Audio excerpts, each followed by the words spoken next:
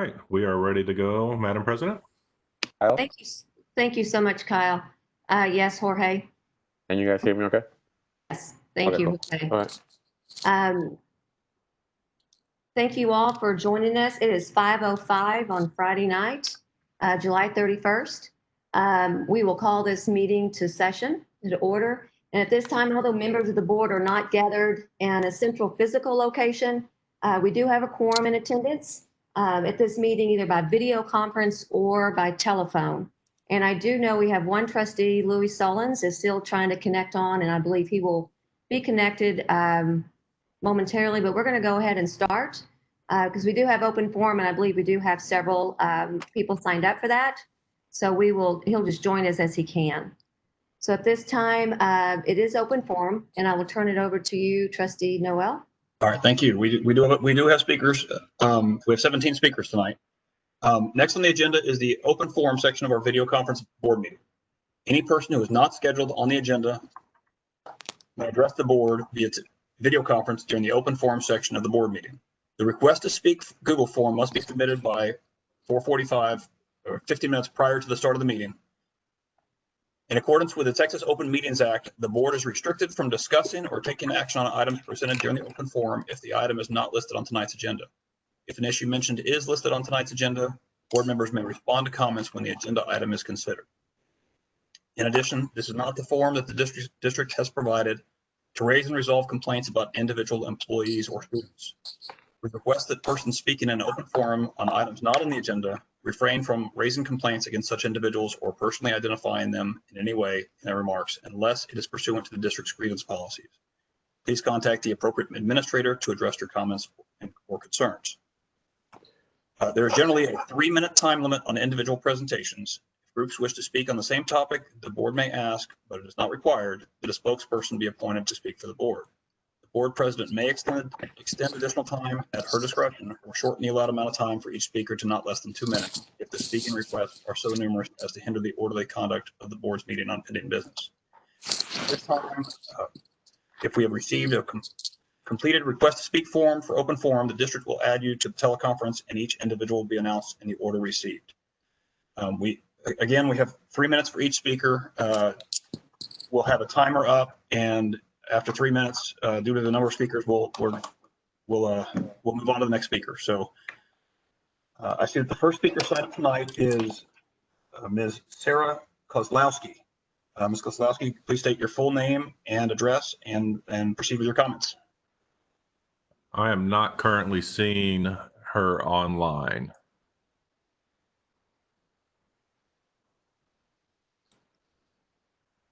So Doug, I would recommend then, if we're not seeing them, go ahead to the second, and we will instantly go, when she pops up, she'll be the next one after that. Okay, well, okay. All right, the next speaker is Samantha Zelling. All right, Samantha, you should be unmuted. Hello, I'm Samantha. Can you hear me? We can hear you, thank you. Nice. All right. Oh. All right, when you're ready, just go ahead and start. Okay. All right. I'm Samantha Zelling, a rising junior at Colleyville Heritage High School and a proud Panther. Do teachers deserve to catch COVID just for doing their job? This is the reality GCISD will face if schools open for in-person learning at all.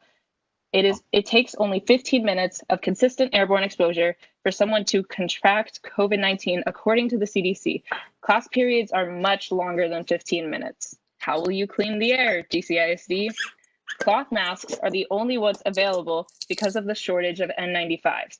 Cloth masks, according to the CDC, are 65 to 75% effective at preventing the transmission of COVID-19 when compared to medical grade ones. That's not good enough. We all know the safest option is the one that Arlington and Fort Worth ISD have chosen, 100% remote learning for the start of the school year.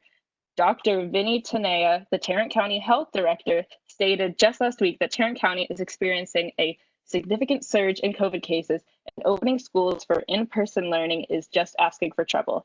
After attending the CHHS 2020 graduation and many other end-of-the-year events, because my older sister graduated, where virtually no one kept on their mask nor maintained appropriate social distance, there is no doubt in my mind that face-to-face instruction will not be implemented and enforced properly or safely.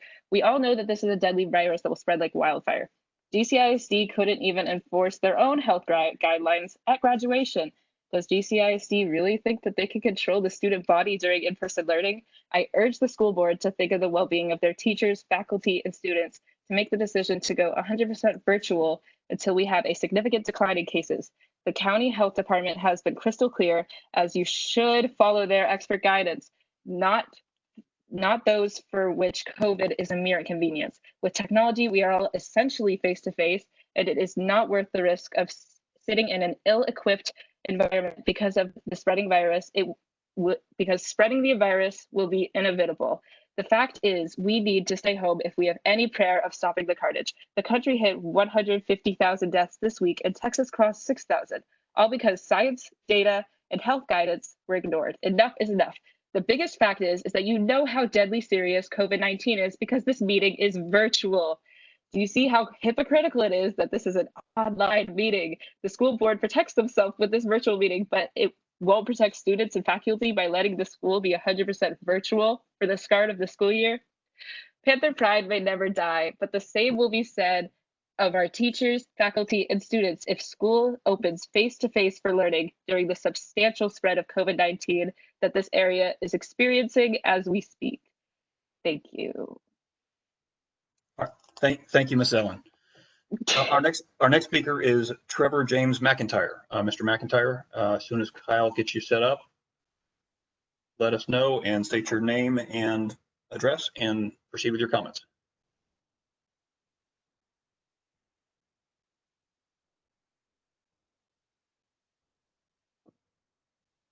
Trying to locate him right now.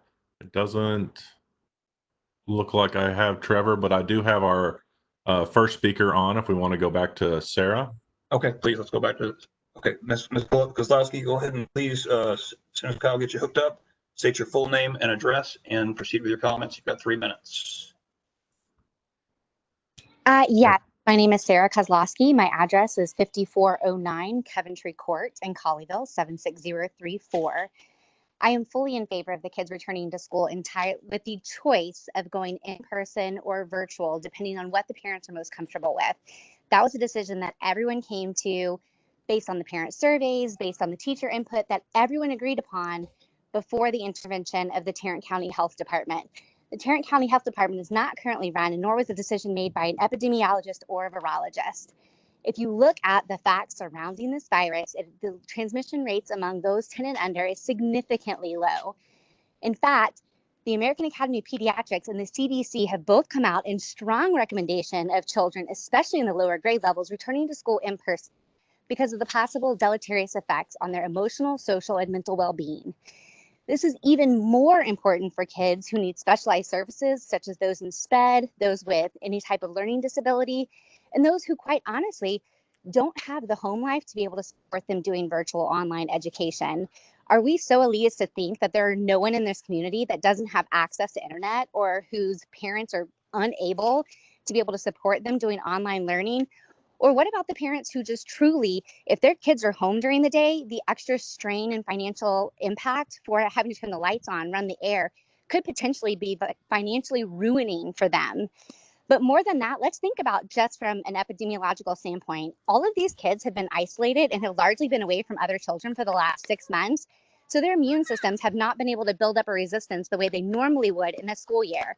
By delaying until September, you are now putting the children back in school in person at the very beginning of flu season without giving their immune systems the time to get exposed and to develop antibodies to the typical strep throat, ear infections, all of the things that kids get when they're around each other in an environment setting.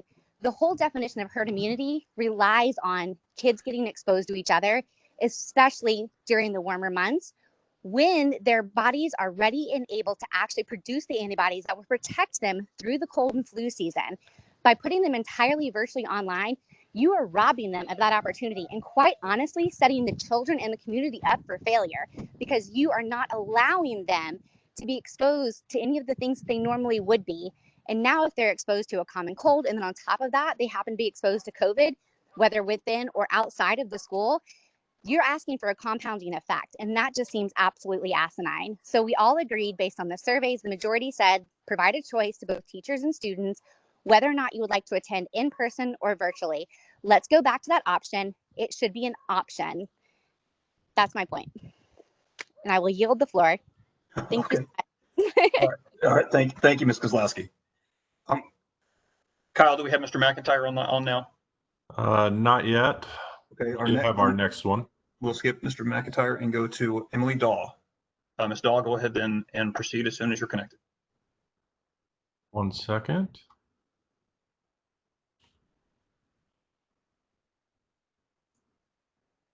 All right, Emily, you there? Yes. All right. My name is Emily Daw. I am a teacher at Grapevine High School. My address is 4024 Lavelle Avenue in Fort Worth, Texas. Members of the board, let me be frank. My return to school would put others in danger. While cases of COVID-19 are lower in the suburbs than in other areas, I, along with many other district employees, do not live in the suburbs. I live in Fort Worth, where there is a major uncontrolled outbreak in my own neighborhood. 3 miles from my house where I sit now, JPS Hospital has a greater than 20% positivity rate of those tested. My return to school and exposure to hundreds of students and adults on a daily basis would result in potentially catastrophic cross-contamination. GCISD is the best place I have ever worked. Decision makers truly listen to the concerns of those affected by their decisions. Please do so in this case by choosing remote online schooling for at least the first 4 weeks of school, as districts such as Fort Worth and Northwest have already done. Tarrant County officials have advised this as the safest course of action. I am deeply sympathetic to the challenges that this will pose for many families. However, GCISD values equity, and I saw that put into action in incredible ways during the spring semester. At this point, administrators and teachers and others have worked tirelessly to improve our virtual education further. We are prepared to do the best job we can for our students. Please put our and the students' safety first. Thank you. All right. Thank you, Ms. Daw. Our next speaker is Rebecca Evans. Ms. Evans, as soon as Mr. Berger has you connected, please begin.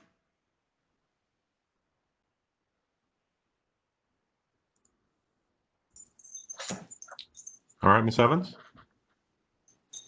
Good evening. My name is Rebecca Evans, and I have a first grader at Timberline Elementary School. As a parent, all I ask is that you keep the health of the students in the forefront of your minds. So much is unknown about this virus. Please don't make our children the canaries in this new unknown mine.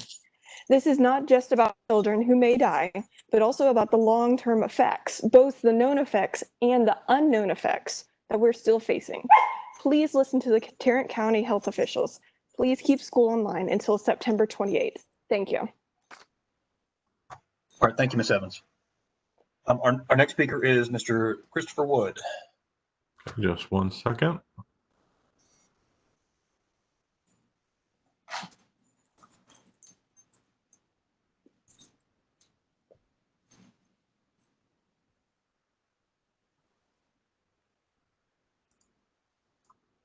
All right, Mr. Woods.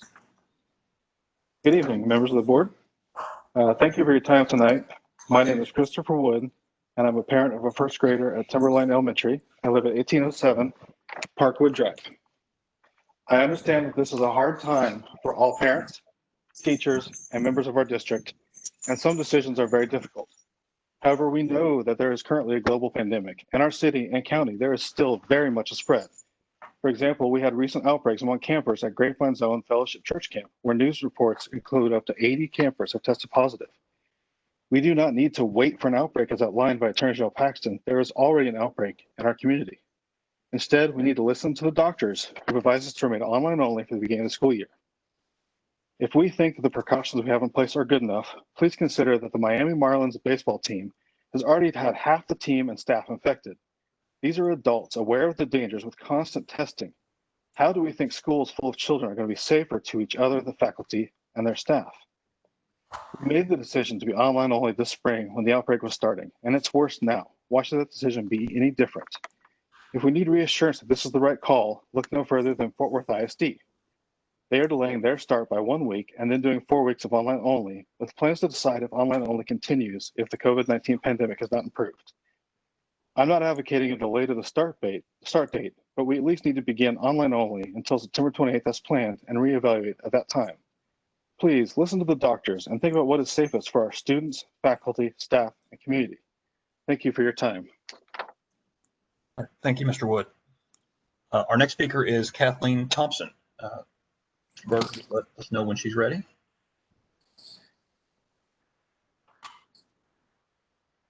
All right, Ms. Thompson? Can you hear me? We can Yes, hear you ma'am. just fine. Thank you. Thank you. My name is Kathleen Thompson. I'm a working mom speaking for my 3 awesome kiddos and my husband. We live at 3317 Burning Log and Grapevine. Our state government is playing politics with people's lives, and that's why we're here tonight. School reopening has become politicized, like mask wearing and hydroxychloroquine, for which the FDA has pulled its COVID approval, and ingesting bleach before it. Our governor, lieutenant governor, and attorney general are prioritizing politics over safety and reason. The Texas Attorney General's lack of concern for the health and safety of students, teachers, and administrators is reckless and disturbing. Why do we encourage our students to pursue STEM, to grow up and become high achievers and experts in their field, to then ignore local health departments when lives are at stake? It's important to watch what the people in power do, not what they say. Tonight, GCISD is meeting virtually. Because it's not safe, the White House, Texas Governor's Mansion are closed to tours. The Texas Attorney General Ken Paxton's child support offices are meeting only virtually. The Texas Supreme Court meets only virtually.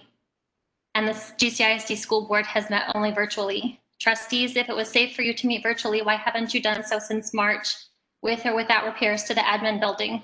This isn't 2010, and you can broadcast to multiple platforms and websites cheaply with your phone or a laptop when you gather in person together. Candidates running for office in 2020 with fewer resources than GCISD do it monthly, and many even do so weekly. This April, Board President Lisa Pardo said during a virtual meeting, "We are meeting via video conference due to COVID, and we still have to stay separated." Has the situation improved since April? No. You should vote on the best interests of the community, apart from how that matters to ideology or national politics. And that's just what has happened in other Tarrant districts and elsewhere in Texas. Superintendents in Fort Worth, Arlington, and Dallas and beyond say that health and safety are the #1 priority for their students, faculty, and staff, and are delaying opening until late September, with the exception of opening for students with special needs.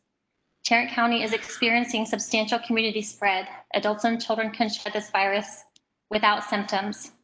The Tarrant County Health Department has already issued its guidance recommending in-person start date of late September. Please let science and data lead us, not University of Facebook School of Medicine degrees. We deserve leaders who listen to common sense, doctors, and experts. Do not prioritize politics over safety and reason, and do not play politics with people's lives. All right. Thank you, Ms. Thompson. Our next speaker is Megan. She's a student. Kyle, do you have her contact information up there? I'm looking to see. I do have one Megan. We'll see if we have. This is. I don't have a last name. Yeah, we don't have a last name. Let me see if we have a Megan Cooper. Ms. Cooper, are you the one that signed up? No, that's not me. Not you? No. Okay. You have to be patient. We've got over 300 people on the line, so he's got to look through the rosters to find these names. I don't have another Megan of that spelling, so I would say let's go to the next one. Okay, we'll pass her up for now. Our next speaker then is Mr. Bruce Crandall.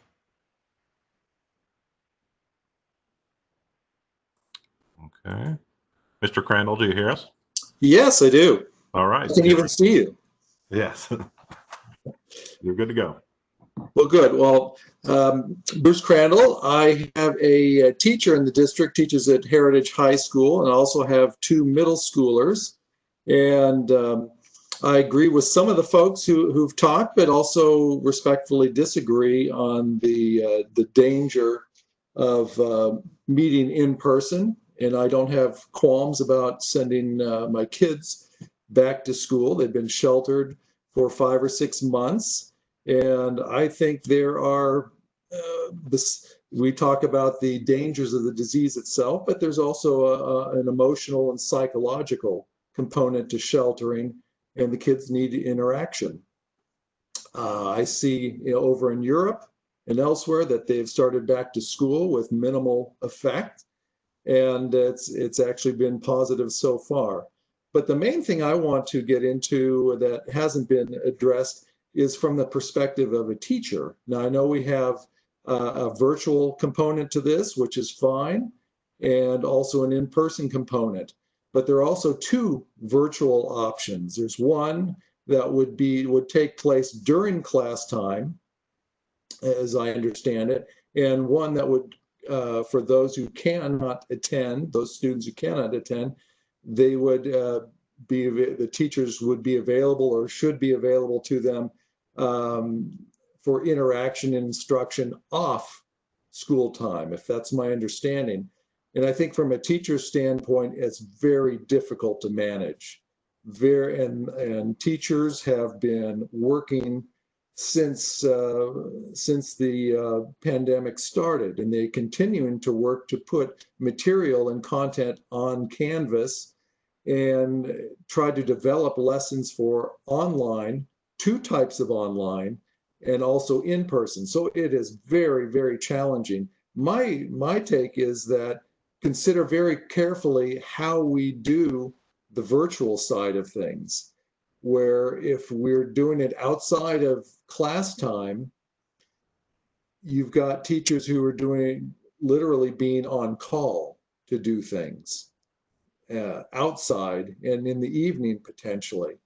And that, along with everything else, the assignments and getting lesson plans in for the next day, is very challenging. It's very tough. So I would admonish the council to think a little bit more on with the virtual, how that's going to unfold and how you create that inside of school hours and not for students.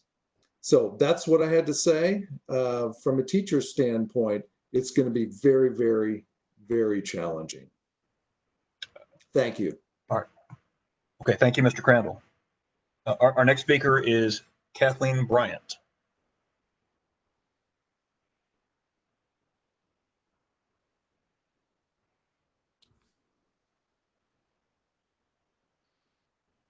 All right, Ms. Bryant, you're on. Hi. Perfect. You can hear me? Yes, ma'am. Okay, great. Well, my name's Kathleen Bryant. My address is Lucas Drive.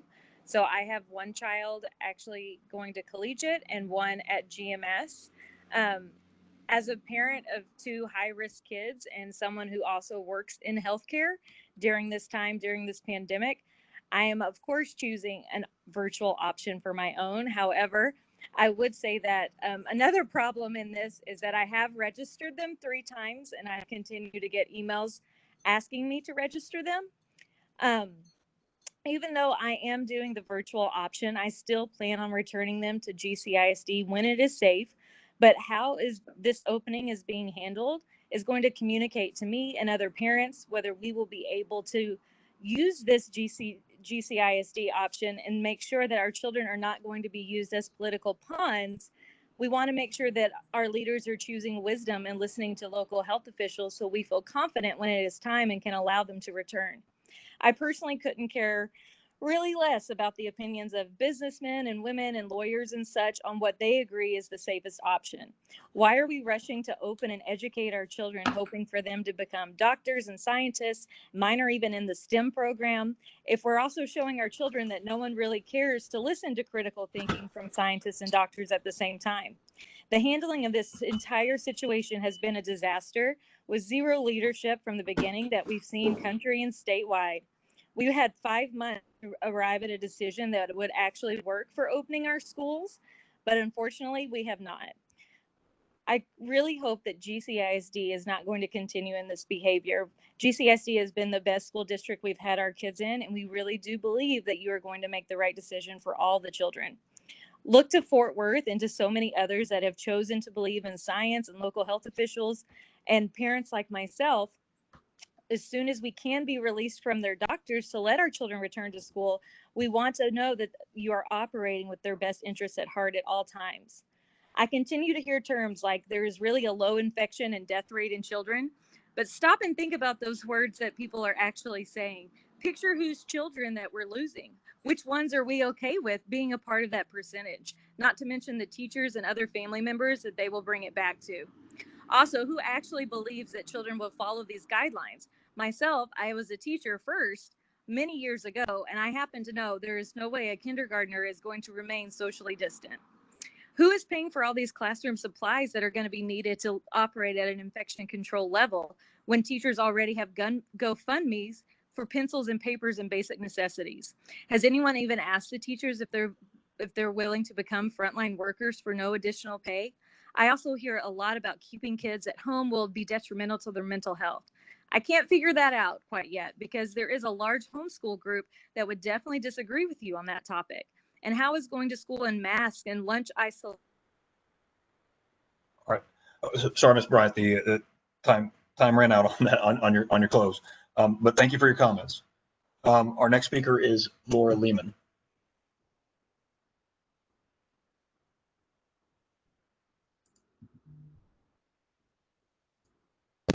All right, Ms. Lehman, you're on.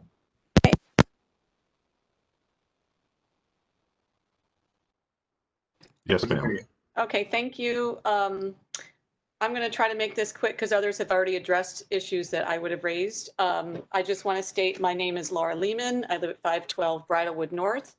I have two boys in the district. I have a third grader and I have a now new high schooler, which is weird to say. He is in the homebound program. This past December, my older son returned home from having spent 100 days inpatient between two different hospitals, one in state and one out of state. He receives 24/7 nurse care.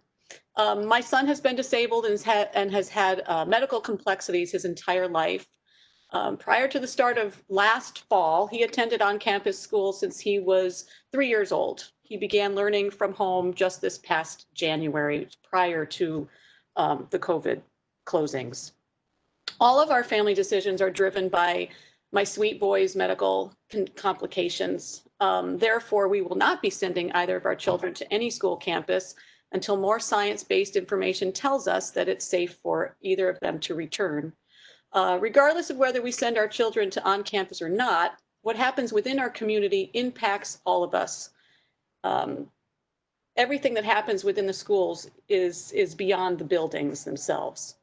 My comments are not only about my family, though. Living in this global pandemic hasn't been easy for anyone, and it has been especially difficult for families with members who are more at risk of contracting any virus, especially COVID.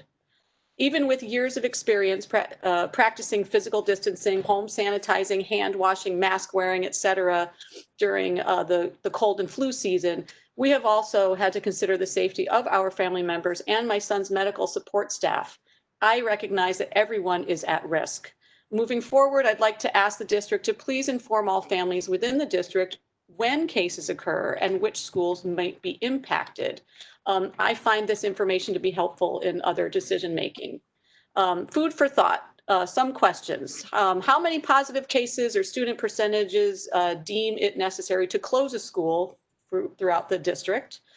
Who makes the final decision on such closure?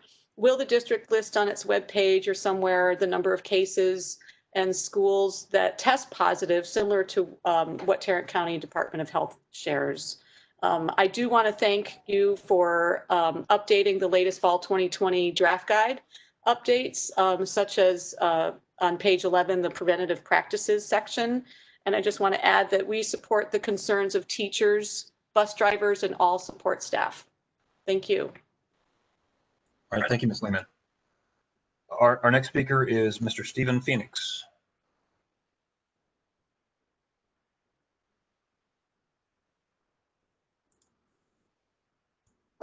All right, Mr. Phoenix, you're on.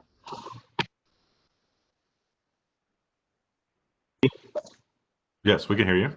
Okay, great. My name is Stephen Phoenix. I'm at 533 Meritage Lane in Grapevine.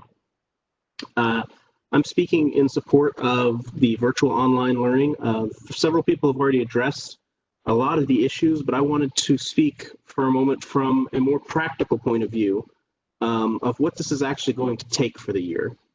I feel that our children are better served if the district is able to focus on delivering the same excellent educational experience that this community has come to expect through a single virtual channel rather than being forced to split the focus across multiple channels. Also, from the learning experience, the disruptions that will occur when a single student, teacher, or staff at a school tests positive, that will impact at least one class, if not an entire campus or two. Students would be forced to switch between in-person and virtual, possibly changing teachers, and this becomes more of a problem the more normal experience we try and give for the in-person learning. The uncertainty, the need to prepare for multiple possibilities, which require the teachers to develop multiple different learning plans, to the concern for their student safety and their own safety. We need to let the teachers know that we support them and that they are the most important part of providing our children a good education. I ask you to please continue to listen to the national, the state, and county health experts who've repeatedly stated that close quarters indoor activities are the highest risk. So please continue basing your decisions on the science, and I hope you agree that putting so many children, teachers, and staff at risk is just unwarranted at this time. Thank you. All right, thank you, Mr. Phoenix. Our next speaker is Rashi Jha.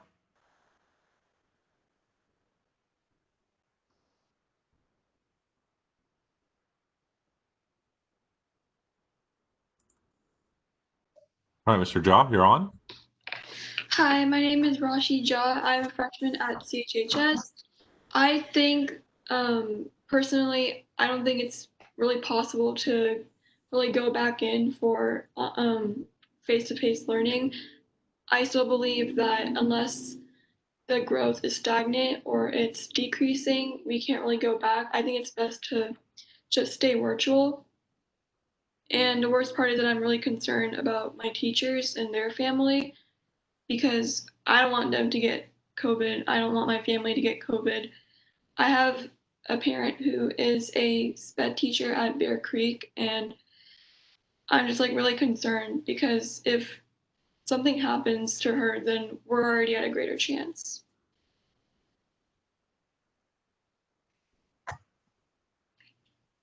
Thank you. Okay, thank you, Ms. Jha. Our next speaker is Shauna Vickers.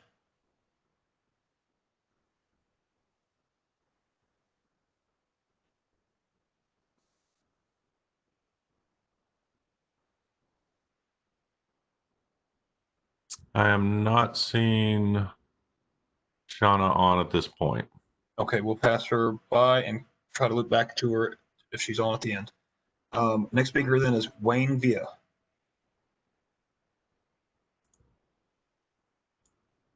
Mr. Villa, you're on.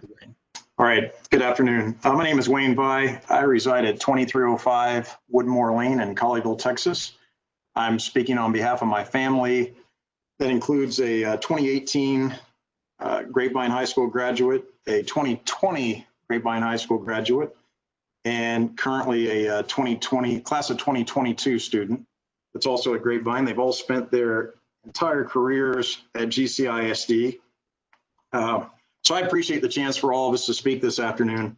A lot of people have quoted different data. We're welcome to interpret it however you see fit, but look at the CDC website. For children aged 5 to 17, their chances of being hospitalized for influenza are significantly higher than being hospitalized for COVID.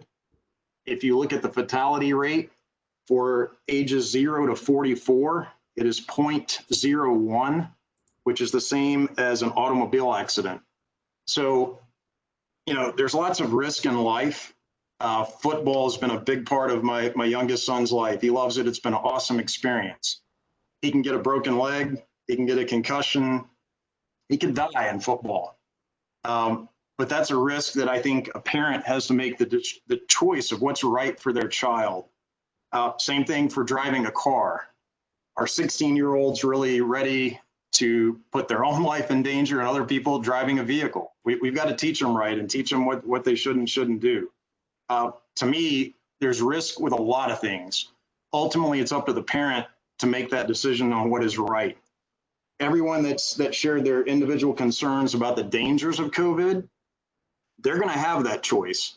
They don't have to send their kid to school.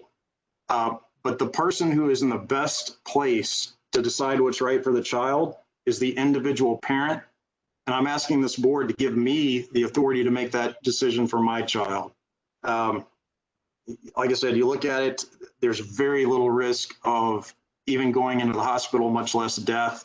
But there's a lot of risk for kids that miss out on the things that are part of a in-classroom environment. And we deserve to have that opportunity. And those that are worried certainly have the right and the ability to make the choice to keep their child at home. Thank you. All right, thank you, Mr. Vi. Our next speaker is Courtney Sanders.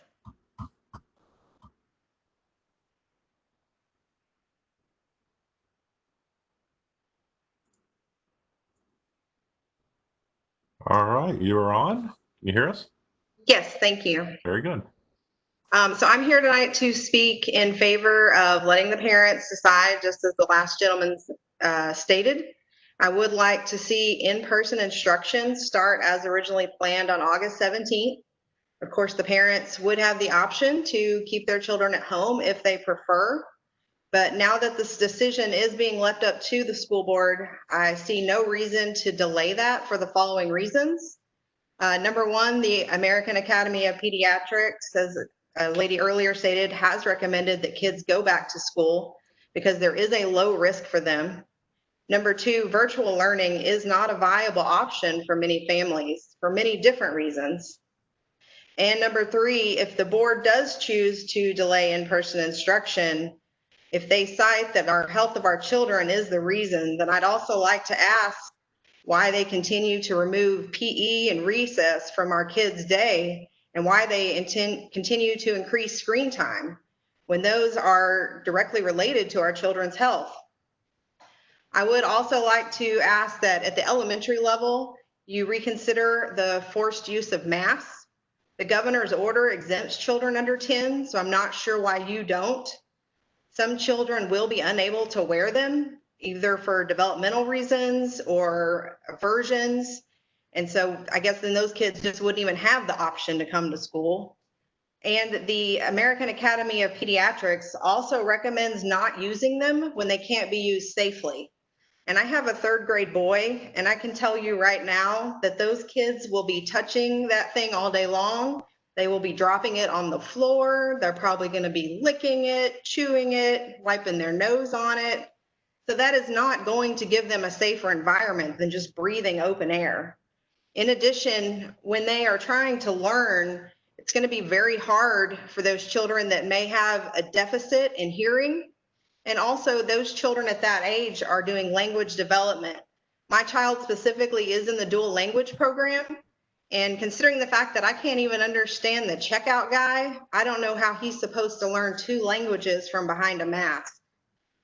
The mask can also hide learning disabilities, emotional distress, and possibly even abuse from their teacher. So in closing, I just think that this is probably one of the first times in history that all these kids are super excited for summer to end and they actually get to go back to school. So please, let's not disappoint them and let's give them a fun experience so they can continue learning and enjoying that experience. Thank you. All right, thank you, Ms. Sanders. Our next speaker is Ms. Valerie Kunert.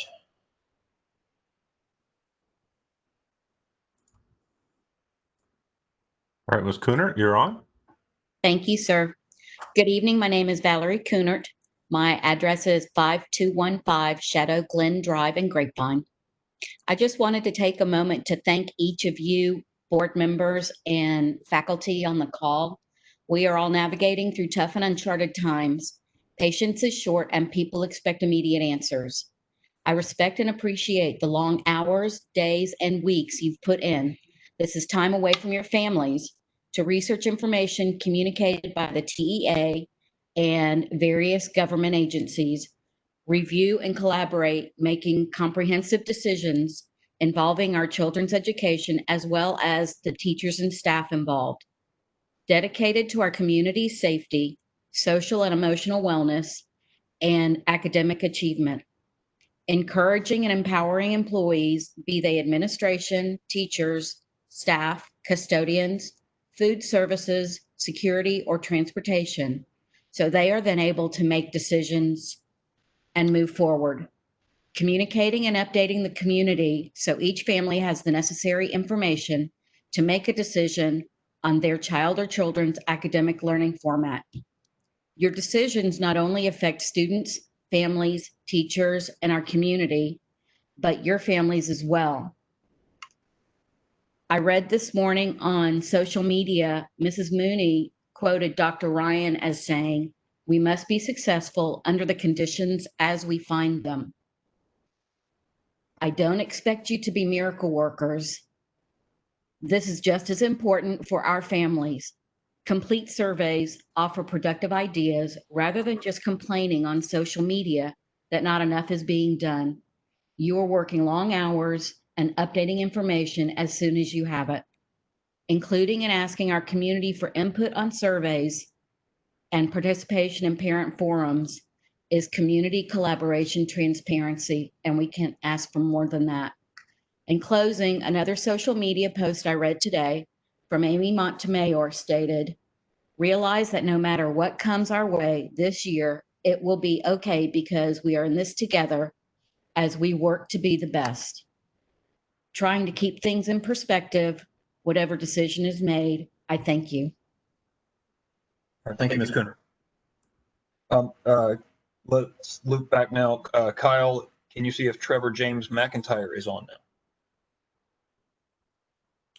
I do not see Trevor. Okay, we'll give Megan and Shauna Vickers, or Megan, see if she's on now, and Shauna Vickers is the other one. They're ready, they can go. Otherwise, we will, I think, move on.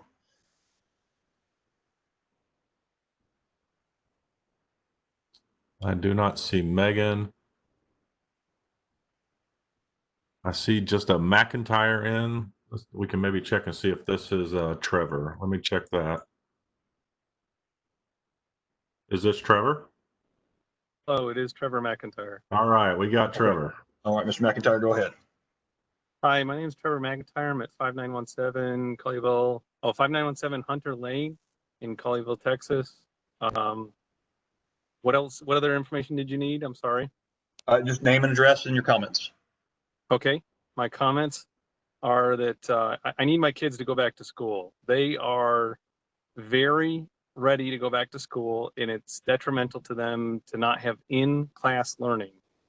They don't get the social aspect of it, but they also lose out on so much of what gets passed on by the exceptional teachers that we have, and it's going to hurt their ability to learn, and they really need to go back to school. And I'm sorry I didn't have much, a lot prepared. I just wanted to let you know that my wife has taken off of work in order to be able to school them, regardless of what happens, so that it's a big sacrifice, because we know that they need to have in-class instruction, which with a person and a computer. They will not be. The last 6 weeks was a disaster for my children, being able to keep up with it all. And I understand that it may be different this year, but that really didn't leave me with a lot of trust in that process. And I know that they still have to have oversight. That I don't know how that's going to be provided, and I don't think there's a good solution to that. I would really appreciate it if you guys could decide to do in-class instruction and then mitigate the problems that might come from that, as far as trying to keep everybody safe. I appreciate you guys. Thank you. All right, thank you, Mr. McIntyre. Okay, I have a Meg on. Let me see if this is our Megan by chance.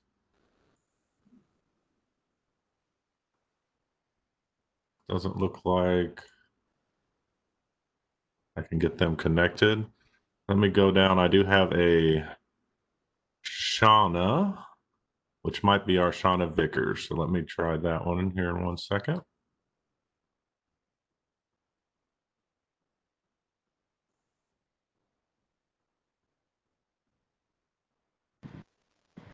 Hi. Ms. Vickers, are you there? Yes, ma'am, we can. We can hear you. There's a little static too. You may have to, I'm not sure how you'll get through that. This is 140.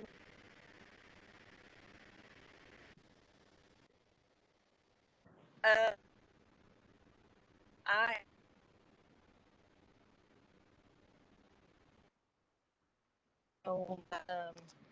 let me see. I'm in my car. Can you hear me? Can you hear me? Hello. We can hear you. You can?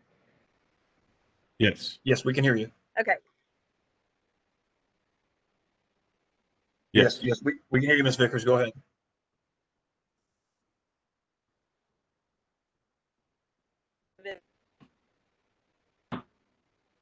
Okay, perfect. And we're actually at the beach on vacation right now, and I'm sitting in my car trying to call in. So bear with me. Anyway, I live at 141 Satwood in Grapevine. And is there anything else you need from me? Such that? No, that's it. Just your comments. Just your comments. Okay. Okay. So I'll be honest.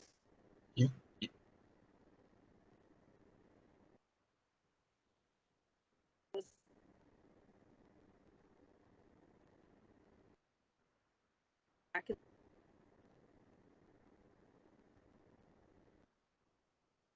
that.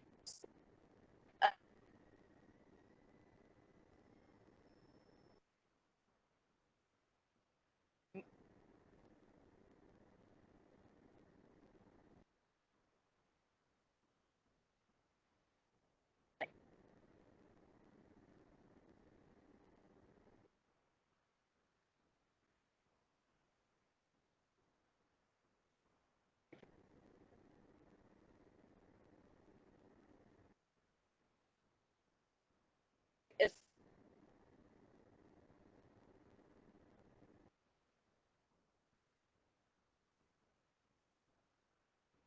you're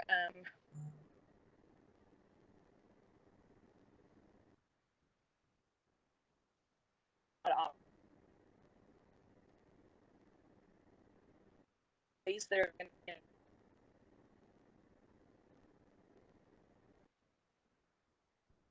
as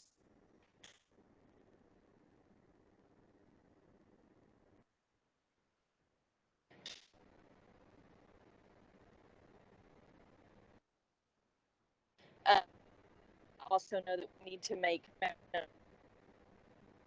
what's the smartest decision for them at the time. So I think what I hope that you guys can consider is that we have an option to do school or remote learning from jump, either way, but that if remote learning is what is decided for families, if it's able to be made so that families can work the schedule how they need to work it along, around their work schedules, that would be best. To say that you have to log on 4 times throughout an 8-hour period during a day is going to make it very, very difficult for families who have jobs or families who have multiple kids and multiple grades. A lot.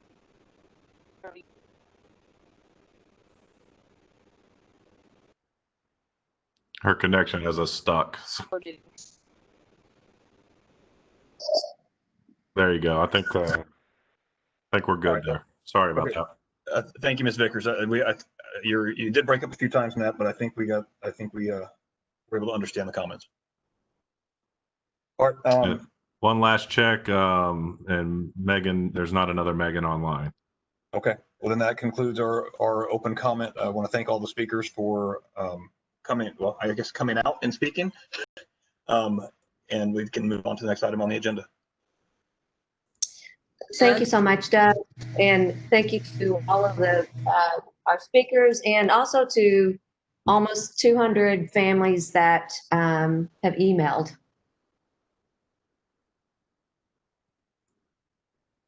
I lost connection. Am I back? Can you hear me, Kyle? You're good. Thank you so much. So at this time, we are back in regular session at Megan, I'm 5:55. not able to connect you. Would you like to send me your information over by email? Kim, I can hear you. We good there? Yeah, we're good there. Okay. So at this time, the Grapevine Colleyville Independent School District, Board of Trustees, and the Central Administration, we will pause for a moment of silence to reflect on the continued successes of our district, the safety and well-being of our students, our dedicated teachers and staff, and our supportive community.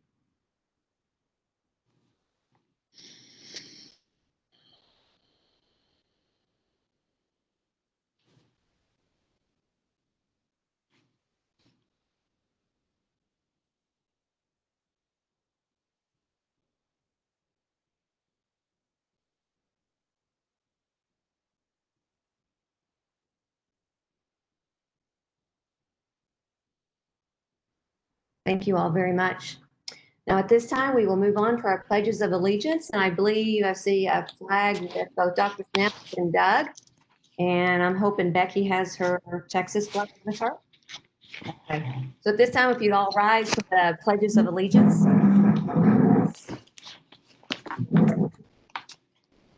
I pledge allegiance to Allegiance the to the flag flag of the United the States of United America States of America and to and the to the republic for which it stands, one nation, under God, indivisible, with liberty, justice for all.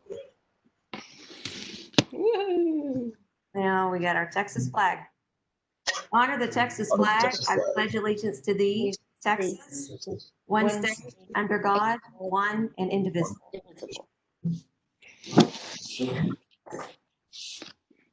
Lisa? Yes? This is Kim Hutto. Yes, ma'am. We've had our one speaker on hold. Would you be able to take her before we start this next portion? Which one? This is Megan. We've been looking for Megan. Okay, well, I was able to connect with her. Yes, Kim. Okay, let me see if I can connect. Hang on, this is through our system. Okay, can you hear us?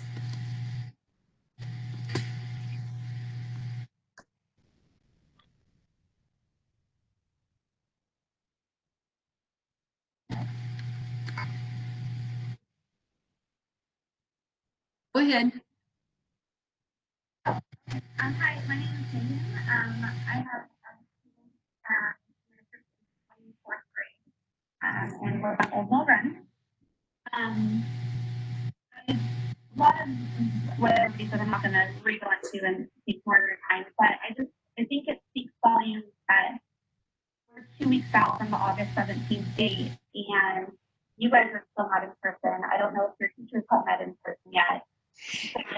How are we saying that it's okay for everyone to go back and see when everyone is still doing these virtual calls and meetings and things like that? And it's not going to be like the NBA, how they're in a bubble with only them. These children go home every day, and their parents that maybe do have are working at hospitals or working, for the airline or something like that. They're all being exposed, and then they bring it back. So I don't see how starting in 2 weeks when everybody is still doing these work from home or things like that is going to be the best option. I feel the teachers have there been, talk to them individually and see how they feel. Because I don't know what the right decision is, but it doesn't look right when we're still doing video calls right now. That's all I have to say. All right, thank you very much. Thank you, Megan, and thank you, Kim. I'm glad we were able to find Megan, and I believe, Doug, we were able to reach out everyone that had signed up. We did. Great. So we'll move on to report to the superintendent. Item A, the reason we're meeting tonight is consider taking action on reopening for the 2020-2021 school year. Turn it over to you, Dr. Ryan. Thank you, President Pardo. I'll have some opening comments, and then we're going to hear from central staff members and other staff members about what this might look like for the next couple of days. And then after we hear from our staff, then we would go back to the item and ask for you to consider a vote. So again, thank you very much. This has been really a very difficult journey for everyone, for our students and for our teachers and parents and administrators and all of our staff. We've endured so many changes and challenges over the last few weeks. Right off the bat, let me be clear. I believe that the very best place for educating students is in our buildings with our teachers and our staff. And I want to get to face-to-face instruction as soon as possible. And it's all of our task. It's our collective task to do so safely for everyone concerned. And so first this evening, I'm going to take us through how we got here, really the chronology of some of the bigger events and timelines.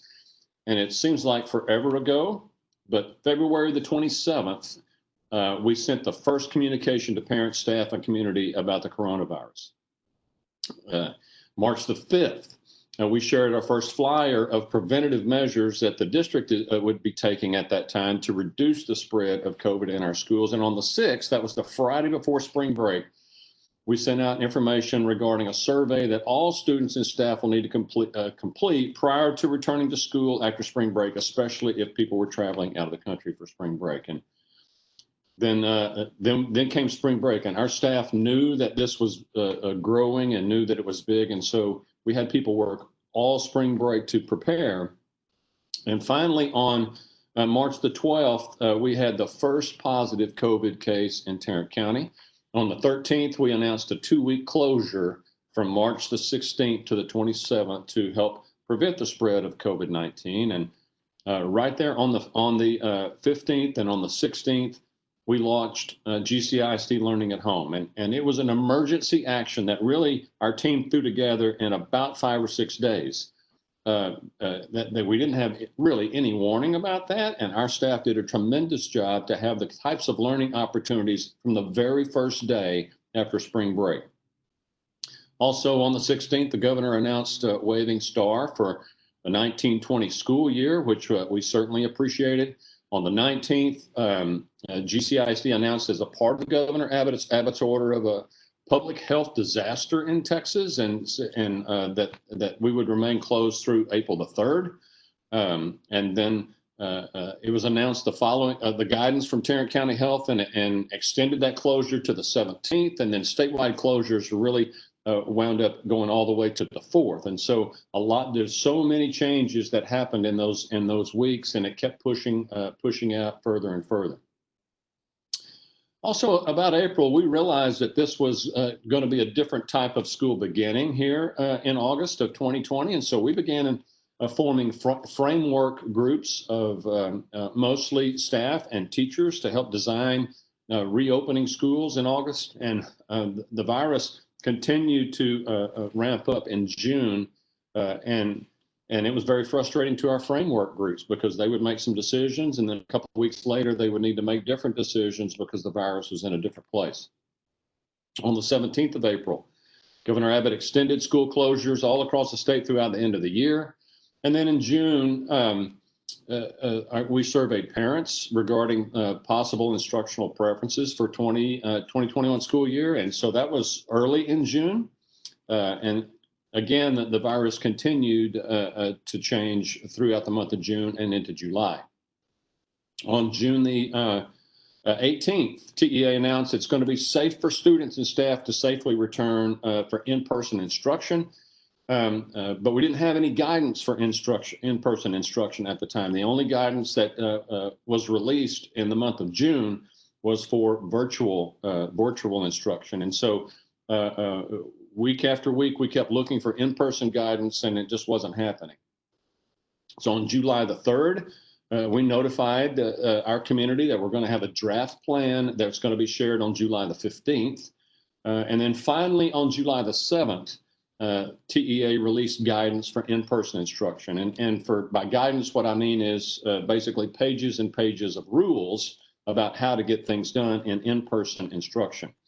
The district offices were closed that week, but we continued to work even though our offices were closed for the July 4th week. And on the 15th, we did release the fall draft guide as promised. On the 17th then, TEA announced additional reopening guidance, including a local option for online only to start this next school year. And then on the 21st of July, the Tarrant County issued a health order requiring school districts to remain remote until September the 28th. And then on July the 28th, the Attorney General issued opinion on legal guidance to reopening the schools that effectively removed the authority of the county health officials to close districts for preventative measures. And therefore, we're meeting here tonight to be able to talk about it. This is only a very small slice of all of the changes that have taken place over the last several months. And I know that we're all wishing that we could have one plan and stick with it, but that's just not our current reality. Things continue to change. During this time, TEA began talking with superintendents every single day with the commissioner. And so for several weeks, we met every single day to try to get a statewide plan for our schools. And then that has eventually transitioned into 2 times per week. And at each meeting, we had new guidance, new rules were disseminated to school leaders, and sometimes the rules are drastically different than what we had known before, and sometimes they're just simply clarified. And there have literally been thousands and thousands of pages of rules and guidance released by TEA in the last few months. And these changes have sometimes been very frustrating. And one of the most frustrating aspects is that there's been no decision-making matrix released for how or when to close or open schools. And school leaders have really been encouraged to rely on local health officials for guidance because we are educators. We are not public health experts. And so here's our current situation. First of all, let me tell you that this is really complicated. And we're dealing with students and staff and parents and our communities and all kinds of different entities. It's a very complicated thing. Even when we're in our buildings and we're having whatever a normal school year is, it's still very, very complicated. And now dealing with the virus has made it even more complicated.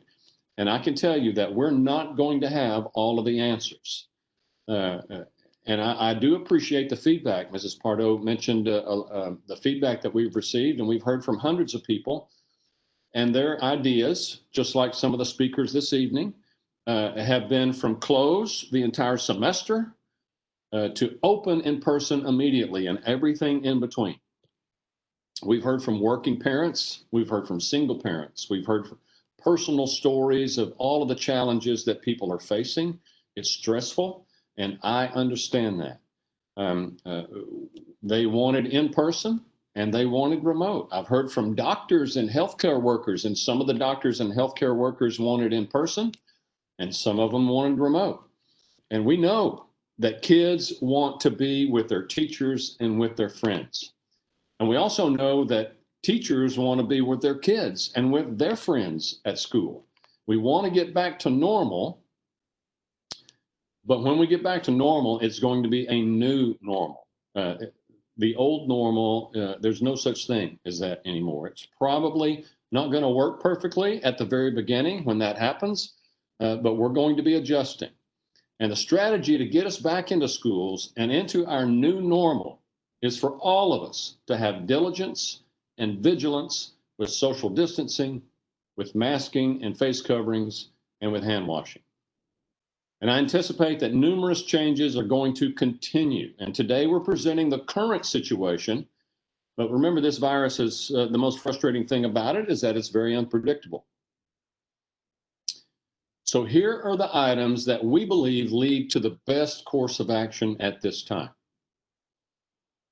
Because we're doing our best to make decisions to keep the safety of students and staff in mind. And I heard a lot of comment tonight about the students, but we have about 2,000 employees, and those adults are really, really vital to having a great school district. And so we're trying to keep all of our adults in mind, our teachers and administrators and our support staff and transportation and our nutrition services folks who have worked all summer long so hard, and our facility services people who are keeping everything the way it's supposed to be and clean and disinfected, and our maintenance folks. I mean, there's so many people on this team to make school work. but because we're doing our best to make the decisions to keep them safe, and then that's one of the reasons. We're also taking into consideration the information from our local health authorities, who've been really clear about the current spread of the disease. We're taking into consideration our PPE needs and availability. And we've had some things on order, and every school in America has PPE on order. So some of it has arrived, and some of it probably won't arrive before August the 17th. But I will assure you that all of our PPE is scheduled to arrive before Labor Day. And we have a goal of getting started safely for teachers and students to make sure that the in-person option is sound and solid when that occurs. So I'll go ahead and tell you that at the end of the meeting, my recommendation to the board will be to begin school originally scheduled on August the 17th in a remote-only instructional environment through September the 7th, Labor Day, and transition to both in-person and remote instructional environments on September the 8th. Now, I will caution everyone, changes have occurred almost daily, and sometimes we can see them coming, and many times they're complete surprises. And so I believe changes are going to continue to occur as we learn more about school and the virus and how this is going to be interacting. By TEA protocols, we could also return to full remote at any time if it's warranted by the spread of the virus. And Commissioner McGrath and our local health authorities have consistently mentioned school closure as a possibility. And we're going to be constantly looking at our operations and our health conditions as we make these decisions. And I've been so impressed with our teachers over the summer. Our administrators have worked so hard. They've been fantastic, and they are a dedicated group of frontline workers. And I just want to say thank you, thank you, thank you. The strength of our school district is the fantastic teachers and administrators that we have all across the district that pour out their hearts for our kids. I appreciate the flexibility and grace that we've shown for our teachers and that our community has shown for our teachers, for our students and our families and our administrators. And we hope that that continues as we move forward. Tonight, we're going to hear from our administrative staff. But first, before we hear from our administrative staff, I want to hear from a local health provider, our local health partner. Baylor Grapevine has been a great partner with GCISD for decades. And Chris York is here with us. Chris is the president of Baylor Scott and White Grapevine. He's been there for 2 years. He's a member of our community. He's a leader in our community. And so we've asked Chris to join us tonight just to kind of give us an update on what's happening right here in our community at Baylor Grapevine Scott and White. Chris, are you here? Yes, thank you, Dr. Ryan. Pleasure to be with you this evening. I know it's a difficult decision, and I want to be perfectly clear. My goal is not to try to recommend policy, but just to, as you mentioned, give an update on where we are from a local healthcare standpoint. Back in March, when the coronavirus initially came to DFW, can you hear me okay? Okay, perfect. Didn't want to be talking away, but when the coronavirus originally came to our market, it was slow to really make it to the suburbs. Initially, we were a little bit slower on the uptake and I'm speaking specifically from a standpoint of patients who required hospitalization. And by the latter part of March through the middle of April, we would on any given day, we would have 12 to 15 inpatients, obviously folks with the coronavirus that required inpatient hospitalization. And then for most of May and June, that really tailed off to on average 4 to 7 patients per day. And then July hit us pretty powerfully.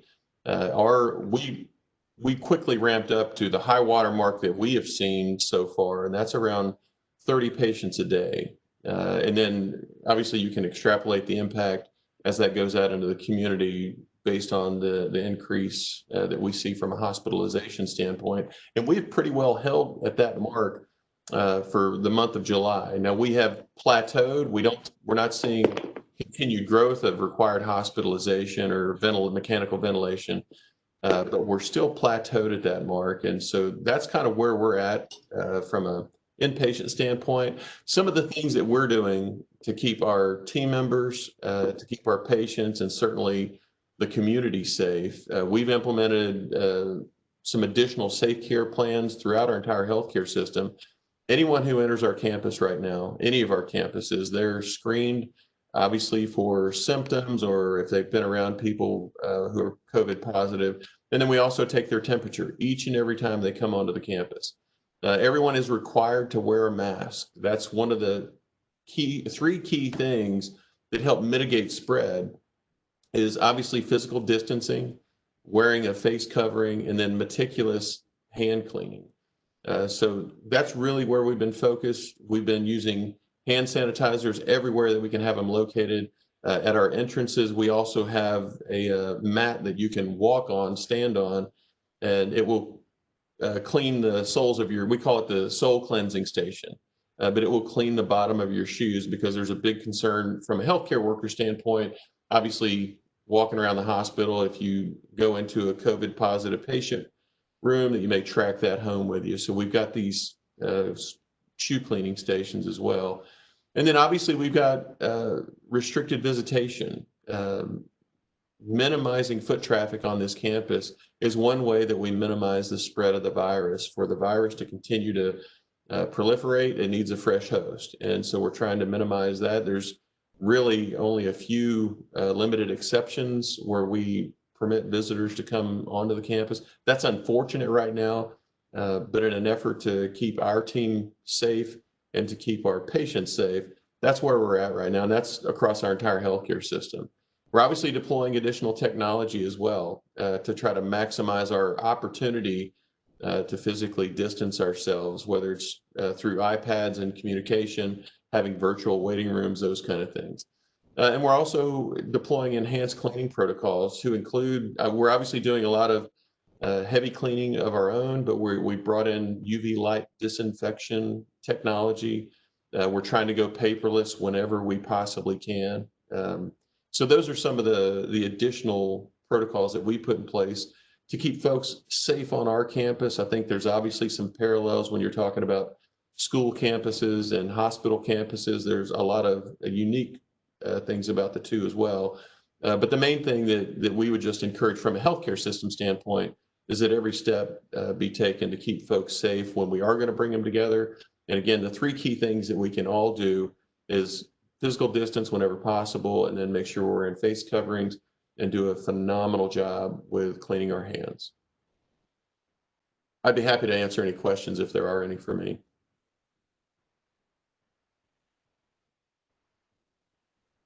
Thank you so much, Mr. York. Do we have any questions from trustees? Becky. Yeah, Chris, thank you so much for coming to speak to us. I know that you and I are serving together on the Grace Board and that you've also been apprising some of our city councils of what's going on at Baylor. And I just can't thank y'all enough for being such a good community partner. We are incredibly fortunate to have you and have Baylor here in GCISD. I think you really brought up some additional points that possibly I certainly had not considered in thinking how you guys are treating the campus there at Baylor and then extrapolating that to the 17 campuses that we have. I mean, that's an enormous footprint versus, you know, just the compound there right off of here, off of College Street. So just to kind of get some information, I watched the update that was given to the Grapevine City Council. One statistic that kind of jumped out at me was in Tarrant County right now, there was an increase in positive cases, particularly in the 25 to 44 age range. It's a little concerning to me. As Dr. Ryan mentioned, our staff tends to really fall, our teaching staff tends to fall in that age. Our janitorial, bus driver, cafeteria staff, that may be a different demographic, which also is high risk. Keeping kind of all that in mind, what does the ventilator situation look like there at Baylor? And understand my concern in even asking that question is that that's predicated then on some sort of anticipation that we would potentially have a situation that we would have employees on ventilators or parents of students or, potentially even students, but those adults really seem to be at the greater risk. So what is y'all's capacity over there? Mainly because I think the actions that we take would be something where we don't want to fill you up. Yeah, obviously the goal would be for no one from GCISD to need our services, but we're in good shape right now. There was a point earlier in July where we were challenged a bit. We've been very fortunate to get in additional nurses. The state of Texas has been fantastic to help us. That's been, and that's I think another parallel when you look at the long haul. We've been obviously at this since March. But just the resilience of our team members, and I'm sure that a large organization like GCISD, it's going to be a similar issue. But to answer your question, from a ICU, from a ventilator capacity standpoint, we're in good shape. It would take, back in March, we all were basically challenged as hospitals to figure out how we could double our ICU capacity with existing beds. We're fortunate that we've been added on over the years. The back portion of our emergency department is an old ICU. We have a cath lab, an old cath lab upstairs that's basically been vacant since we built the Tower 1 back in 2012. It can be converted into an ICU as well.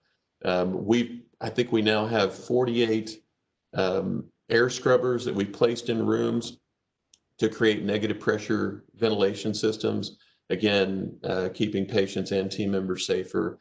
But we're in good shape from a capacity standpoint. Our biggest concern right now, quite honestly, is just building resilience and building self-care in for our healthcare providers, the folks on the front line, so that 12, 24 months from now, we're an incredibly healthy hospital and can continue serving these communities at a very high level.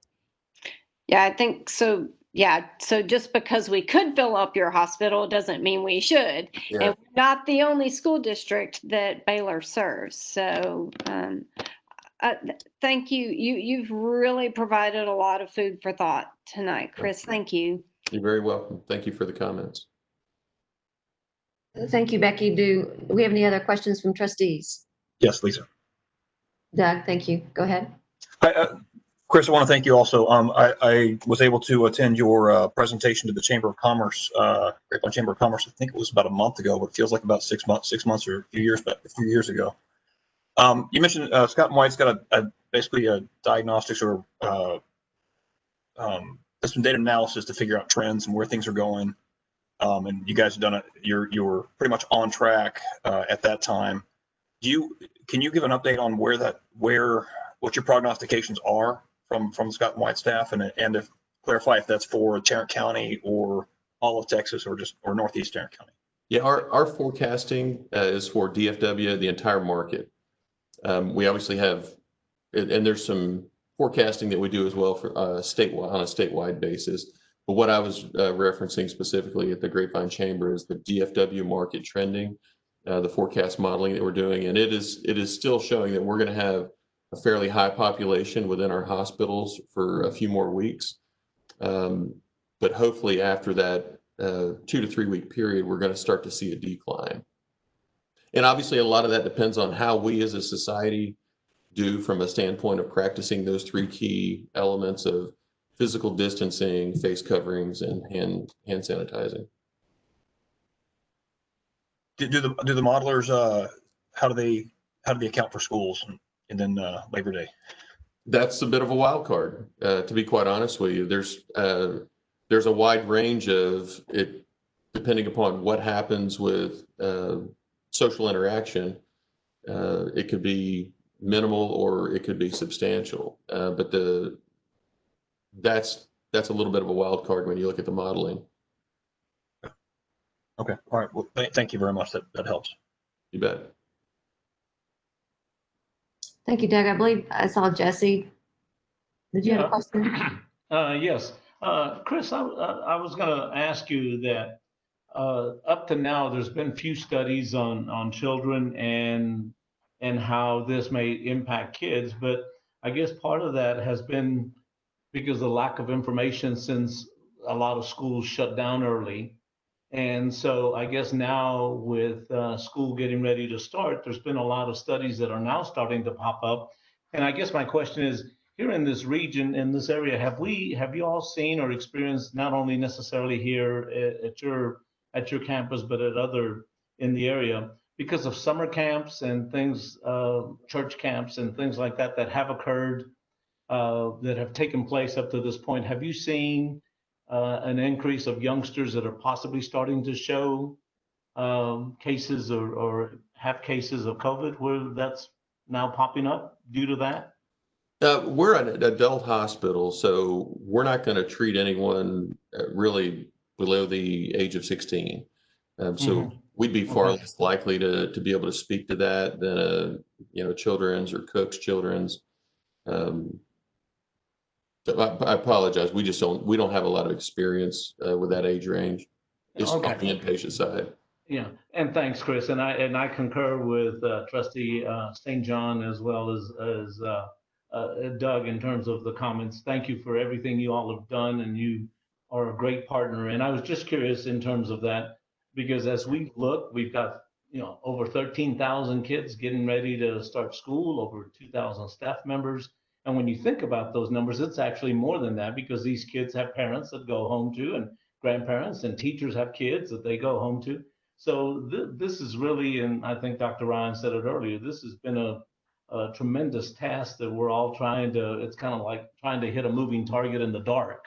And it's been difficult, and it's something that we're going to have to make a decision on and move forward. But at the same time, we want to make sure that we make the best informed decision. So again, thank you for everything you've done, and thank you for what you will be doing and continue to do. And we appreciate that. Thank you. Absolutely. Thank you.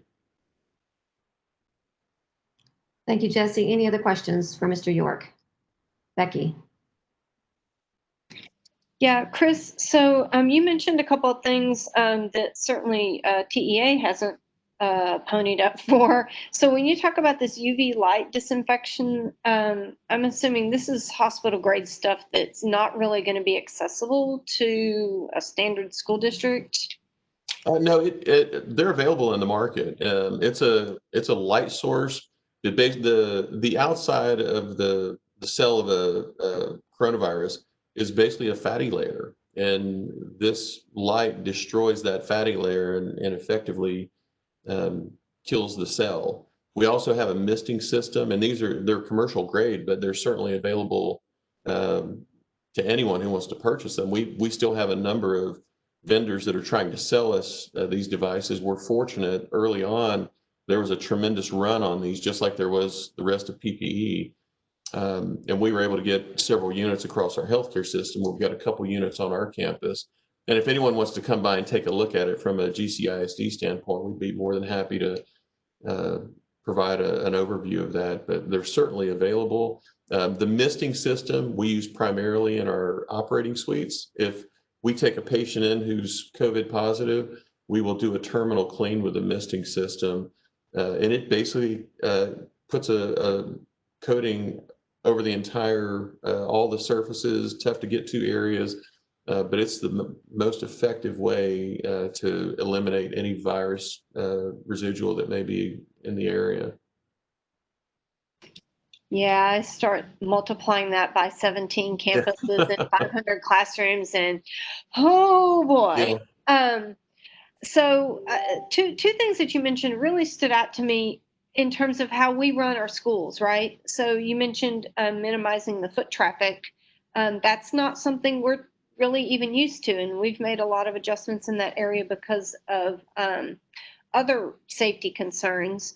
To even further restrict, our foot traffic, suddenly you're talking about, can parents come watch a football game, or can parents come watch a volleyball or a basketball game? Parents not able to come eat lunch with their kids. just the number of PTA things that we have volunteers do, minimizing foot traffic, that's a big impact that I appreciate you bringing that up, because that's not something that I've even seen thrown out there yet. You talk about going paperless, right? When we talk about what we typically think of in an elementary classroom, even now, there's still a lot of paper in there. Just the books that are in the teacher's bookshelf, it does not sound like, at least in the short term, that, hey, go pick a book and go sit in the reading corner. That's maybe not going to happen for the, at least, here in the short term. My biggest question, because you keep touching on this, and I want to make sure we are good partners with you guys. You have mentioned a number of times the community impact.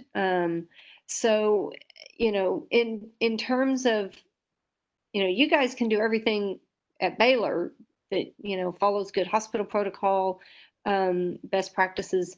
But it sounds like those of us out in the community have some responsibilities as well.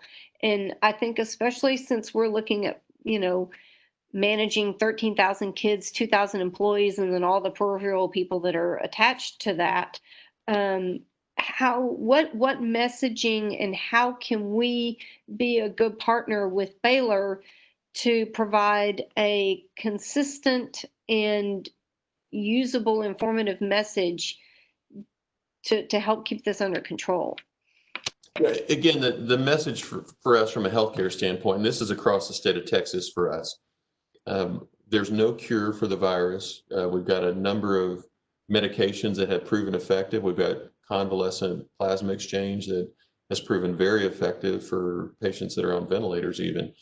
But it really does boil down to those three simple things of maximizing physical distance, wearing a face covering, and then cleaning your hands. We always talk about in healthcare, our hands are the top 10 reasons for hospital-acquired infections.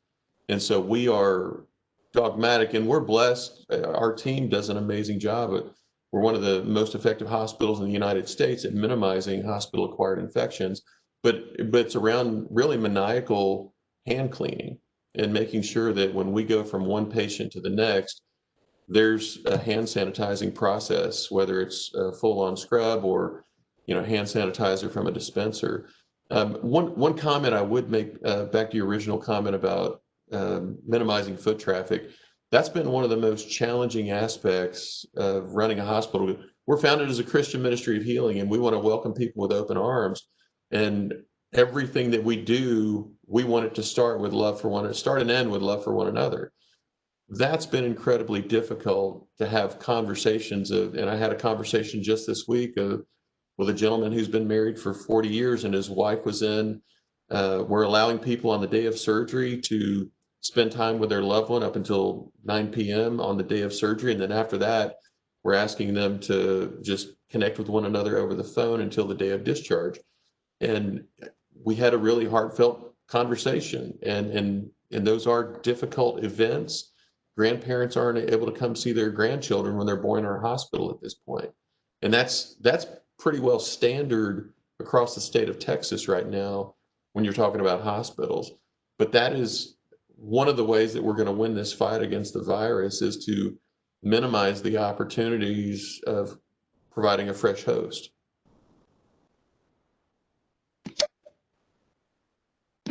Thank you. That's all I have, Lisa. Thank you again, Becky. Mr. York, thank you again for your time tonight. Lisa? I'm sorry? I have a question. Oh, I'm sorry, Jorge, I didn't see you. Sure. Chris, I just wanted to ask you, we know that the positive test rate for COVID in Tarrant County is around 13%. Do we have an idea what is the positive test rate for the GCISD area, or either maybe Grapevine or Colleyville, the cities? I don't have that data offhand. We could probably track that down for you, though. Thank you.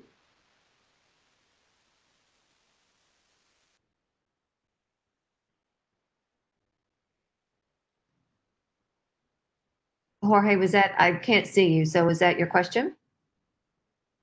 Thank you. Okay, thank you, Jorge. Anyone else? Yeah, Lisa.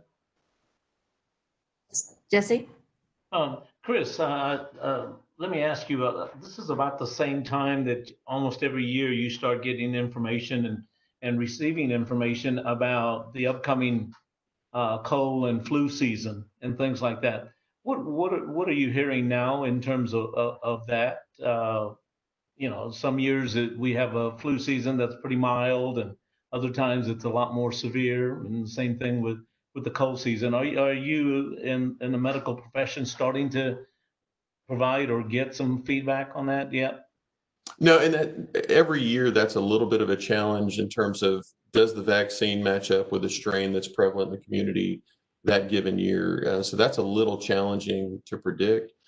But again, to go back to the key thing for us with what's going on with coronavirus right now, and then the flu season just around the corner, again, our care team resilience is one of the big things that we're focused on right now, to make sure, again, our care providers are going to be as healthy as they can possibly be, and we can hopefully continue to be one of the best hospitals in the United States 12 to 24 months from now. Okay, thank you. Thank you, Jesse.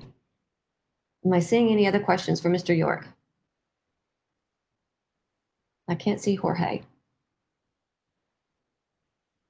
Okay, I think I am now safe to say, Mr. York, thank you so much for your time tonight and answering all the questions that we have. And as Becky had said earlier, for the partnership that we have with Baylor, we really appreciate you.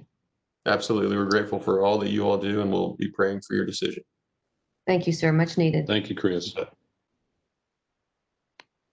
So at this time, Dr. Ryan will move on, and I believe for the next presentation.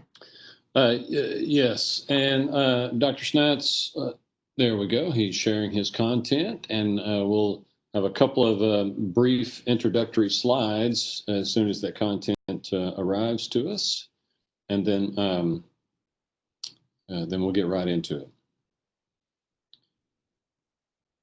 So the first thing is, we're trying to make sure that every decision that we have goes through our values. And Brad, if you'll just kind of go through the next couple of slides.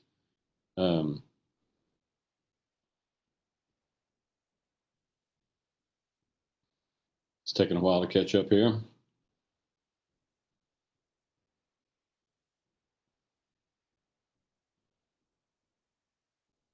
Can you hear me? Yes, sir. Is it on the value slide? No, sir. It's on the first slide. There we go. Okay, good. One of our favorite slides as we start our presentations in GCISD is about our values of purpose and innovation in the community. And of course, our mission is clear to everyone throughout the district, is to build excellent schools together. And tonight is a great example of what we're talking about. It's we've heard from our community members. We've heard from a great community partner. We're talking about innovation. And of course, all of it is surrounded by our purpose. And it's an unwavering commitment to our kids. And especially in a time of a pandemic, we've seen these three values certainly on display throughout GCISD. So I'm going to turn it over now to Dr. Schnautz, and he'll lead this group as we go. And if you have questions, feel free to speak up as we're on a particular slide. There's about 30 or so different pieces of information, slides of information that we're going to see. And so if you have a question, then we'd like to go ahead and get that going as we go through, so that when we get to the end, we can make the recommendation and ask the board for a decision. So Dr. Schnautz. Dr. Schnautz, before you start, and I'm so sorry to interrupt, Dr. Ryan. Trustees, I can't see you. So since we have the presentation up, I only see in 4 people in the corner. So please don't wait for me to acknowledge you if you want to ask a question. Yeah, thank you, President Pardo. Can everybody hear me? Good. Yeah, so and thank you, trustees, for your time this evening. In tonight's presentation, you'll hear some similar information on what was presented in Monday night's workshop. However, tonight's presentation will also take you into more details around how we can best serve our students and staff in both remote and in-person environments.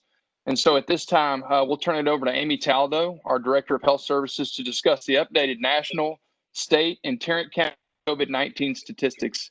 Amy, the floor is yours. Good evening, trustees. As we look at the COVID numbers, United States is well over 4 million cases. And in Texas, we are well over 400,000. We're sitting at 420,946 cases and over 6,000 deaths, 6,569 deaths. There are 254 counties in Texas, and 250 of those are reporting COVID cases.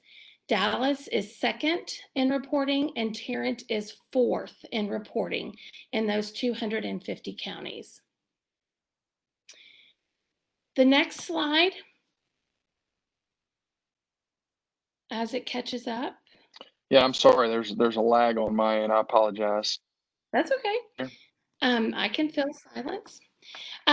So as we continue to look at it, currently the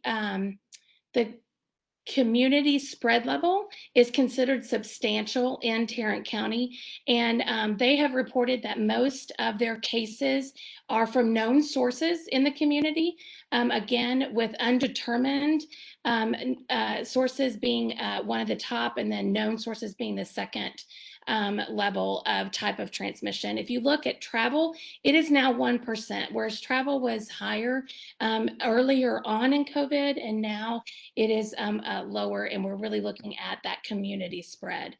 Tarrant County, when it produces numbers and looking at the ages of 24 and under, the percentage of cases in that age range at this particular point is 23% of the total of cases. So it is true that it is low.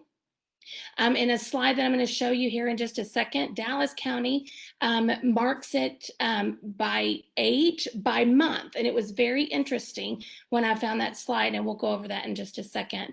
Right now, Tarrant County is reporting a positivity rate of test at 14.06%. And I wanted to go back and I looked at my notes from earlier with my calls with Tarrant County. And on April 27th, the Tarrant County call, they reported an 8% positivity rate. So that has definitely gone up over the last couple of months. And so it'll be interesting to see if that goes back down after we've implemented some of, once, the masks have been in place for a little bit. It'll be interesting to see if that goes down as we continue to wear masks out in public. So the next slide kind of gives us numbers for Tarrant County, Dallas, and then our cities. And so when we're looking at Tarrant County, it is 28,410. New cases today, Friday, July 31st, is 587. The deaths are 381, and we do have 14,397 that are recovered. So in Tarrant County, one of the highest days for new cases was in July, and it was at 957. So just recently, we have had the highest rate of new cases that's been reported since the beginning. But we are seeing just a slight downward trend since we've started wearing masks very consistently. Although earlier this week, we had an 800 day, and then today we've had a 500 day. So it'll be interesting to see if that trend continues down or if we have different little spikes. And then, of course, my questions to Tarrant County are always, what do you think the reason is? The next graph that you're looking at is I found on the Dallas County site. Their numbers are 49,976 with 671 deaths. What is interesting about this graph is that it shows cases by age by month. So when we looked at March, or when they looked at March, I didn't, there was 2% within the age range of 0 to 17. So definitely school age. By April, that was at 6%. May, that was 11. June was 10, and at July, we're at 12. So we are seeing a slight increase in cases in that age range of school-age children. And so it will be interesting to see how that trends out for the rest of this month and into next month as we transition into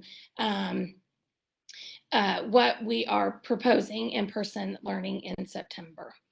So the next slide just kind of goes over some of the things that as health services we've been working very hard at.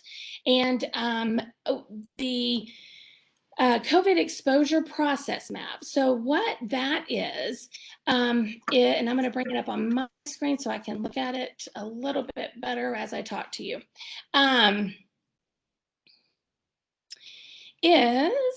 There we go. So basically what we did is we looked at, we have students, staff, and really anyone. And we wanted to have a way of kind of a roadmap of looking at after an exposure or has symptoms, or if they're a contact of a contact, we wanted people to be able to follow it and say, here's the action that you need to take. And this is how long you need to either be in quarantine or not at all, or in isolation. And then also, this is when you get to come back.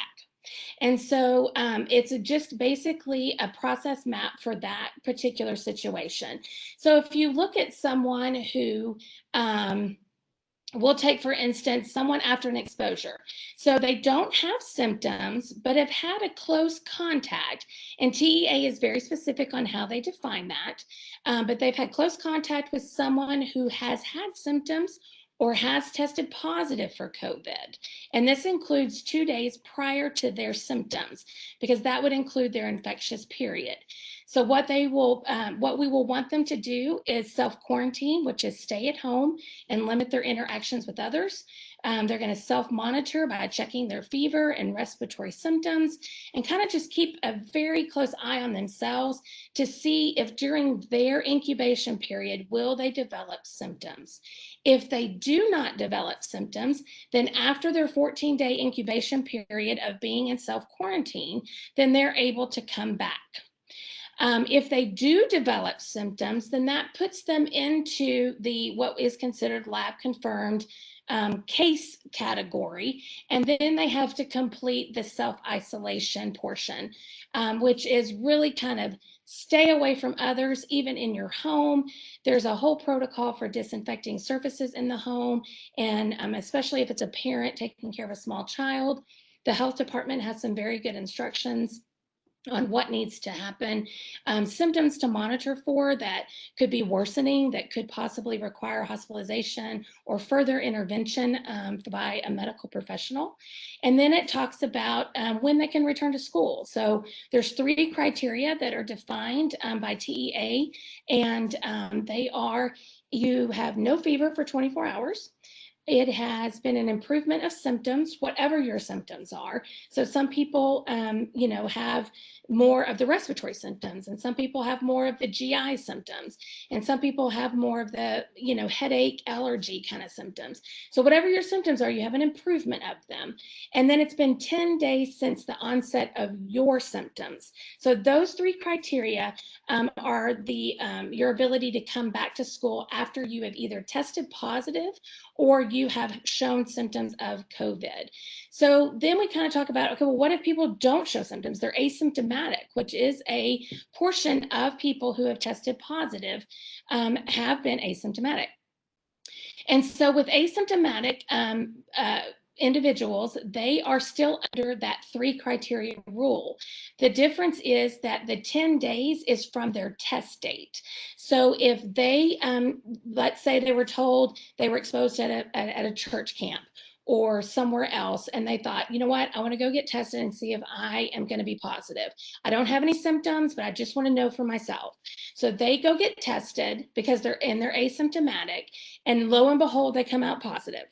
So what they will tell, what the health department and what I'm learning through contact tracing courses that I'm taking is that they then begin the 10 days from their test date. And then they are considered recovered after 10 days of the test date because they're not showing symptoms to improve upon and they haven't had fever. So we just go by time instead of time and symptoms. So then the question comes up, well, my husband was exposed at his work. Do I have to do anything about that? So that's a contact of a contact. And so this map covers that also as well. And so the great thing is if my sweet husband gets exposed at his work, I get to still come to work because he's just a contact of a contact. And the only way that would change is if he shows symptoms. And if he shows symptoms, then he becomes a case, meaning I possibly could have COVID, and then I become the contact. And if I'm the contact, then I have to obey the map and do my self-quarantine for 14 days until my incubation period is over. He has to do his self-isolation, and he can't go back to work until the 3 criteria are met. So all of that, and it gets very complicated, and each individual person is very unique, and each situation is very unique. It also talks about employees. They will report to their supervisor, and then that, if there's 2 layers, then that supervisor will report to theirs, and then it gets to HR. We have a COVID reporting form that's filled out. It goes to myself and to HR so that we can make sure the employee is taken care of on the leave side of things and the pay side of things, and then I can help with any questions medically until I'm able to call Tarrant County, and we contact trace and we work together to get that person the information they need. So I'm in the loop with contacting them on, hey, let's go ahead and start this, and if you have questions, let me know, and let me explain what quarantine is versus isolation, and let's talk through your symptoms and just kind of hold their hand through that. Hey, The other part, Amy, yes. this is Becky. Yes. I have a question. I have a bazillion questions, but right here specifically on this part. So thinking about siblings, right? So if a child has I'm hoping I'm asking this right. If a child has a direct contact and has siblings in the house, do they need to quarantine also? Like, I'm in 3rd grade, but my little brother's in 1st grade. How does that work? That is a great question.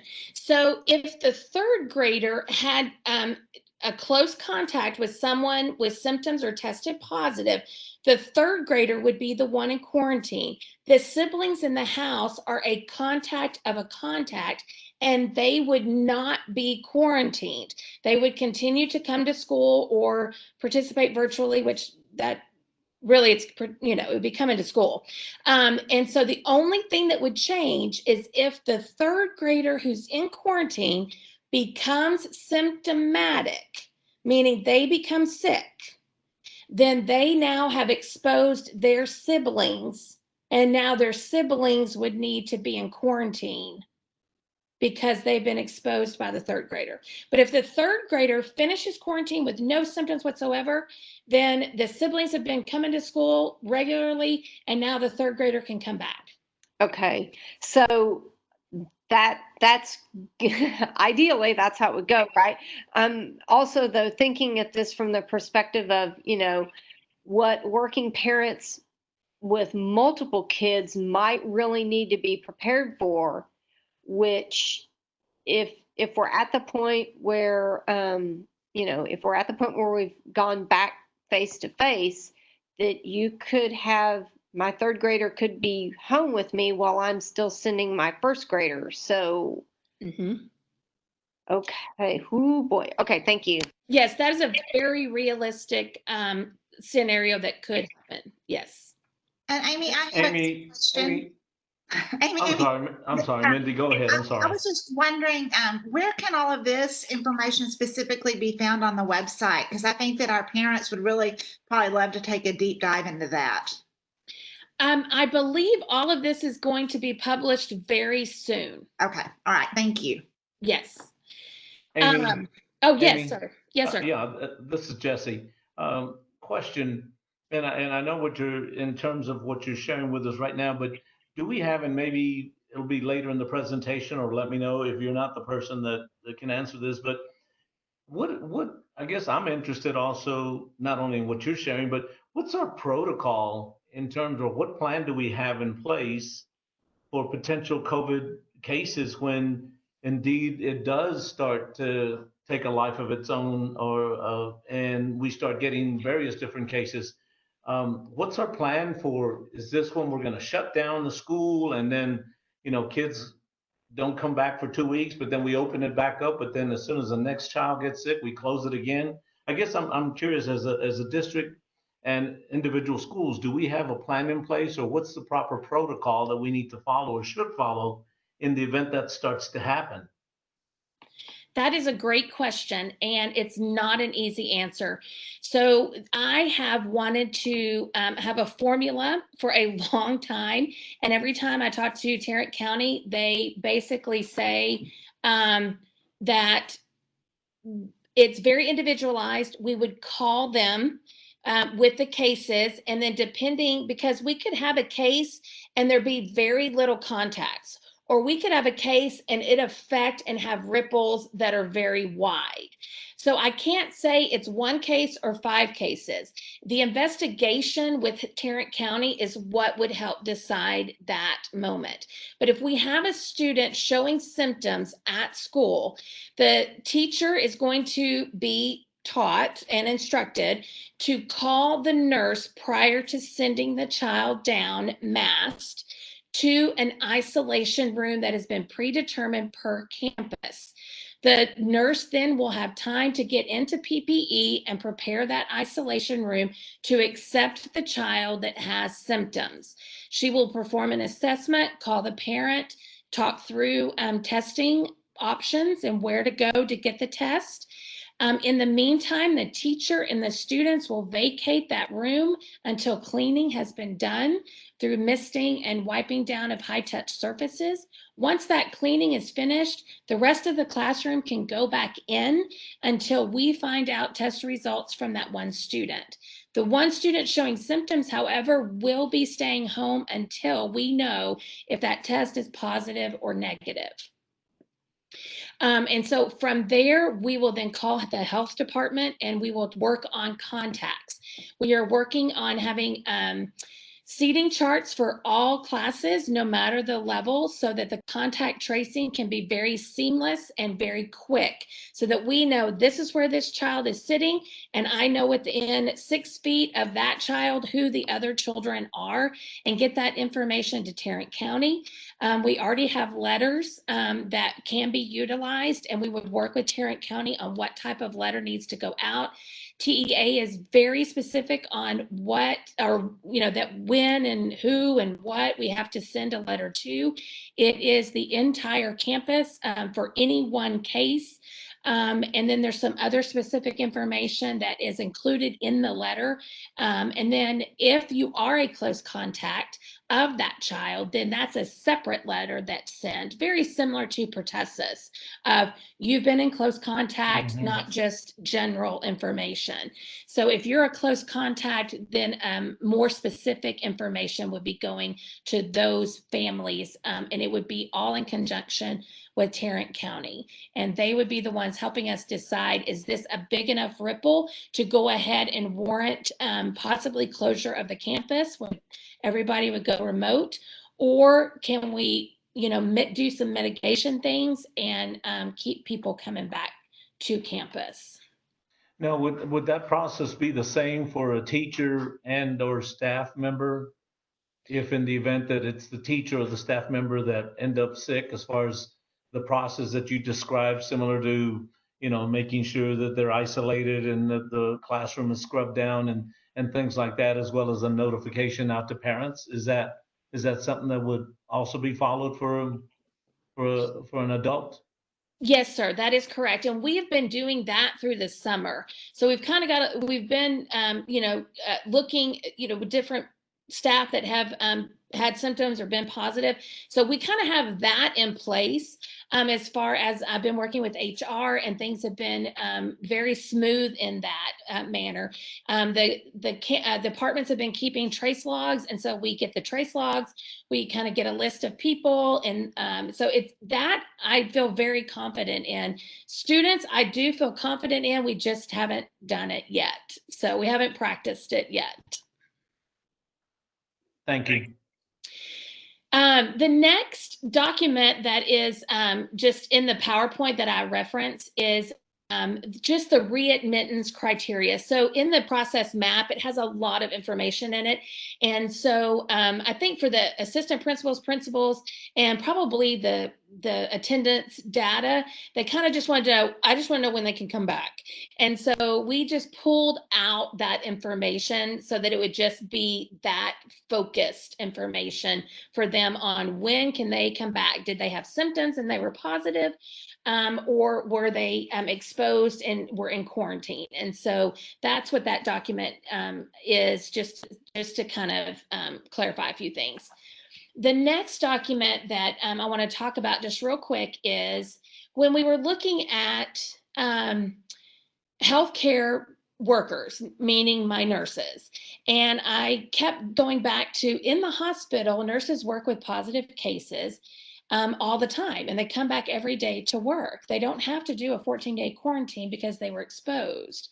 And so when you look at, we are community, but yet my healthcare workers need to be under that umbrella. So I did some research on CDC and came up with this guideline that basically allows the nurses and our unlicensed assisted personnel that help the nurses to, if they are in proper PPE, which would be mask, face shields, gowns, gloves, and shoe covers. So when Mr. York was mentioning the shoe washing stations, we have shoe covers.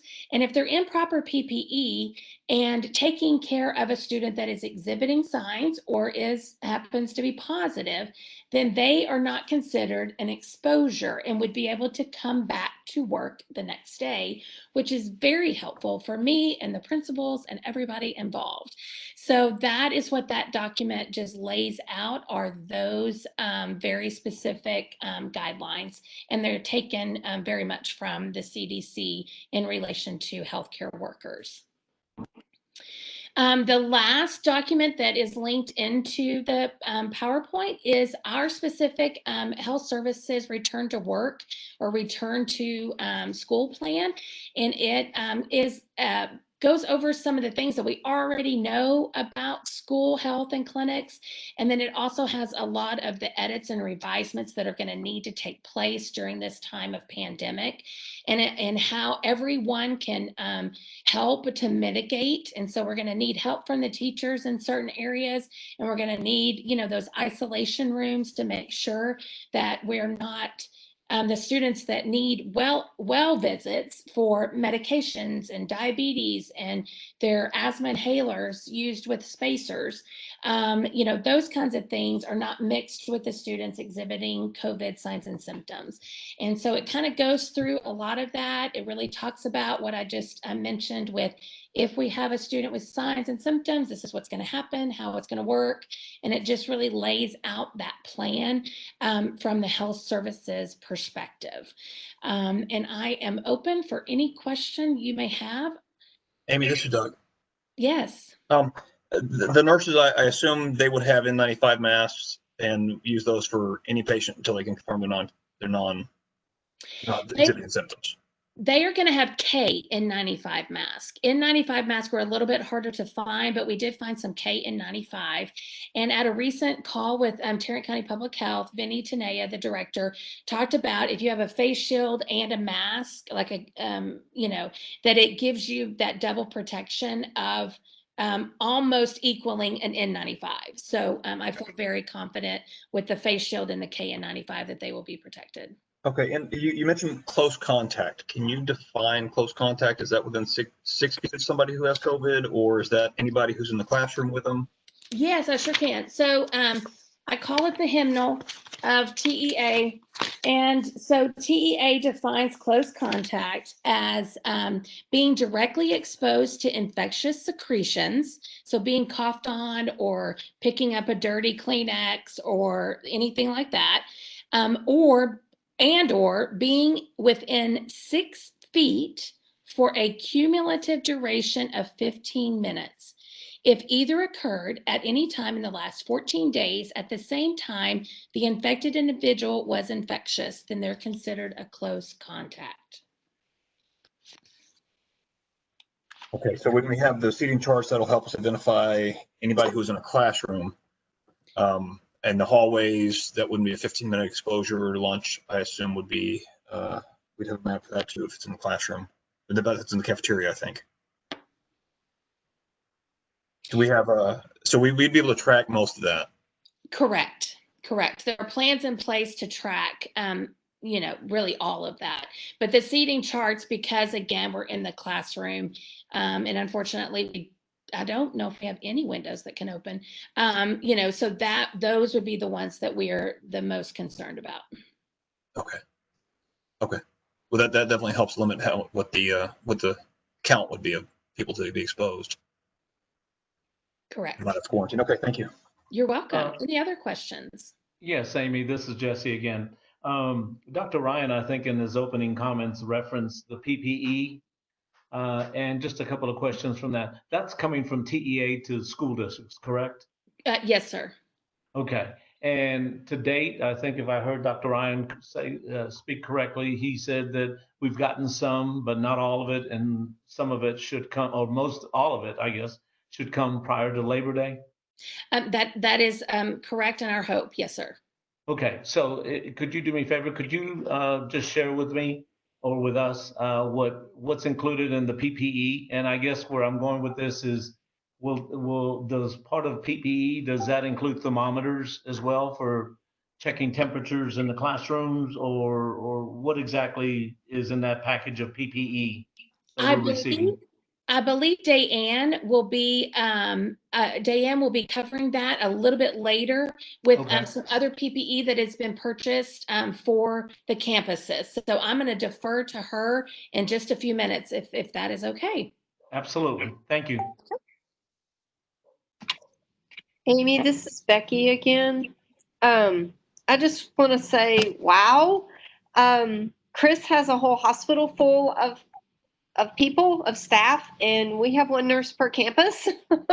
So I am in awe of what you have put together so far.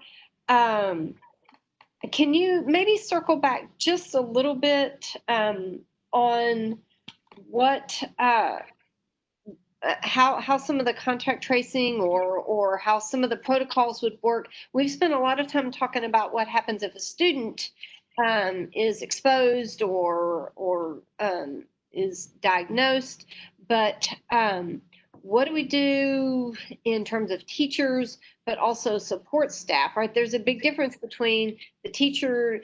There's a big difference across grade levels, right? The teacher in the elementary classroom is very different than the teacher at the high school.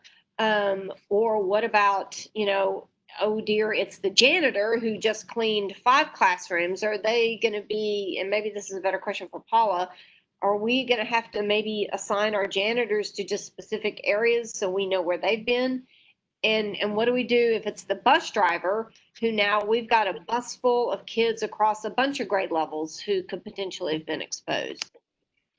Those are all wonderful scenarios that, again, could have very large ripple effects. So when we look at let's just say of the bus driver, if the bus driver should show symptoms and or become lab confirmed positive, then and I know Paula is going to speak to this a little bit more later as well, but they will, the bus drivers are doing trace logs of the students so that we know who was on the bus when. And so when you look at the buses, so I've always seen it as I wish it was a math problem, 1 + 1 = 2, but it's really more of the science and the art of science. So when you look at a closed classroom versus open air bus, mask, all of those kinds of things have to be taken into consideration when you look at exposure. So if someone is speaking to someone, distance 6 feet with a mask outside, that's going to be a lower risk than if they were 6 feet inside in the same room. So when we look at the bus driver, I would call Tarrant County. I would say, we have a bus driver. It was this long, these kids, windows open, everyone had masks on. I mean, like, I would have to give him all of the information, and then together we would look at, okay, so this would be considered low risk, this is moderate, this is high, those kinds of situations. And so it's every situation we will have to go to the Tarrant County and learn and walk through this together. But yes, when you look at middle and high changing classes, the ripple effect could be greater in some areas than in not. Okay, and then, oh, wow. And kind of dovetailing on Jesse's question, tell me if this is also a Paula question or a Diane question instead. TEA's shipment, is this a one-time deal? Like so much that comes out of Austin, right? Is this a one-time deal and then thereafter we're on our own? Or do they actually have the ability to continue to send us stuff through the rest of the school year? I am going to defer to Diane. Do you want me to answer it now? Yes, that would be lovely. Yes, I will jump in. Okay, so yes, TEA at this point, the allocation that we're receiving from TEA is a one-time thing. We are still waiting on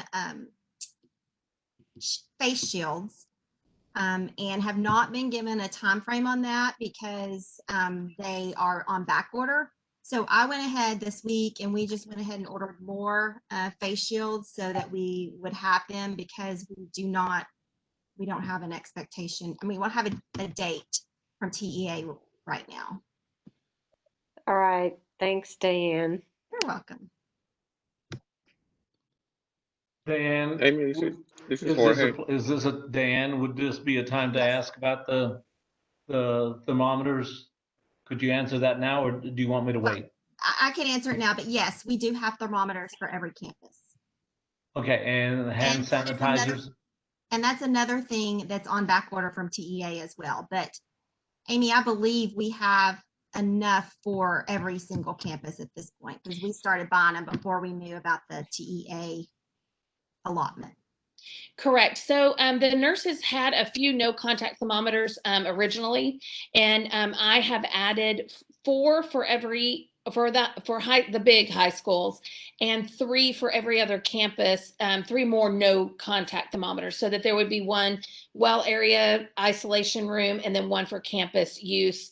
And then of course she has an extra, so it could be for 2 campus use. And then when TEA brings theirs in, then we will have a lot more. But yes, every campus has a few to start with. And Amy, this is Becky confirming those are all contactless ones, because I'd heard of a school district that was using oral thermometers to test staff, and these are all no contact. Yes, they're the ones that look like you just point and shoot kind of right in between your eyes. Amy? Yes, sir. Yeah, this is Jesse again. And we were talking in the scenarios you were talking about in terms of a process or procedures to follow for students and then we touched on teachers and staff. But what are we doing in terms of those youngsters as well as staff, as well as teachers that come to us with compromised health issues?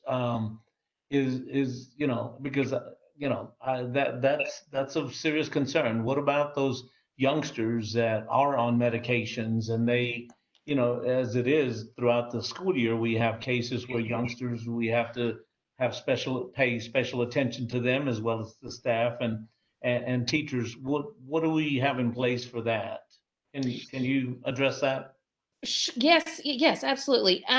So I've got a meeting next week with my nurses, and we'll be going over the fact that I'm really going to be, now that they're back on contract, to be encouraging them to reach out to families, just to kind of see where they're at with, remote, like remote versus in person, and and just kind of making sure they understand that even though we are doing everything we can to reduce the risk,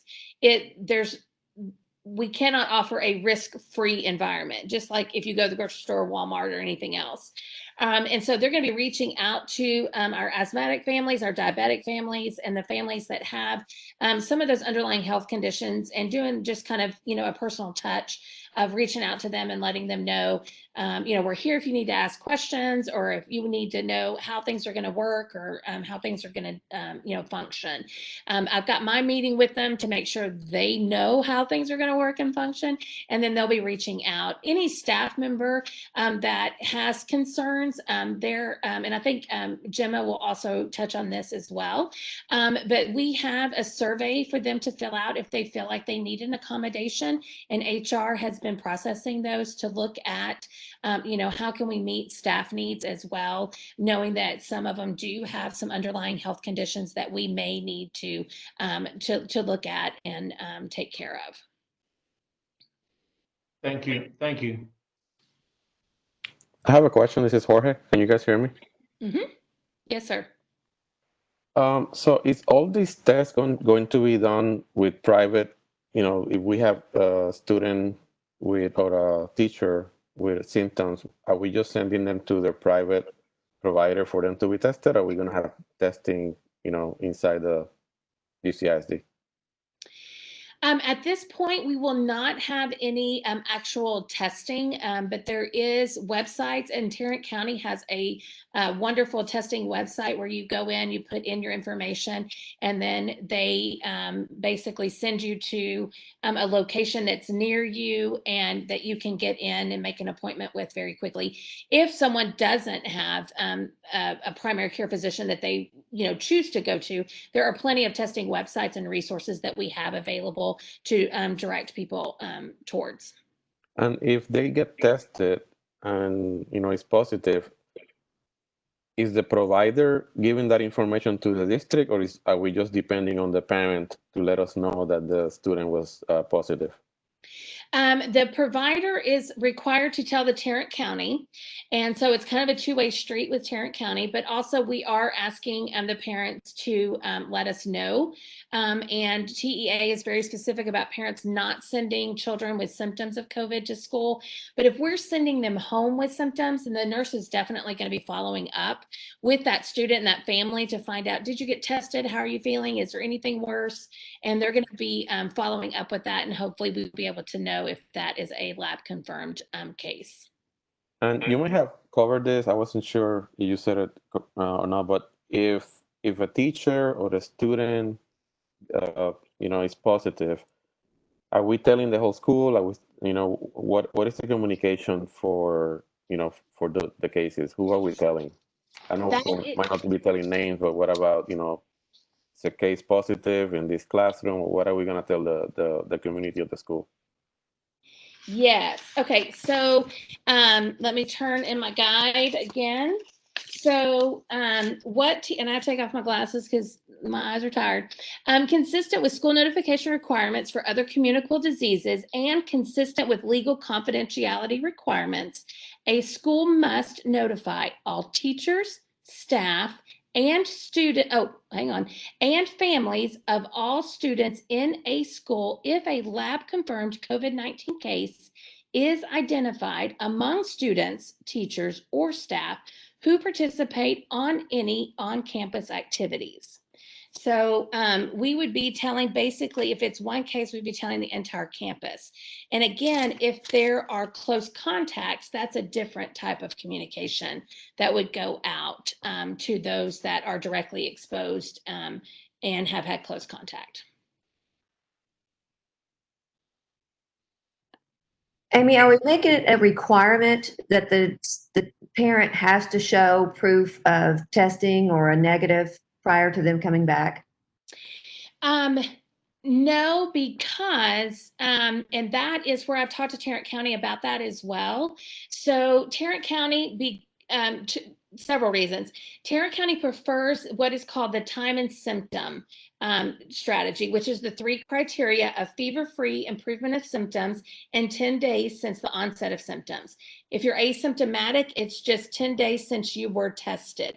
And the reason is because when you do a PCR test, which is the, stick it up your nose test, it picks up both live and dead virus. And so if I go back after 10 days and get a retest, even though I've had no fever, my symptoms are better, and it's been 10 days, I could possibly test positive again.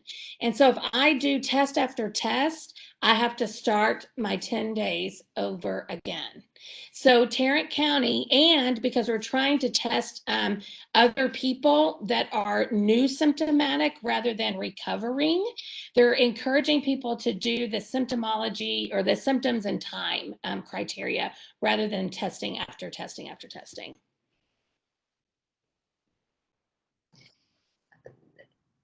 Amy, I know I don't want to thank you and your nurses. I've got a dear, dear friend that is one of the nurses in our district, and I know that you all have been working on this all summer. And I know the personality of nurses is, her comment to me was, we've got this, we've been working on it. Don't worry. So that's just a nurse for you. So you understand that all of the nurses and all of you have worked on this you're greatly appreciated. But I have one request, and I've said this to Dr. Ryan, what I really want to make sure that our parents understand are the parents that are wanting to send their kids to school, that the fact is that they may be home more than what they're thinking they're going to be home. That if their child is in contact, they're home for 14 days. That child goes home, that goes back to school. They have another child that's in contact, they're home for another 14 days.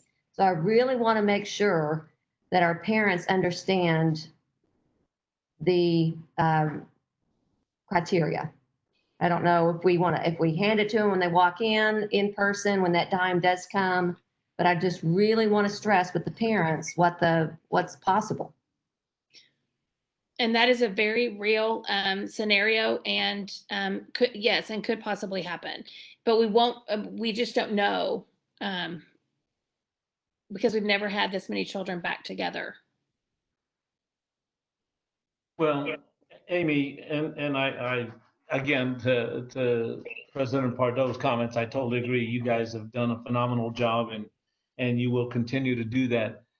My concern as an individual is, having been a classroom teacher with a classroom full of students, having been a school administrator at the middle school and seeing those youngsters, and then also having owned a preschool where I had little ones as well. And I think one of the speakers tonight referenced the fact of trying to get kids to abide, especially the younger kids, to abide by policies and rules that we're going to set in place for them as far as social distancing and hugging and embracing and just being kind and loving to each other. And you consider we've got 13,000 students as well as over 2,000 in terms of teachers and staff. I don't think it's going to be a question of if. To me, it's going to be more of a question of when, and that's what I find very concerning, and it bothers me. It really bothers me in the sense that this is serious. None of us have ever been through that. But I also know that during the times that I was a teacher and a school administrator and owned a preschool, we worried about the colds, and we worried about allergies, and we worried about the flu. And now this year we're adding this on top of that. I just, and I can appreciate the comments that we received from parents, both, wanting to start school immediately, as well as those that said not to. But I just want you to know, and you know this as being in your profession, but we want to make sure that whatever we decide and whatever we do, that we do it to protect every single child and every single teacher and every single parent as well, and grandparents. And so this has overwhelming impact. And so again, I appreciate you taking the time in our questions, because we really need to make an informed decision. So I really do appreciate you sharing your information and your background expertise as well, because we need it. We need to know what we're doing. So thank you. You're welcome. Okay, Amy, I have one more question. This is Jorge, just to make sure I understood. It seems this exposure process map is has a lot of different cases, right? So are you saying that basically Tarrant County will be the ones telling us that, okay, you got enough cases, you have to close this particular school, for example, or is that something that we are gonna decide based on, a map that they provide? So we will be submitting a plan to them. They will be reviewing it and giving us or giving me critiques. And so, but I think it will be in conjunction. I think they will give recommendations and then we will and then we will say, yes, we are going to do the recommendations of Tarrant County and close this school for X amount of days in order to try to mitigate the cycle that we're seeing within this particular campus. Because according to Paxton, Tarrant County can't tell us. It's up to the district. Well, would that follow all guidelines? My understanding is they can't say that you can proactively close, but once there is an outbreak, they can step in and have an authority in that particular moment, is my understanding. And I may need Paula to step in. That's my understanding too. This is Doug. We're being asked now to make not just a school opening decision, but a public health decision. Is there any guideline from public health organizations, from the county to the state to the federal, of what is safe and what is not? On the Tarrant County Public Health call this week, in light of the AG's opinion, Vinny stated that before it was an order, now the AG has his opinion. He said it's now a recommendation. Nothing has changed in what they put in the order, is what he said. He goes, we still recommend everything that we put in that order. It's just the AG opinion has changed the weight of it, but they still stand by everything that is in the order and consider it a recommendation. Do they have a criteria for when that recommendation would change? They did not say that, but that is certainly a question I can ask them at the next call. Okay, thanks. Do we have any other questions for Amy before we move on? No, I'll scroll through real quick.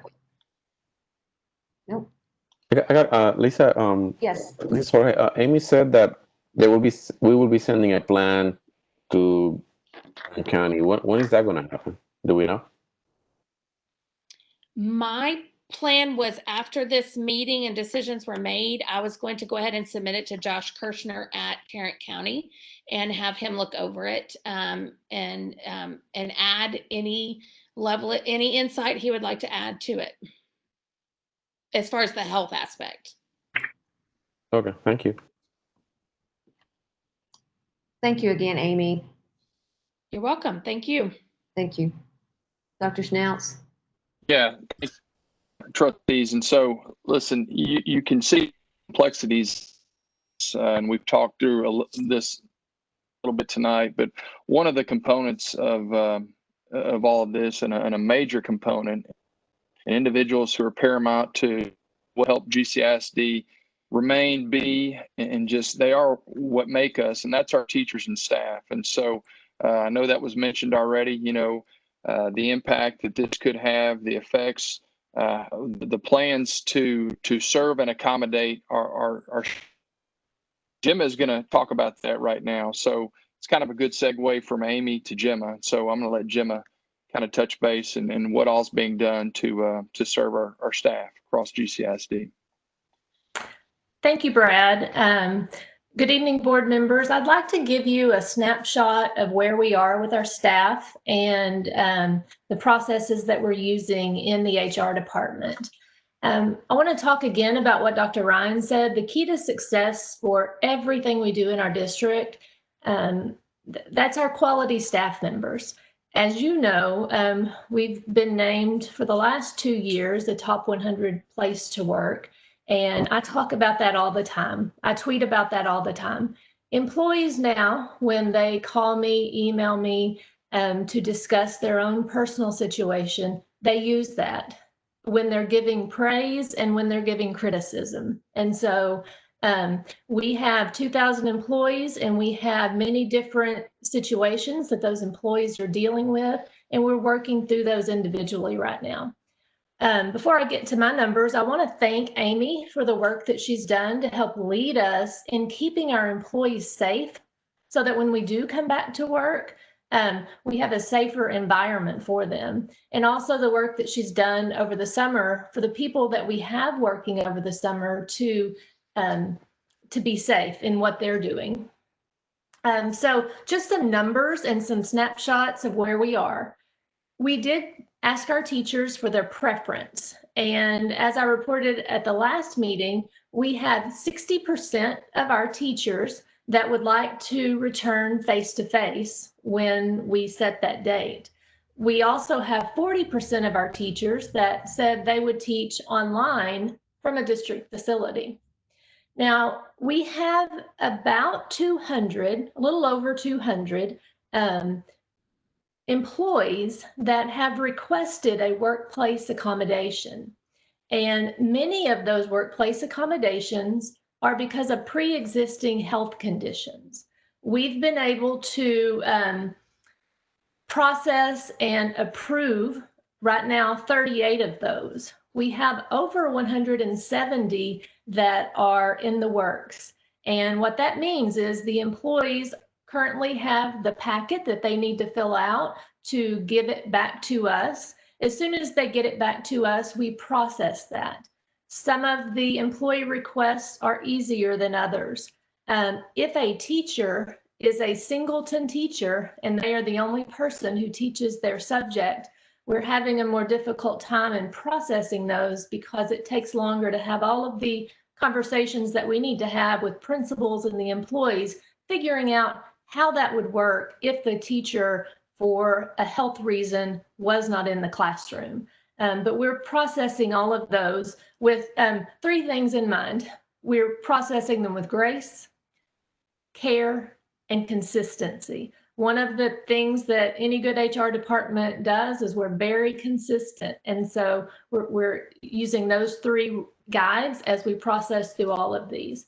Just to give you a comparison, during a normal school year, we have about 5 workplace request accommodations throughout the whole school year. So right now we have a little over 200. There was a question about the number of COVID-related resignations, and I'd like to give you some numbers on that. Now, we have not had an employee resign because they have COVID, but COVID was somewhere in the comments given to us. So before that July 5th date, we had 11 teacher resignations. After the July 5th date, we've had 9 resignations, with our most recent one being yesterday. Right now, we have 9 teaching positions open, and principals are in various stages of interviewing and making recommendations to us. As a comparison from year to year, we have about the same number of professional new hires as we've had over the last couple of years. It varies 5 to 10, but we're seeing consistent numbers. I'd like to give you some of the other openings that we have in the district, some of our key positions that we're looking to hire right now. We have 18 custodian openings, and we have 1 or 2 in process there. We have 2 grounds workers position, and one of those being the grounds foreman. In our transportation department, we have 6 bus driving openings, 7 monitors, and 3 monitors and 7 field trip drivers. We are looking for a mechanic. And just to tell you about the staffing there, we have 1 lead mechanic, 3 regular mechanics, and 1 shop assistant. And the person we're looking for would go along with the other two as a regular mechanic. At our ECDC, we have 8 openings. Our Kids U program, we have 21 openings. And right now our principals are trying to fill a little bit less than 30 campus paraprofessional positions. Kyle anticipates a couple of campus tech resignations over the next week.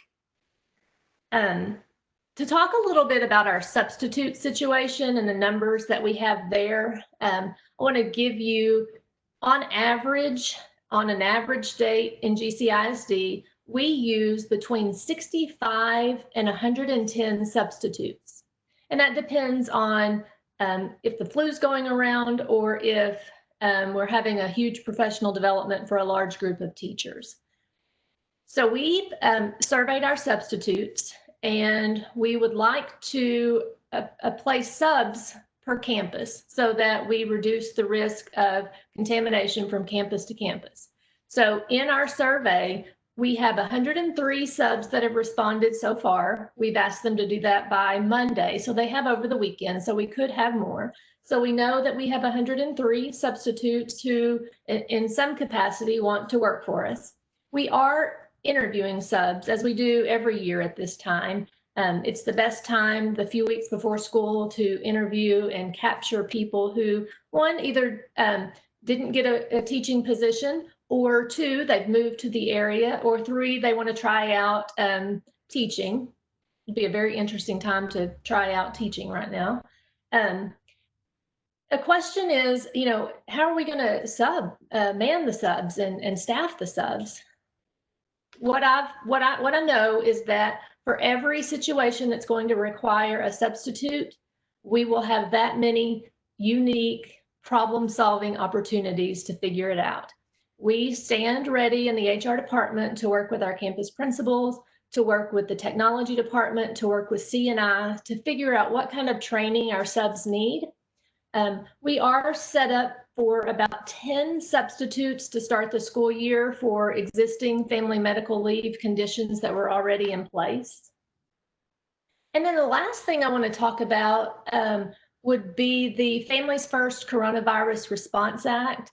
Again, I mentioned this before, and we've sent this out a couple of times to staff, but when our staff members, or if our staff members either contract coronavirus, they have symptoms of coronavirus, or they're subject to a quarantine order and they have to go home and they're unable to work, the Coronavirus Act will pay for 10 days of their pay. And so, like Amy mentioned, over the summer, we've had a couple of situations with our custodians that we've had to use this process. So we're ready if this does happen, and if our employees, like I said, either are quarantined. Sometimes if an employee is quarantined and they have to go home, they're going to be able to work from home. And sometimes they're not. And so, as with everything that we do in the HR department, it's individual, it's unique, and I don't have all of the answers yet for all of the situations because I don't know them, but we're ready to start tackling them as soon as they do come our way. That's the information I had, and I'll be happy to answer questions that you may have. So I have a question. Did you mention that we had 20 resignations and we already covered 9 of them for teachers? Yes, we've had more than 20 resignations. We've had 20 resignations related to the coronavirus. And we do have 9 positions open now. Okay. We've filled some of those 20, and some of these other 9 are not related to that 20. Okay, thank you.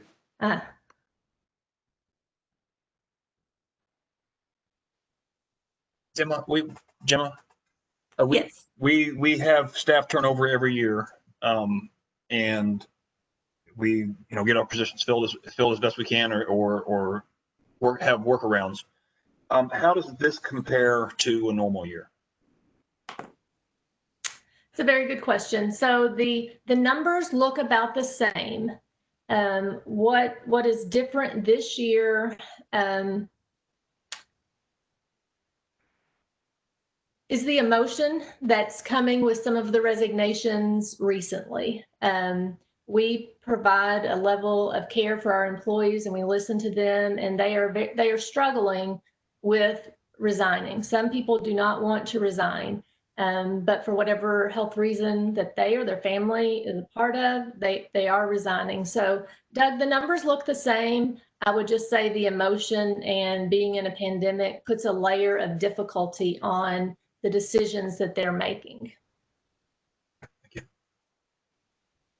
Gemma? Yes. We have here 60% of the teachers prefer face-to-face.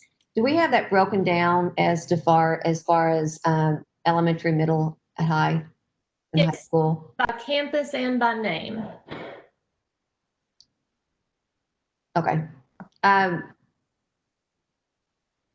Is it pretty even all the way across? Are we looking at it? It's more want to come back in one level than the next?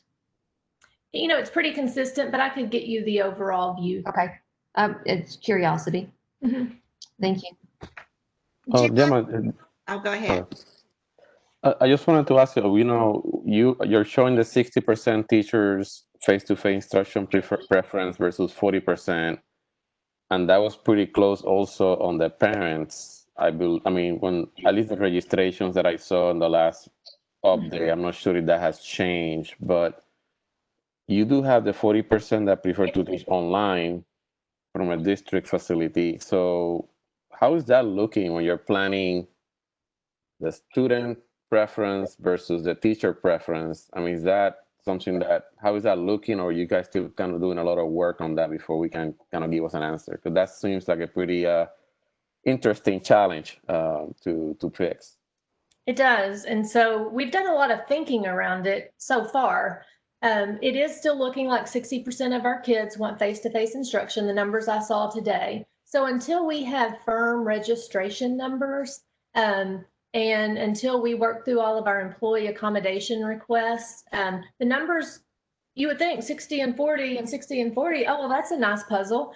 But we've behind the scenes been making plans. I've talked with Dr. Wishman about special ed, and just for that, we anticipate that we'll have to move staff. We anticipate that someone thinks they're teaching at this school, but because of the need and whatever circumstance arises, we're going to have to move staff to other places. And so we're asking our staff to be flexible. And I anticipate that once we get those numbers of students that are going to be face-to-face and online and where those locations are and how that matches up, principals have begun looking at those numbers that Lisa asked about a minute ago. And so once the puzzle clearly comes together, it's going to be a time for us to problem solve and get people serving kids in the right places.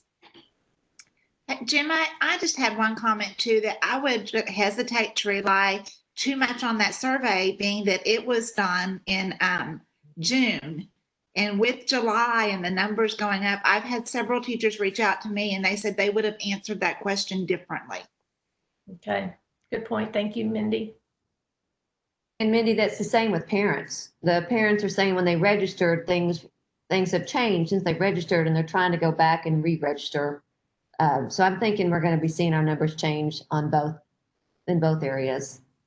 I've encouraged the principals to reach out to their staff so they know all of their staff members. I can look at them as a whole, the 900 teachers that we have, but if each principal knows the preferences of their staff and they have such good relationships with them, I think they'll have a better idea before I will on a larger scale. I think this is Becky, another piece that's still hanging out there, and Dr. Moore may get to this in a little bit as well, but we've still got something like 4,000 kids that aren't registered yet. And that, I don't even, God bless you, Gemma, I don't know how you staff for 4,000 missing kids. I mean, we know roughly where they should go, but not knowing the preference too is an enormous hurdle. So I appreciate what you and the campus staffs are having to try to go through here. especially with that big of a piece of this jigsaw puzzle missing. So Thank you. Any other questions for Gemma? And before I turn it over, I know that my HR staff, they're watching this right now.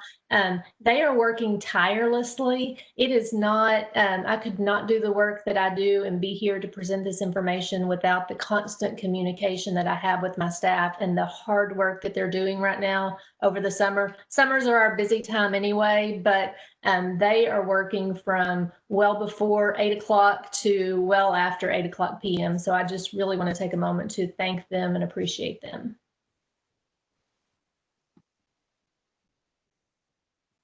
All right. Thank you, Gemma. And so now, this was mentioned just a few moments ago too. We're going to have Lainey walk us through the latest student data in person versus remote. Good evening, board. Tonight I'm going to share with you the most up-to-date information on our student online registration. I'd like to direct your attention to the first chart on the left at the bottom. You will see that we are sitting at pretty much the same as Monday night's report. We have about 60% of our families that are choosing in-person instruction, and we have about 40% that are choosing remote instruction.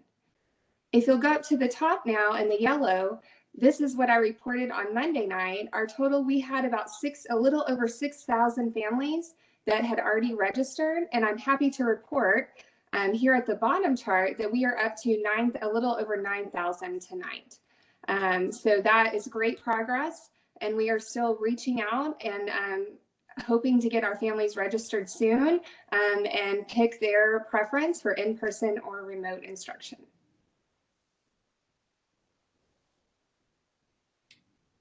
Are there any questions? I have a question. If this is Mindy, if a parent has changed their mind, can they still switch that in Skyward? Yes, Mindy, we're encouraging them to reach out to their counselor. And so our deadline for picking your preference is Monday. And so we're still, allowing that at this point. Thank you. Absolutely. And I know there are several parents that have asked this question, so I will ask it so we can get the answer out there. And the question was, is there any way we can push that August 3rd date? And my understanding is we need them registered, and so we can make sure we do have everyone covered. So there is not, we will not be changing that August 3rd date, correct? That is correct. The guidelines that we have set up is 2 weeks prior to the first day of instruction. So as of right now, that's correct. So hopefully those parents are watching and now they've got the answer to that. So absolutely, Lisa. Thank you. Lisa. Thank you. I have a question. I'm not sure Lani will be the right person to answer. We're just going to ask. It's related. If after we start, the instruction on online and in school, and something happens that make people maybe want to go back to online or change their mind, do we have any protocol process to allow the parent to make the request and then decide one way or another? Is that already established, or you're still working on that? So right now, what we have is that they can change after the grading period. And then obviously we're following our health protocols for when a student will need to switch to remote because of that. But we do have that protocol in place. But can anyone just change to online whenever they want, or no? No, at this point, it would be at the end of a grading period that they can change. Okay, thank you. Absolutely. Do we have any other questions?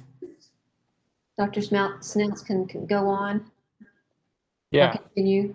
Okay, thank you, sir. Thank you, Lainey. And so, Lainey, I think at this time, is Dr. Rogers going to lead us through the professional learning? Yes, Dr. Rogers. Yes. Good evening, board. Our GCISD students will be provided multiple opportunities within their school day to be actively engaged in learning experiences. Students will experience this through two instructional models, live learning and independent learning. Active student engagement throughout a live learning time may look like teacher engaging his or her whole class in a discussion or content debates, academic instruction, or demonstrations. It could also be a small group, a one-on-one tutorial for remediation, support, or extension. Students would be able to communicate in real time with their teacher and their classmates face-to-face by webcam, chat, mic, and telephone. What our teachers are providing students in live learning time will go hand in hand with what they are providing in the independent learning time. So active student engagement during their independent learning time could look like interactive discussions, lessons, activities, projects, readings, and more, all embedded in either Canvas or Seesaw. In these systems, teachers will be able to provide meaningful feedback on the student work.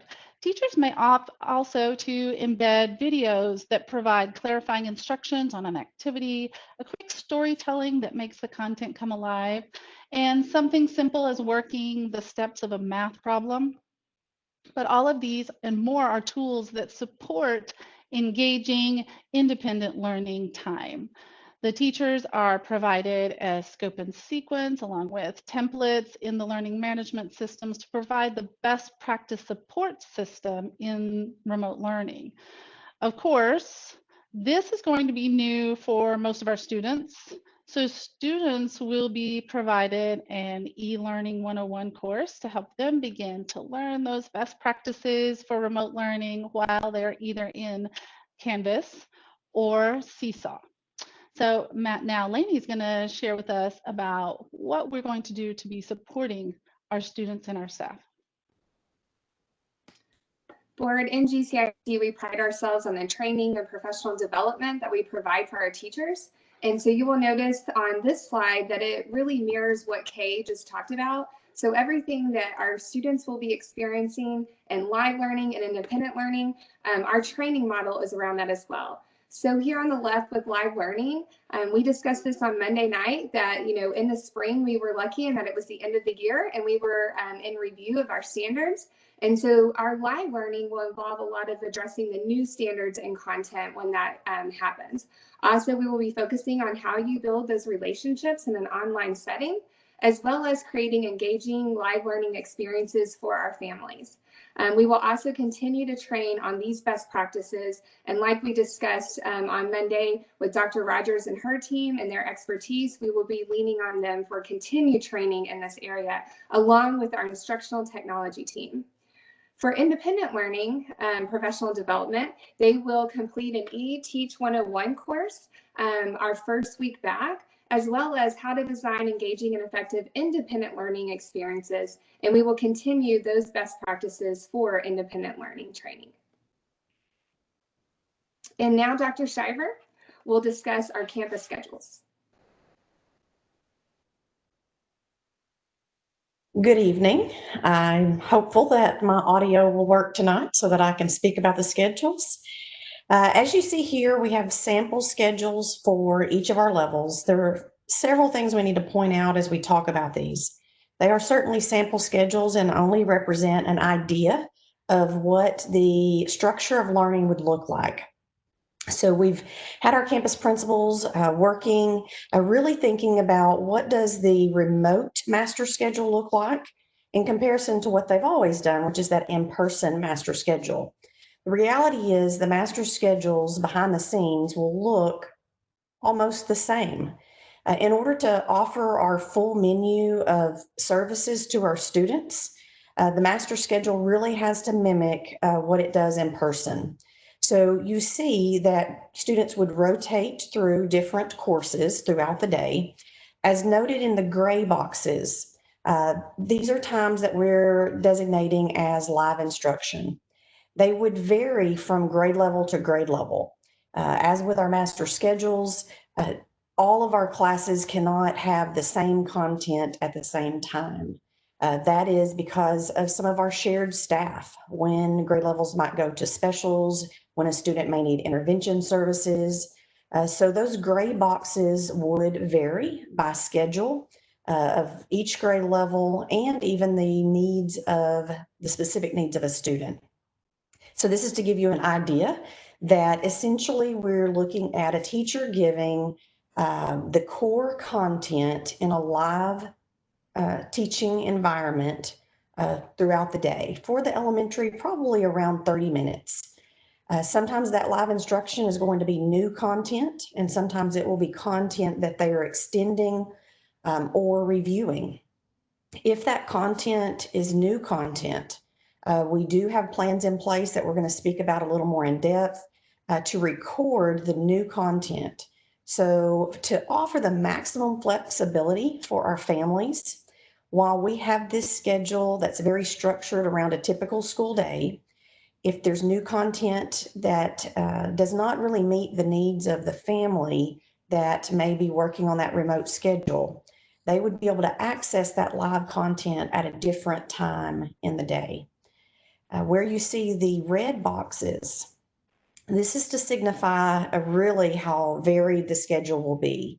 So for instance, when I look at the first red box, that's about 45 minutes in length. Each student's experience will vary during this time. It may be a time that truly the student is not on the screen at all on their device. They are working on creating an art project. They might be working on creating or completing a science project in the kitchen. So that will be time that looks very different. It may also be that this is live instruction for students that is receiving special services, dyslexia, in a GT lead group. So we tried to give a variety of examples here in the sample schedule of what that may look like. Essentially, other than specialized instruction, the area that's in red will offer the family that flexibility. If that is not a time that works for the family schedule for the student to be sitting at their desk, at their workstation to complete that activity, in reality, the student could do that work really after the 3 o'clock time. We will take attendance in a variety of ways. The designated time to take attendance for the elementary schedule might be that 10 to 10:30 live teaching block, so that if the student logged in and was participating with the teacher in that live instruction, that student would be counted present for the day.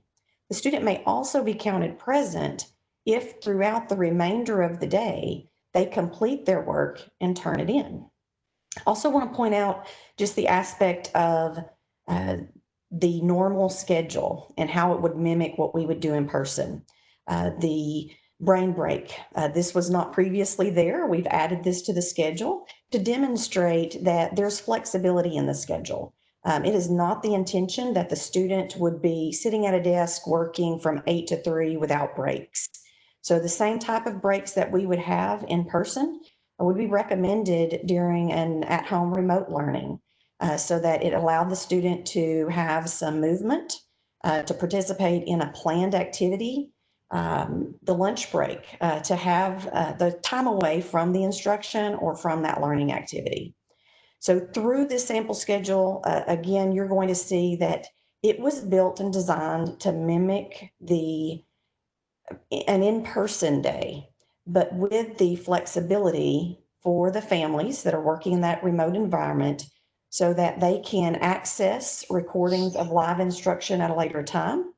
It will limit the screen time for a student, not have a student on the device for the full day. And also that our teachers are going to work their regular work day. Heard a comment over the course of the feedback that we've received. So our teachers are really going to be available to our students for that live instruction and for that extra support during what has been our typical student work day and our teacher work day. What you do not see is the backside of the schedule, which is even more complex, and that's the staff side, where we are making sure that our staff also has their duty-free lunch. has a conference period, has opportunities to collaborate with their peers. So all of the behind the scenes staff support is obviously not going to show on the student side of the calendar or the schedule, but that's something that we are considering as well. So I will let Dr. Gropel talk a little bit about the secondary schedules.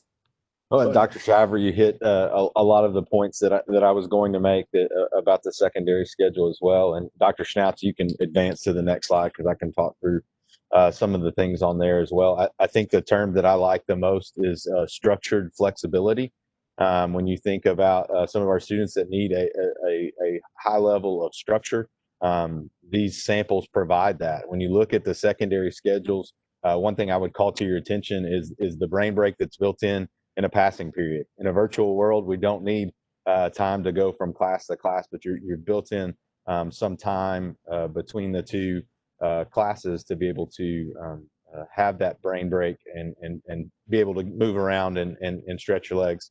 Also understand the flexibility in the sense of if a student's not able to participate in that live instruction time, that there is time during the day for them to earn attendance in that course if they're not there for that live time by completing the assignment and making daily progress as demonstrated for that class. So it builds in some of that flexibility for some of our working parents that need to support their students. And at the secondary level, we hope we have a very self-regulated learner, but we all understand some of our middle school and high school kids may not be as self-regulated as we'd hope. And so providing that structure that if there's things that need to be done outside of the school day, that could be done. And as Dr. Shiver mentioned, our teachers are available during the times designated there, and also available. What I'm excited about is during the independent work sessions, the ability to answer questions and be available for students and really work through the work with the students. And as we get into what Dr. Shiver talked about in recording live lessons, the ability for students to go back and review and have that resource available to them at all times. And thank you, Dr. Schnauz, of moving that forward. And Kyle's going to help talk through some of the technical aspects on this slide. You can go ahead, Dr. Schnauz. We're going to be asking our staff is when they're presenting new content, that they're recording that content for students to be demonstrated or displayed in their learning management system, whether it be Canvas at the secondary level or Seesaw at the elementary level. And so really focusing that new content and being able to embed that for students to go back and review. As I think about a student that is struggling, the ability to rewatch a lesson or have that resource available at any time that may answer a question that they would have asked in a live setting. So that ability and that flexibility, and really partnering with our campuses and the technology department to make sure that we're providing the support and training both to our students and staff to make sure we can maximize the usage of that. Kyle, do you want to talk about the technical side? Absolutely. Thank you, Lance. As we've discussed prior, we have cameras that we're starting to install in the classrooms to be able to capture the live instruction as well as record the other lessons that occur. So with the technology in our classrooms and from the teachers' devices as well, they will be able to record all their live lessons. And then with our integration of our WebEx video platform into our LMS, which is a learning management system, as Lance mentioned, so our ability to embed the videos directly into Canvas by the courses, so they're all in an easy place for our students to find and keep up with, is a key element that we're working on. And then training our teachers on how to embed those different lessons from Seesaw as well at our lower levels. So we've built the infrastructure in place to be able to record and store those live lessons for future viewing by our staff or our students, however. I have a question. This is Jorge. Sheila, on your schedule of elementary schools, can a student complete all his lessons, like all these online, the live lesson, can he just do it later? That every single one of them in the day, he can just, he doesn't have to be there as long as he as he or she log in before the end of the day? It will be possible for a student to complete their activities, their assignments outside of the times that are designated on this sample schedule. So it sounds like in the example that you're giving me, can they do this really at their own pace? Maybe in the evening when their parent is home to help them. Yes, they can. They will still be counted present when their assignments have been completed. Those assignments would need to be completed within really the 24-hour period of the time the assignments were given. And that's a little bit different from our spring in which we were not taking attendance in that manner. The lessons that will be recorded are those that are providing new content. I don't want to misrepresent and suggest that every gray box you see, all of that will be recorded. That's really not a realistic expectation. A good example might be the morning circle up with the students. That's not something that would be recorded. But if the teacher is presenting new content that's new for the students learning their standards, that would be an expectation to be recorded that the student could access later to help them complete their assignments. And how much does this schedule that you're showing right now is different from, the students that will go to an in-school learning environment? I can't really speak to that. I am very familiar with in-person and the remote learning that we are going to provide in GCISD, but I can't speak to that different environment that you're asking about. No, basically my question was, you have the schedule right here that is the remote. This is the remote learning schedule, and then we have the in-school schedule that we usually use. I mean, how different is this I'm from sorry. what you're planning to do when we go in school? Yes, I misunderstood you. So our in-person schedule and our remote schedule will mimic one another. There will be few differences between them.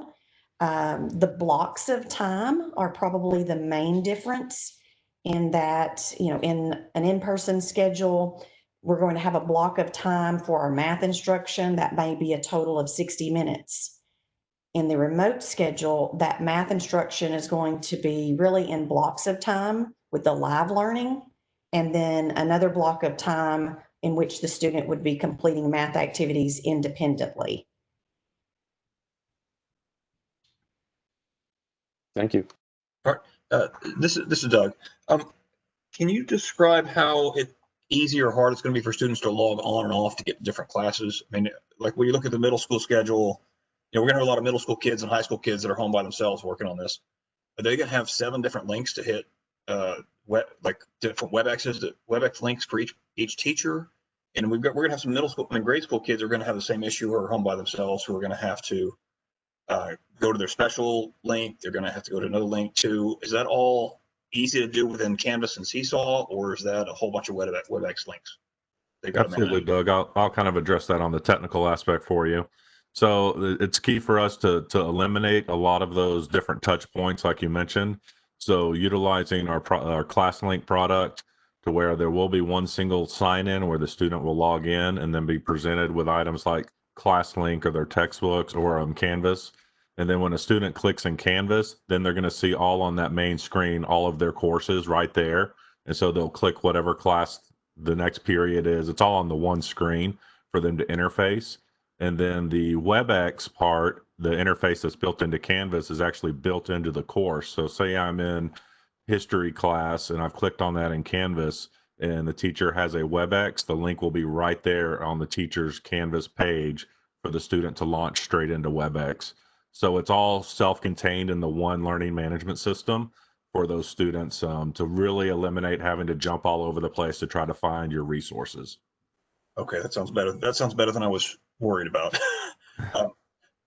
But is the expectation that students are going to be logging off and on all day, or that they're going to log on in the morning and they're going to maybe not be in front of the computer all the time, but they're going to stay logged in?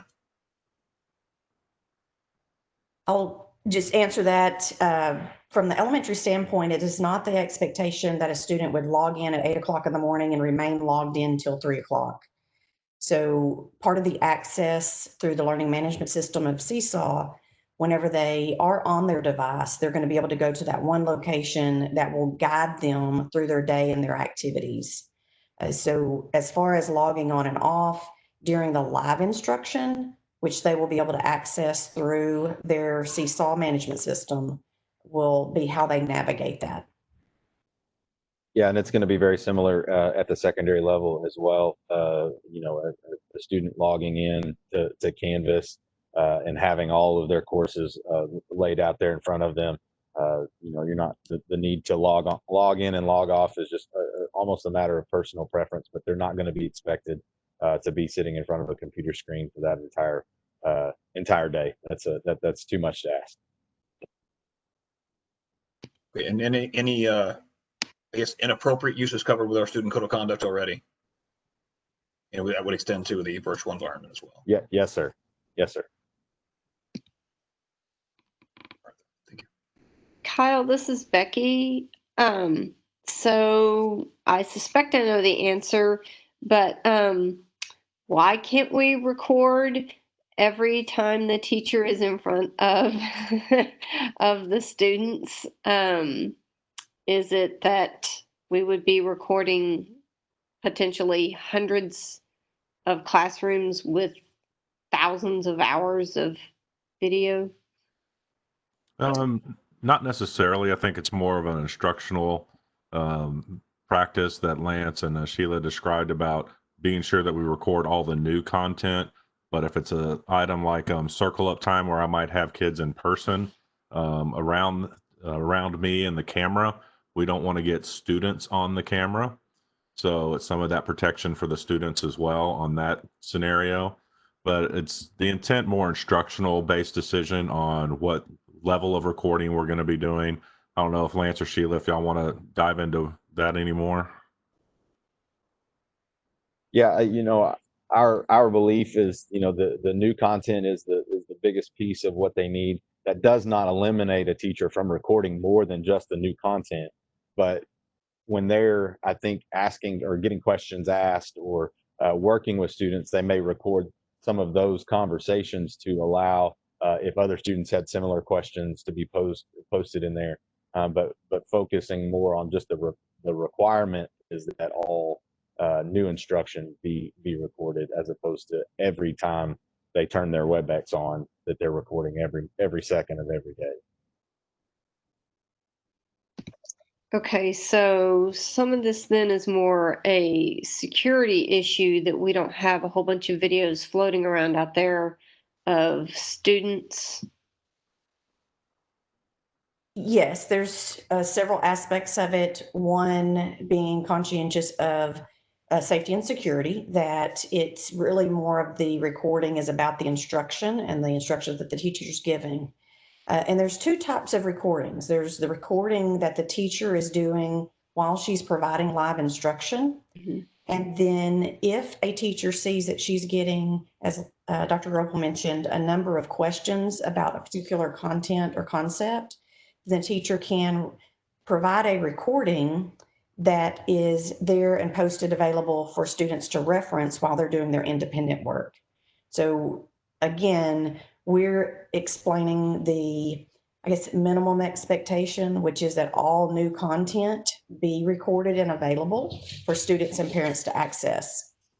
There will be other parts of the instructional day that are recorded.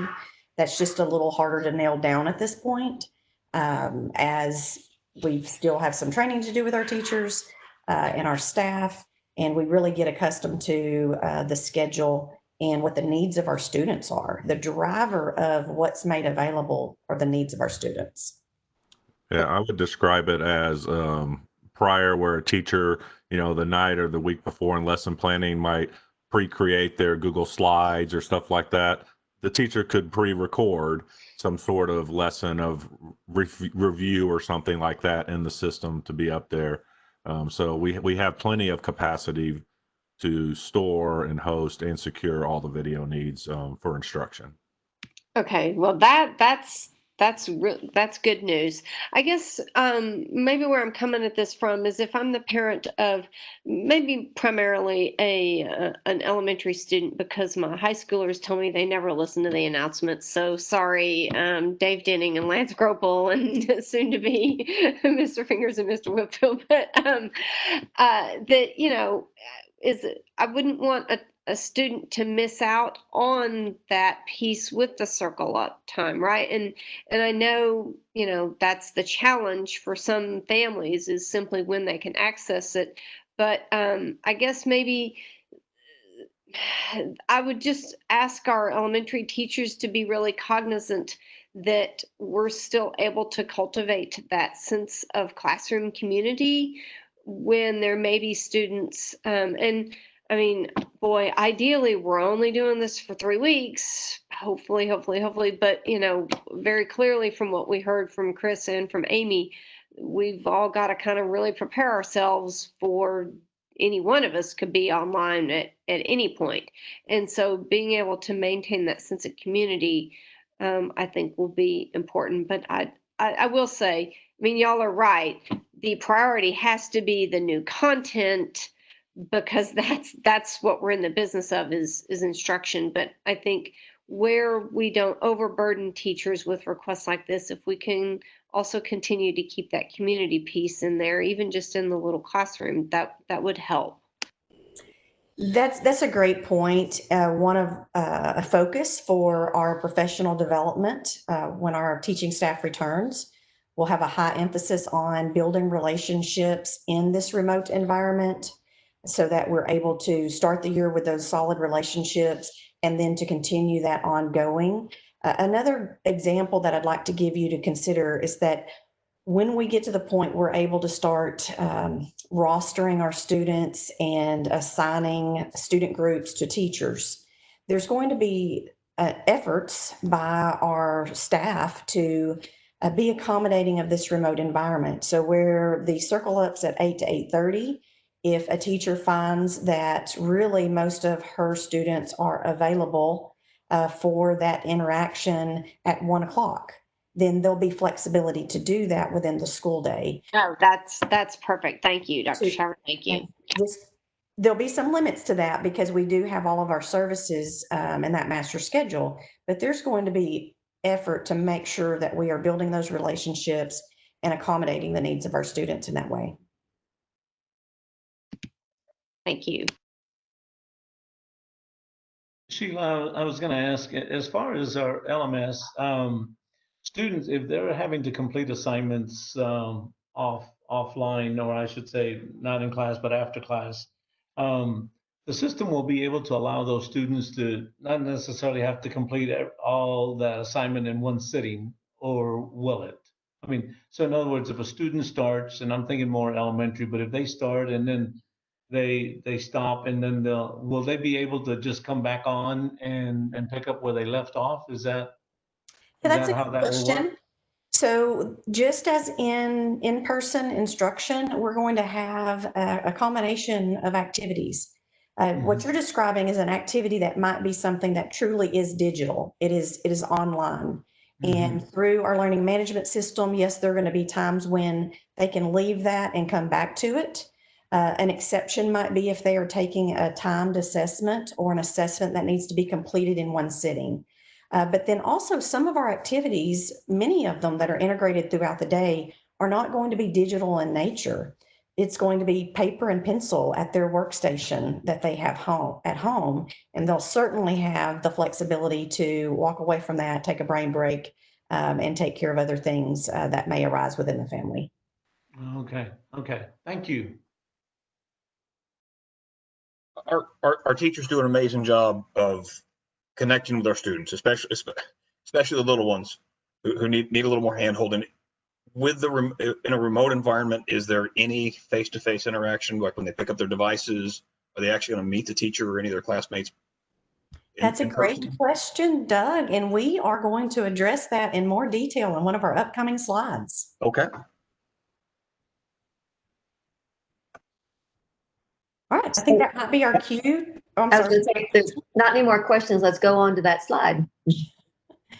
So this is a little bit of a repeat from when we visited with you on Monday night, and some reminders. So things that will be very different from our spring remote instruction, the way in which we are student progress monitoring.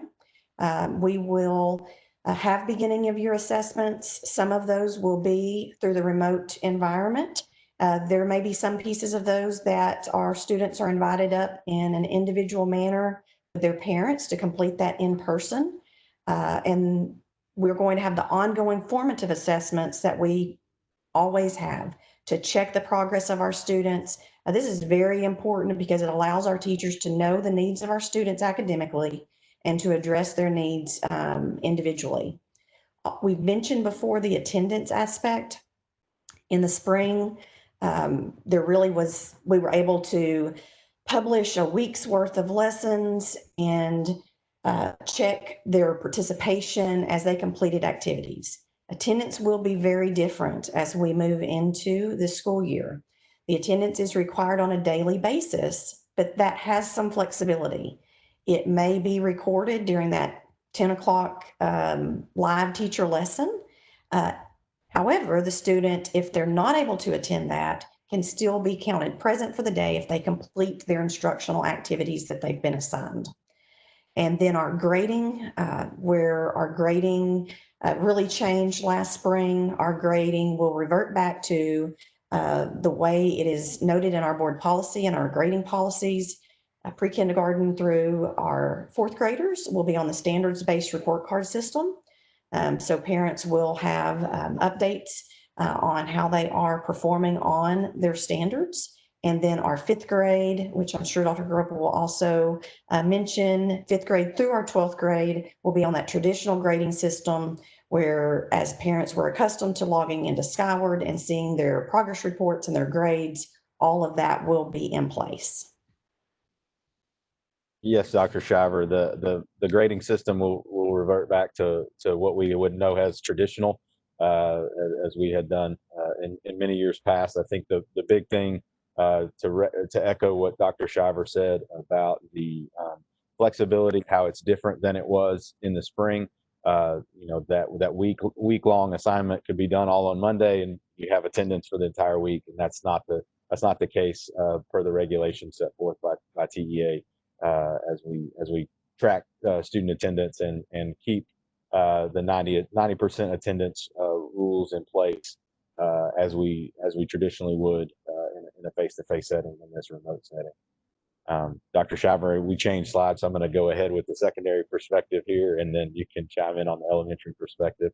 To answer Doug's question about some face-to-face opportunities, one of the things that our secondary principals have been discussing and we'll be putting out are some welcome videos to welcome our kids and help them feel comfortable with being a member of their different school community, as well as partnering with our communications department and Dr. Rogers with some of her students from iUniversity Prep to provide some tips and tricks from one student to another student about how to be successful in this virtual learning environment, and really utilizing a great resource in iUniversity Prep and their students and their levels of success. At the campus level, as we look to transition to face-to-face, we have to teach kids how to do school all over again. And we have to teach them how to move around the building differently and keep social distance and adhere to the protocols that we're going to put in place to keep them safe. So our campuses will be focusing on small groups to bring to the campus in safe ways to make sure that they understand the protocols that are put in place, how to move about the cabin, if you will. Our buildings are going to have to look different. We're going to have to use them differently, and ultimately make sure that our kids know how to be safe and be a face-to-face learner when we get to that point. Also, we have our technology check-in and out, which Kyle and his team will be utilizing both at the secondary campuses and elementary campuses. So that's another opportunity for us to connect with our students as well as some drive-through opportunities for registration at some of our different campuses. The big thing that is a push for our secondary campuses as well as our elementary campuses is to make sure that every student has heard from someone on campus prior to the first day of instruction, to make sure that they have the understanding of what learning will look like and what they need to be doing on day one and where they need to be on day one.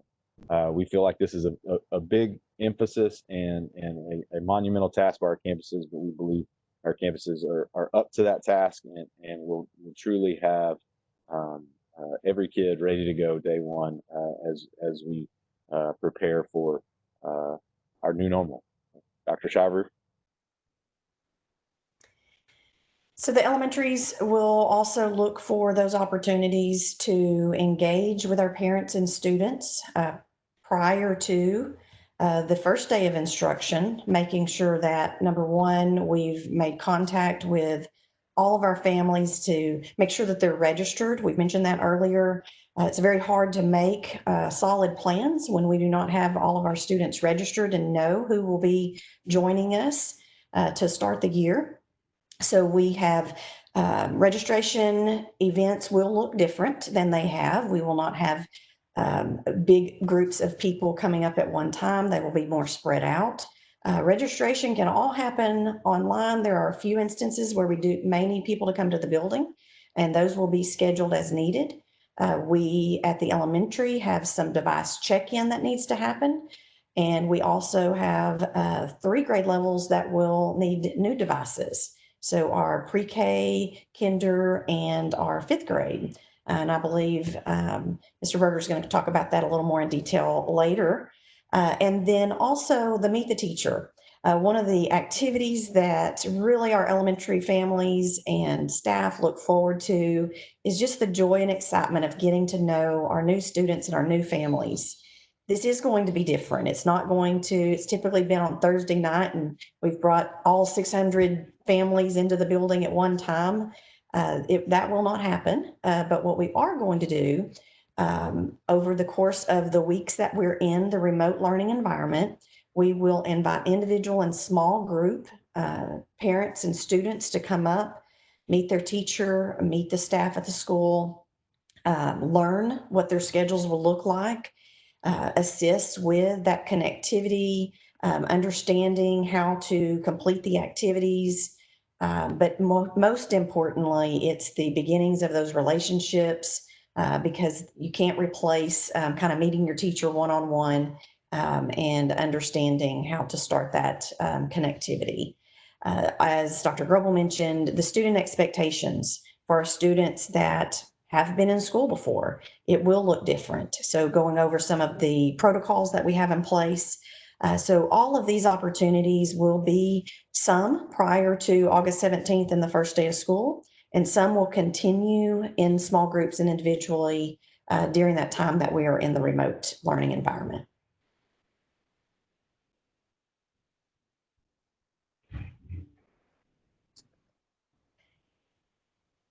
Some of the areas that often come up for question really have to do with the in-person learning and procedures. So we're transitioning here. We've been talking a lot about what does the remote learning look like, which is the recommendation for how we start school. At some point, we are going to transition to in-person learning. What will be the same and what will be different? From a scheduling standpoint, as I've mentioned, our master schedules really have to look very similar. There will be little difference in our master schedules once we move to the in-person learning environment. Some things that may be a little different, we are going to try to match up teachers and students that get to remain with each other. We've talked about some of our teachers that may prefer to teach the remote group. So as an example, if we've got a 3rd grade with 4 teachers, and one teacher may be the teacher that is going to stay remote after we go in person, we want to make every effort to assign that teacher the students that are going to stay remote with her. And we want the 3 teachers that are going to be teaching in person to start with the roster of students that are going to transition to in person when we make that change. There's a lot of detail that goes behind that. We have to have our students and registered, and that decision from our parents to even begin that process. Also, one of the things that we have to be mindful of are we have staff members that travel from campus to campus. So we are going to be mindful of staff and the number of contacts they make on different campuses. We heard a lot of conversation earlier about contacts and what happens if we have a positive case. So we are going to put some measures in place that may have a student that is in person attending classes, but they may WebEx with a teacher that is, an example is telescoping. And again, I want a disclaimer that all of the details have not been worked out because we don't have all of the information to work them out. But a student that may be telescoping from the elementary to a middle school math course, in order to limit the contact of that student, it may not be in everyone's best interest for that student to travel to a different campus for their telescoping course. An example might be in the area of special services, where we have a special service provider that might visit 6 campuses over the course of a day. We know that we need to limit those contacts. So there may be some in person in which we still need to schedule that in a WebEx format. Dr. Grubel, do you want to add anything on scheduling? Yeah, if anybody's ever tried to put together a master schedule at a high school or middle school and having people move at that many times to understand how important having accurate numbers of who's going to be reporting to campus and who's going to be working in a remote environment is vital to the success of that being up and running on day one. And so really making sure that we align our staff, as Dr. Shiver talked about, where we can to have remote teachers teaching remote kids and face-to-face teachers teaching face-to-face kids. That puzzle will not go together cleanly and perfectly. So don't hear me saying that as that's the way it's going to be, because that is our desire, but it is a very difficult thing to accomplish. And so those numbers and getting accurate numbers, our principals and counselors have been working very diligently to do some of that work as they get the numbers, but it is still a daunting task ahead of them.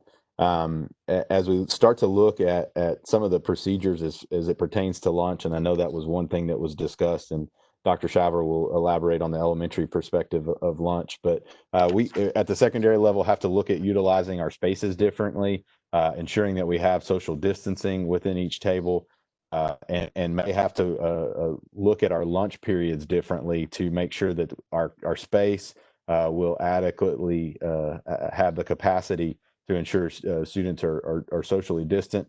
We will have assigned seating to make sure that we can contact trace who is sitting where at what time, as well as providing some transitions in between lunch periods to make sure that there's proper opportunity to clean surfaces and make sure that any student that comes from lunch A to lunch B has the opportunity to come into that safe environment, and where possible, as I said, using our spaces more flexibly, and in some cases even allowing outdoor if weather and campus has the ability to provide that, just to again and ensure that our students are able to socially distance and provide that space, and when moving to and from, doing it in a safe manner. Dr. Shiver.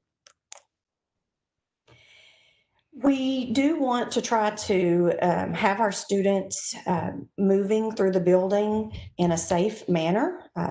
We do plan for them to go to specialty classes such as their GT lead class, their dyslexia intervention, just as we will have them traveling to the cafeteria to have lunch. Where it does differ in the elementary a little bit, we are going to have a plexiglass divider for each individual student. So when the students are traveling to a different area in the building, in a different space, they will have their individual plexiglass divider to take with them, so that during times that a mask is not feasible, they will still have that level of protection. Another area to talk about, recess will certainly have kind of some new guidelines. We will still have recess and those brain breaks as we talked about, but we will have some expectations for social distancing during that time. There are going to be some times that look different that are unstructured. And a great example at the elementary is the arrival and dismissal process. So it is quite complex, even on the best day under good circumstances. There will be some adjustments that may mean staggered dismissal in order to allow us to keep the social distancing in place while we're managing the dismissal. And those, again, are all details that we have to really work out as that time approaches and we know the number of students that will be traveling in different manners. So we've talked a little bit about expectations with the elementary. There's been a lot of talk about the use of masks and that being one of the best mitigating factors to the spread of COVID. It's not only about whether or not a child can spread from child to child. It is whether or not an asymptomatic child can spread to an adult that is in the room.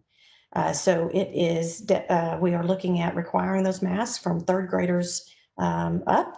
And when we have our littles, pre-K and second grade, being understanding and flexible of their age and their developmental stage, we are recommending a mask or face shield, definitely during times of transition and moving about the building. In the classroom as much as is feasible. And again, they will also have those plexiglass dividers for each student with the social distancing as well. So trying to implement all of those within the classroom. We've already mentioned assigned seats. There will be assigned seats in the classroom, any specialty class that they attend, as well as in the cafeteria. And then from the secondary level, obviously a big transition time period is going from class to class when face to face. As Amy Taldo shared, the prolonged period of time, 15 minutes in close contact. Our goal in transition times is obviously kids wearing masks at all times at the secondary level, mask or face covering, something that covers the nose and mouth. To make sure that we are adhering to those guidelines and looking at our buildings and making adjustments. Obviously, from a secondary perspective, we have a lot of different campuses and they have different unique needs based on their physical structure. So that may mean we have one-way hallways, and students have to be trained on how to utilize what hallway when heading one direction, staircases one way, and making sure that we're minimizing the counterflow of traffic, as well as making sure that students are wearing a face covering at all times at the secondary level. As we look at also in that same context, providing opportunities and safe opportunities for breaks if needed to remove a mask or face covering, making sure that we're adhering to all social distancing. As Dr. Shiver mentioned, in all of our classrooms at the secondary level, we'll ensure that we have a seating chart so we can better contact trace if the need arises. And then, as you'll see there on this slide, we're going to make some additions, a coronavirus COVID-19 supplement to our student handbook that will require students to wear masks, and could be some disciplinary. There will be some disciplinary consequences for not wearing a mask.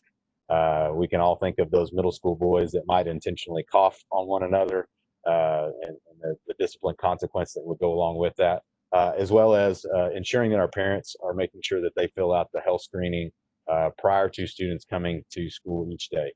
That is a big piece of us ensuring that kids are not coming to us with symptoms, and making sure that any student that comes to us is healthy and fever free, and that is the parents' attestation to make sure that they're sending us a healthy child so we don't spread.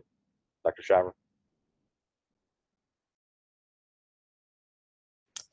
I think we have wrapped up what we wanted to hit with the in-person learning and procedures. So we'll see if there are questions. I have a question. Is everybody moving to Canvas, even the teachers that are teaching in school, or are they staying Google Classroom? All teachers at the secondary level will be utilizing Canvas, whether they're remote or face-to-face. Okay, thank you.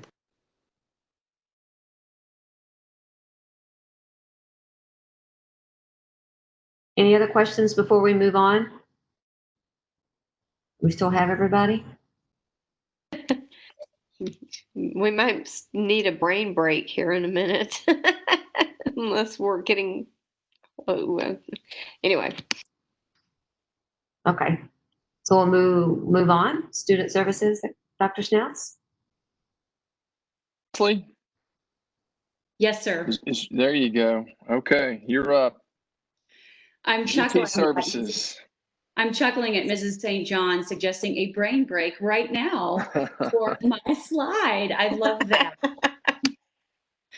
Good evening, Madam President, Dr. Ryan, and Board of Trustees members. I'll be brief this evening, but as was already alluded to by Dr. Shiver, there are so many things that go on behind the scenes. Things that happen in the advanced academics department have a lot of moving parts without a pandemic. And so certainly we've got a lot of moving parts in this department. For GT Lead services K through 5, GT specialists will be providing the GT Lead curriculum that our students and families have come to know and love over the years. And they will do that during the independent and small group instruction times that Dr. Shiver called out. Those were kind of the red areas on that schedule that she so eloquently walked us through a few minutes ago.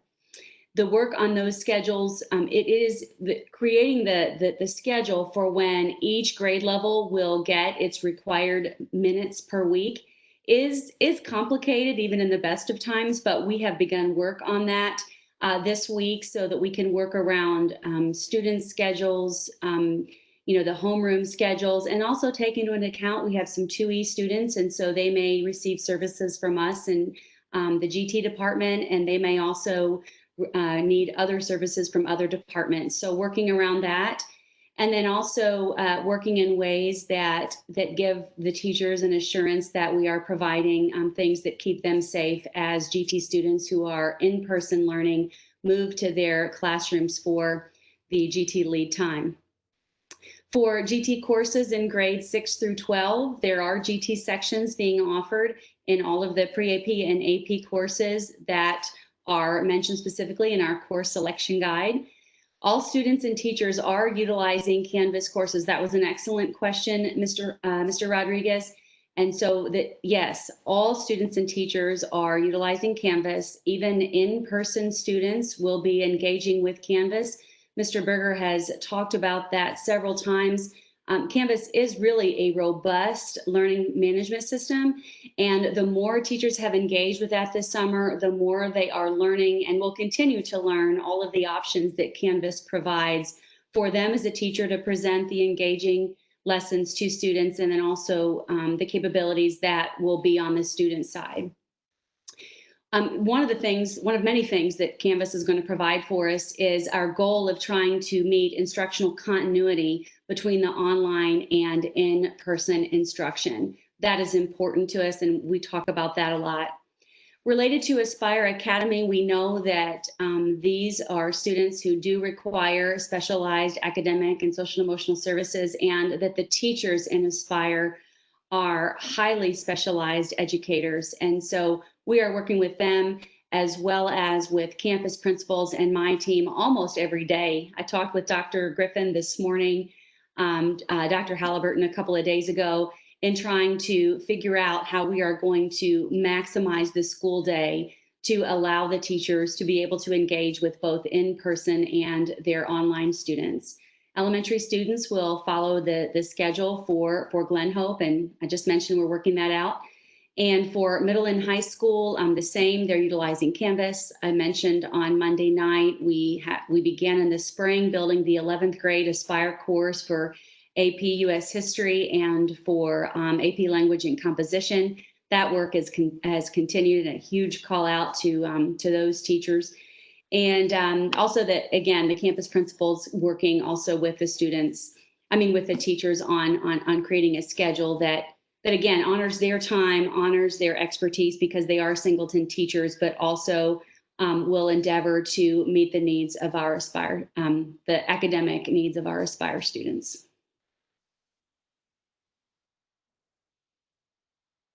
Are there any questions? Yes. Will the students that are in GT lead, will they be spending the same amount of time with the GT lead teacher as they did before? Yes, sir. That is our goal in creating the schedule that the GT specialist will follow. Thank you.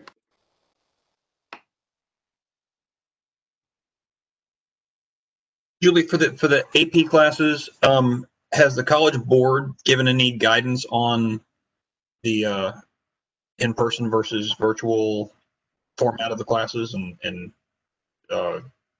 content?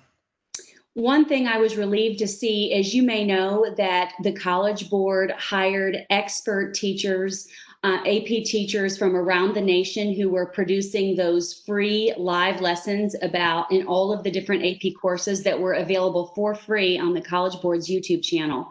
And they did announce several weeks ago that they are going to continue those lessons. And so we have outstanding AP teachers in our district, as you know.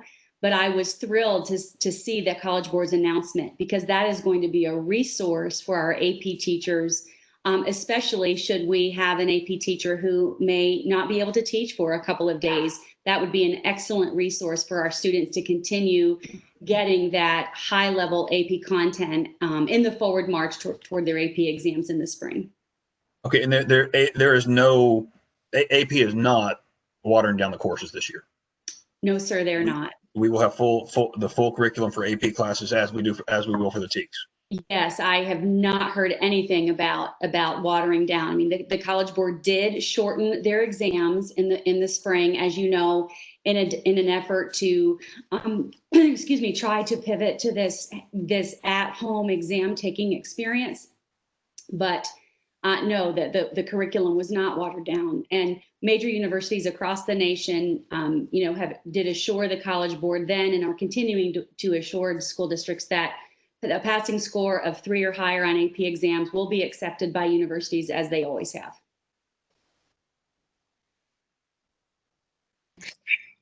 Julie, it's Becky. Yes, I mean, that's kind of one of the things in the back of my brain is that, there's other states out there that have nowhere near the COVID situation that Texas does, and in particular, our larger metropolitan areas right now. And so I know as a parent plunking down hundreds of dollars for those tests, I get worried, that our kids will be at some sort of disadvantage. And I know that our AP teachers know that as well. And I know they're going to make every effort to, to have it as seamless as possible in this brave new world we find ourselves in. With regard to AP and GT, I mean, we have a lot of those classes where there's either only one teacher that teaches that subject, or maybe there's often only one GT section of an AP class.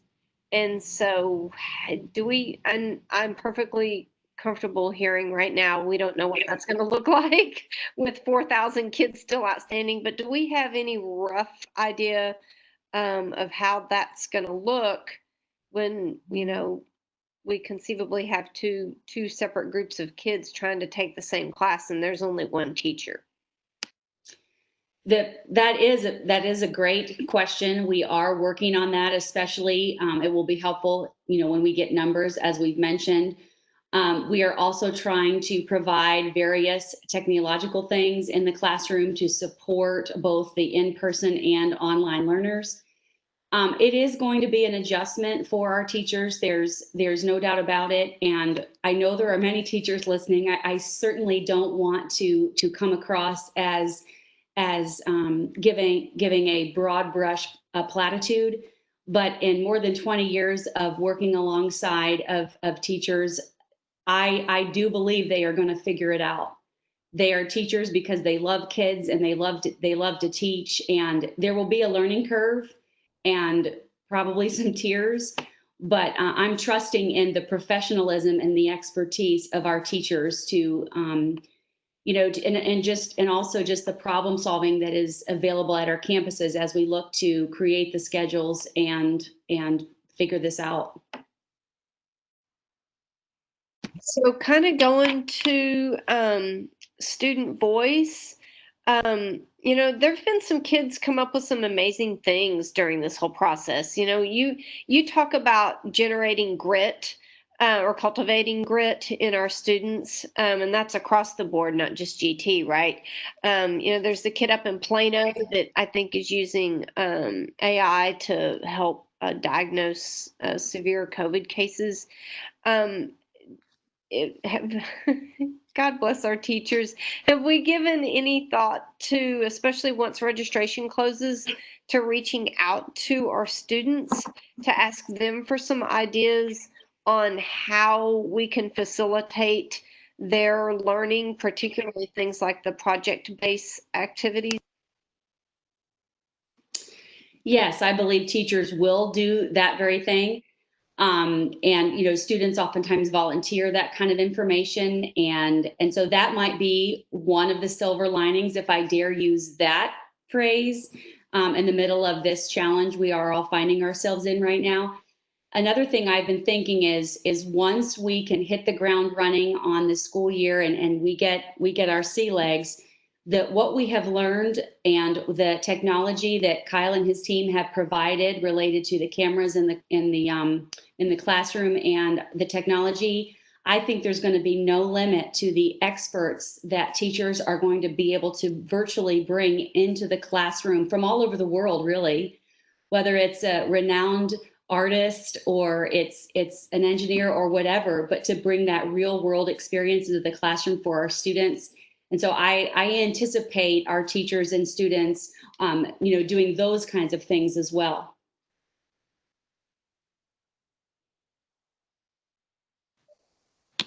Thank you. I had turned my mic off. I couldn't get the cursor over. Thank you, Julie. Thank you. Julie, this is Doug again. Yes. Our dual credit classes, they're taught by TCC teachers, and TCC's all online now, I believe, for the entire fall semester. Are we going to have, for our students who are taking dual credit classes that are going to be in-person learning, are they going to have a proctor in that room to manage the classroom while a TCC teacher is teaching online? Dr. Grobel, can you weigh in on that, please? Yes, so we've communicated with our students that are enrolled in dual courses that they would have they'd have a space on campus that they could utilize, or they could take that course off campus at their home or do it virtually.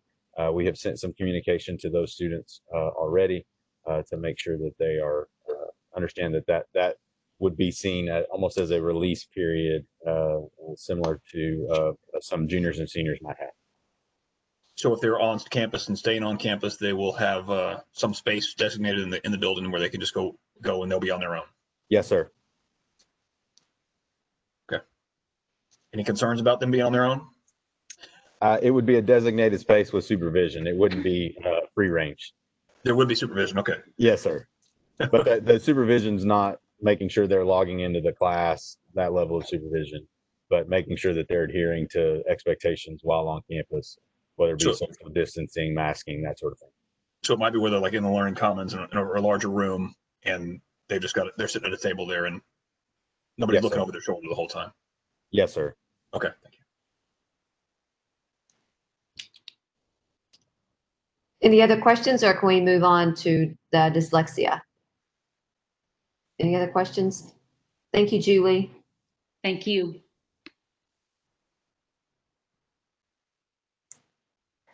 Okay, good evening, trustees. This is Amy Montmayor. I'm here to talk about dyslexia and dysgraphia intervention. In the spring, we were using recorded lessons for the majority of our dyslexia intervention with a once-a-week WebEx check-in. As we move into the fall, we will be providing live intervention during our full remote. Dr. Shiver mentioned it earlier when we were looking at the schedule. So intervention for elementary will be scheduled during grade level intervention times, face-to-face and remote, or when we're full remote during that independent learning time. And these times, as she alluded to also, are determined by campuses based on student needs and grouping. In secondary, students both in middle school and high school have a designated dyslexia class period. And so whether we are full remote or at the time that we move to two models of learning, that is when the students will and we work with our interventionists, teachers, campus staff to ensure that the intervention supplements the classroom instruction and doesn't supplant it. So the intervention is in addition to what they are getting in their Tier 1 ELA time. Next slide, Dr. Schnautz. So materials. Materials in the past have been shared amongst groups. So those materials have been ordered. We're going to have an assembly line and get those together to be distributed to our students. Not only like plastic letters and alphabet strips, but also student paperwork. In the spring, those were all digital. So we have Alpha Graphics getting those copies ready for us so that we can get those out to our students. For pre-assessment, we'll be conducting with students to see if there's any areas that need to be shored up from spring learning. Progress monitor will continue on a weekly basis, whether our students are remote or face-to-face. That was also something that we did during the springtime. We will also use Seesaw and Canvas to push out additional activities and resources to the students.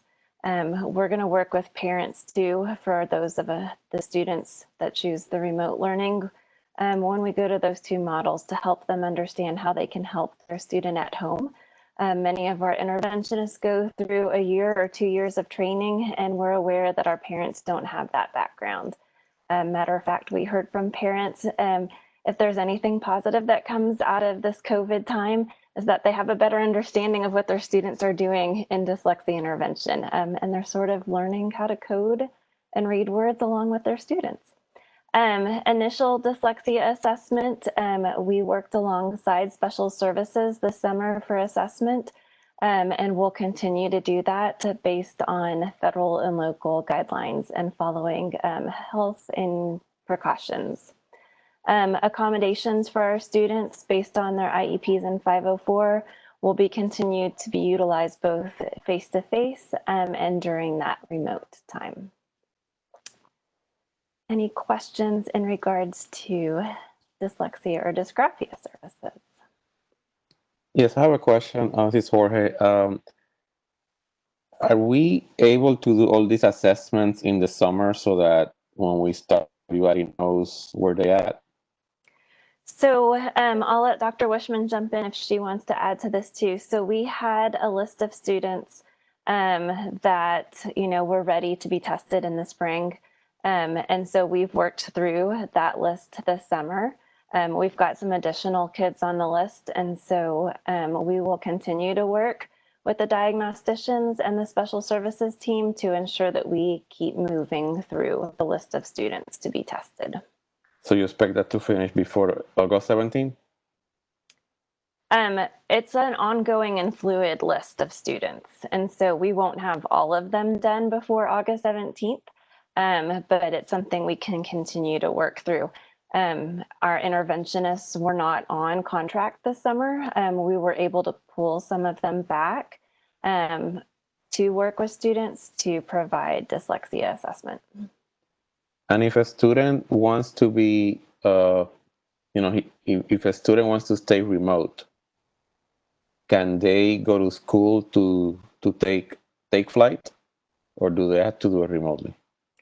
At this time, based on what Dr. York talked about, minimizing that foot traffic going in and out of campuses, they will stay remotely.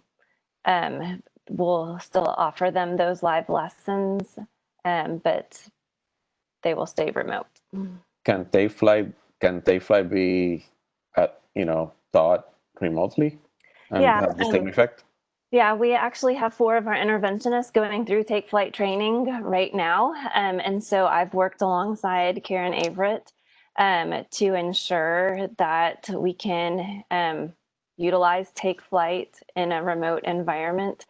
And we're working with Kyle and his team. There are interactive Take Flight materials that the teachers can utilize either on the boards in their classroom or on their computer screens so that they can share that through WebEx. And that's something we didn't have in the spring, but we're getting on board to utilize and ensure that we're using Take Flight with the fidelity. Okay, thank you.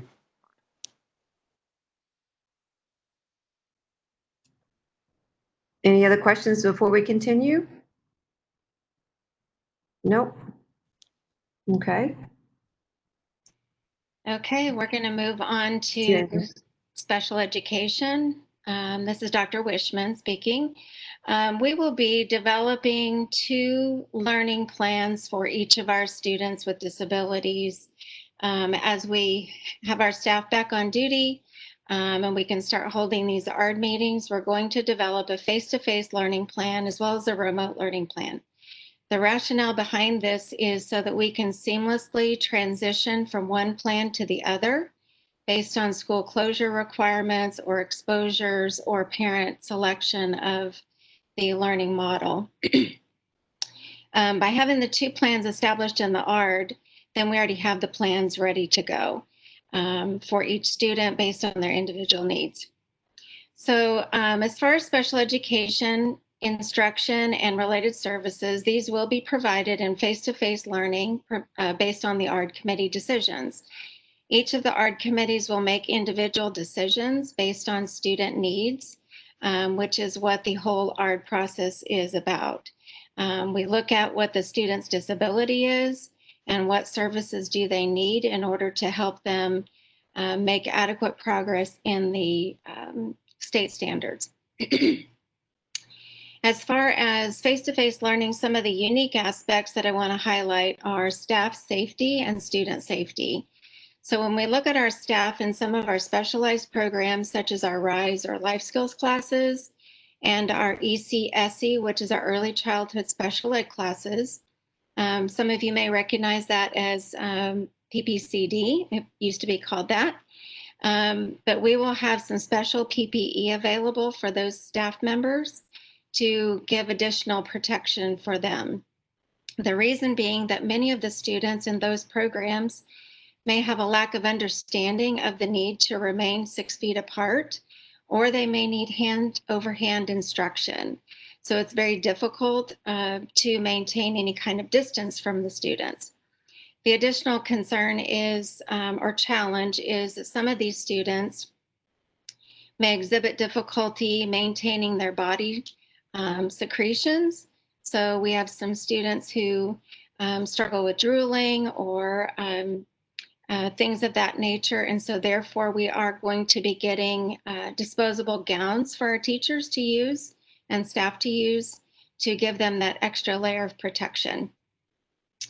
Depending on the enrollment and the staff that are available, we may need to combine classes across campuses.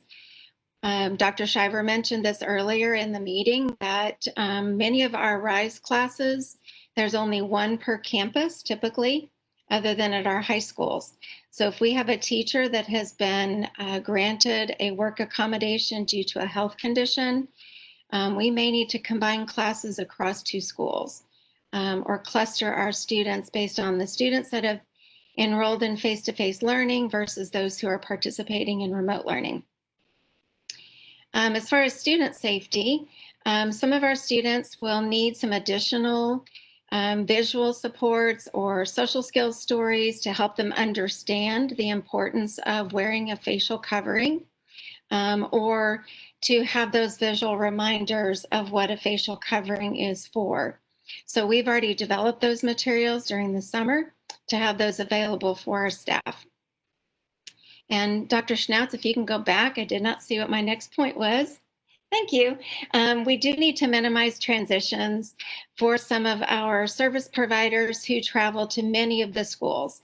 So for example, our music therapist travels to every campus. And so she may go in and do a 30-minute lesson or an hour lesson on a campus. And so she would be potentially transmitting germs or the virus from campus to campus. Therefore, we will probably be continuing those services via WebEx services, where she will remote into the classroom with the RISE teacher present or the staff present with the students, but she would facilitate her services over the computer. As far as our face-to-face learning plan, whoops, we can go to the next slide, Brad. We can move to the next one, Dr. Schnauz. Do you want to go to the parent learning plan? You with me? Yes, go to the next slide. Okay. So it says face-to-face learning, go to. Yeah, just think give there's it a little about, delay. I think I'm on an 8-second delay. Apologize. That's okay. All right, there we go. So for our students that parents have selected remote learning,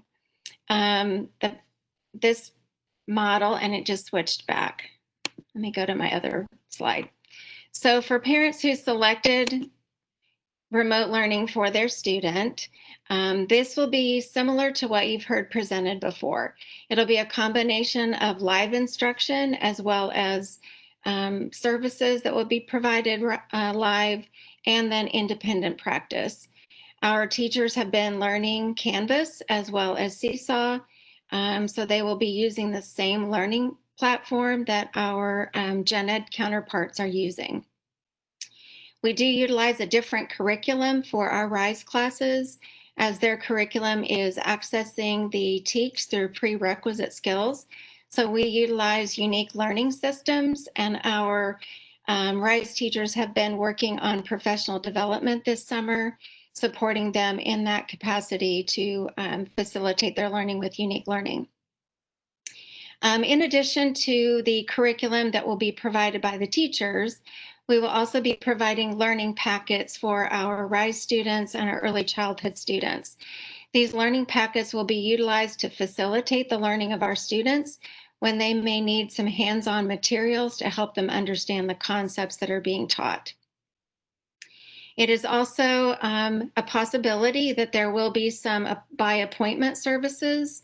This will be based on very individualized needs, and it would be for students who require some physical hand-over-hand physical manipulation, such as occupational therapy or physical therapy by the occupational therapist or physical therapist to get them in the correct position, utilizing their muscles to get them in the right position for their stability and supports.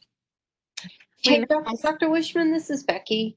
Yes. Have we possibly, kind of thinking back to some of the things that Chris York was telling us earlier this evening, is this an area that maybe the hospital might be able to give us some additional tips and instruction here, since they are used to dealing with close contact with people, right?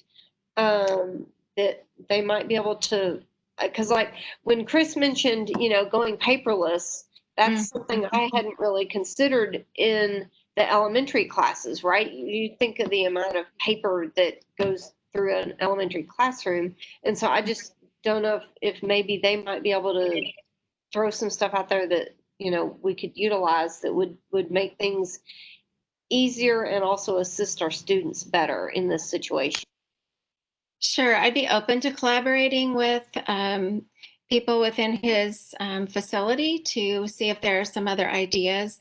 I have been working very closely with Amy Taldo to ensure that we are ordering the proper PPE or additional PPE that may be necessary for our students with special needs. Some additional case-by-case direct services that we are considering that students may need is we do have some students who communicate through an assistive technology device, which is their voice output device for communication, but also for learning. And that does require some specialized technology skills, typically with our speech language pathologists, but also sometimes with our classroom teachers in the RISE rooms. So we will be looking at possibly some by appointment service for that, as well as Braille instruction and orientation and mobility services for our students with visual impairments. As you can imagine, it's extremely challenging to provide services for a student who has limited or no vision. So we've had to be extremely creative during the spring to meet the needs of our students who displayed those types of special challenges. And the next thing I have is the first day of remote instruction until face-to-face learning is available. So that gap in between there, students with disabilities will have the same opportunities as the general ed students. So if they choose to go up to participate in their campus orientation or to meet the teachers or to do some benchmark testing, they are certainly welcome to participate in all of those activities based on the campus schedule. There is one other area that I want to cover, and that is what I'm calling phase-in special ed services. This would be if the district were unable to start face-to-face learning by the date that the board selects and votes on this evening. And our targeted date for that, just for discussion purposes, as Dr. Ryan stated at the beginning, was September 8th. So if for some reason we were unable to open by that point, then we have defined some criteria or parameters for the ARD committees to consider that there may be some students in the RISE or ECSE or our self-contained behavior programs that really have not made the anticipated rate of progress in remote learning. These students may need to have the opportunity to come up to receive some short times of direct instruction with a teacher or a service provider, similar to what I described in the last slide. So, for example, the direct OT or PT for physical manipulation of the student to help them get into the position they need to be in, as well as the Braille instruction and O&M services. This would be limited to a maximum of 2 half days a week, simply to be able to provide the social distancing and allow for the safety precautions for the students as well as the staff. So that is everything I have. Do you have any questions for me? Dr. Wichman, when we provide some services where we've got some teachers who go into people's homes, into student homes, how does that change now? We are very closely working with the health authorities, as well as my conversations with the leadership team, which includes Amy Teldo. Our recommendation is that we really need to be careful about bringing germs into a home where a child is one of the most medically complex, compromised children that we have in the district. So we will continue at this point until our counts in the area wane. Then we will continue to provide those services via WebEx. We did that in the spring, and we did it during our extended school year summer program for the students who qualified for it, and we will continue that to keep them safe and protect them from anything that we might bring in with us, in spite of all the efforts of protecting them and PPE and all of that. Okay, and our medical unit for kind of fragile students, and I can't remember the name of it, I apologize, but like down at Bransford. Our MAC class, our medically fragile class, the same thing would be true, that class would definitely be using the disposable gowns, frequent changes of the outer garments to protect the child and basically throw away the virus if there are any germs or virus on the gown itself or the gloves. We do have disposable gloves we'll be using, lots of wipes, lots of disinfecting wipes to help prevent any transmission of germs as much as we can. Thank you. Mm-hmm.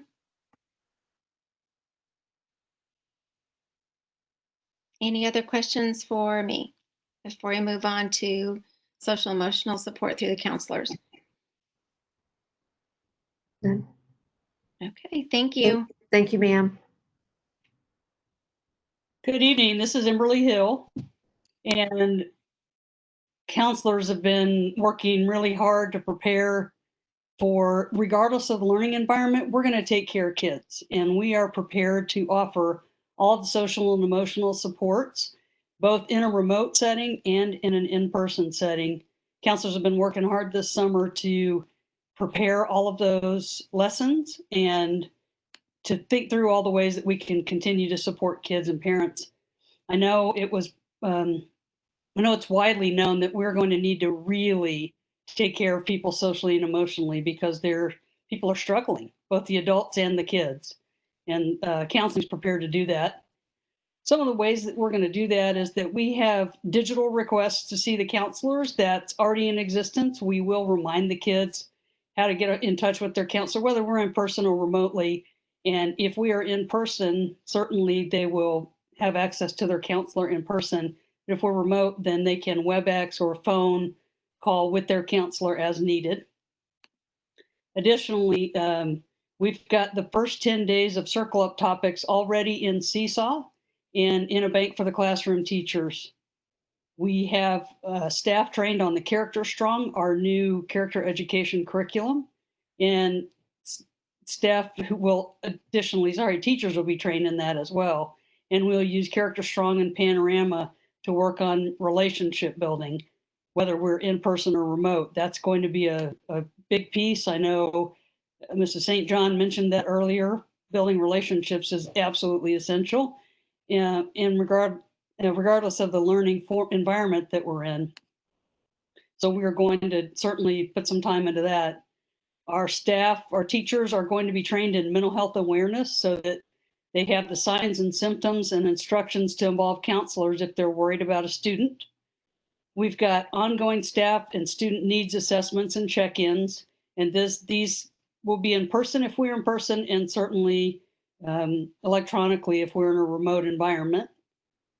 We've got guidance lessons, the bullying, suicide prevention, all of those topics that will be continued. They'll be made available remotely as long as we're in that setting. Our social and emotional lessons are embedded in the core curriculum. We've already got lessons embedded in both Canvas and Seesaw. And the first week to 10 days, the focus is on relationship building. And then social and emotional supports are built in and weaved throughout so that it's just part of the curriculum as the teachers are teaching. Counselors will have scheduled times. They'll schedule times to meet with students in the office or the WebEx. Certainly we'll meet with them in person with the appropriately socially distanced, masked safety measures in place when we're back in the building. But until then, they're prepared to support students from a remote setting.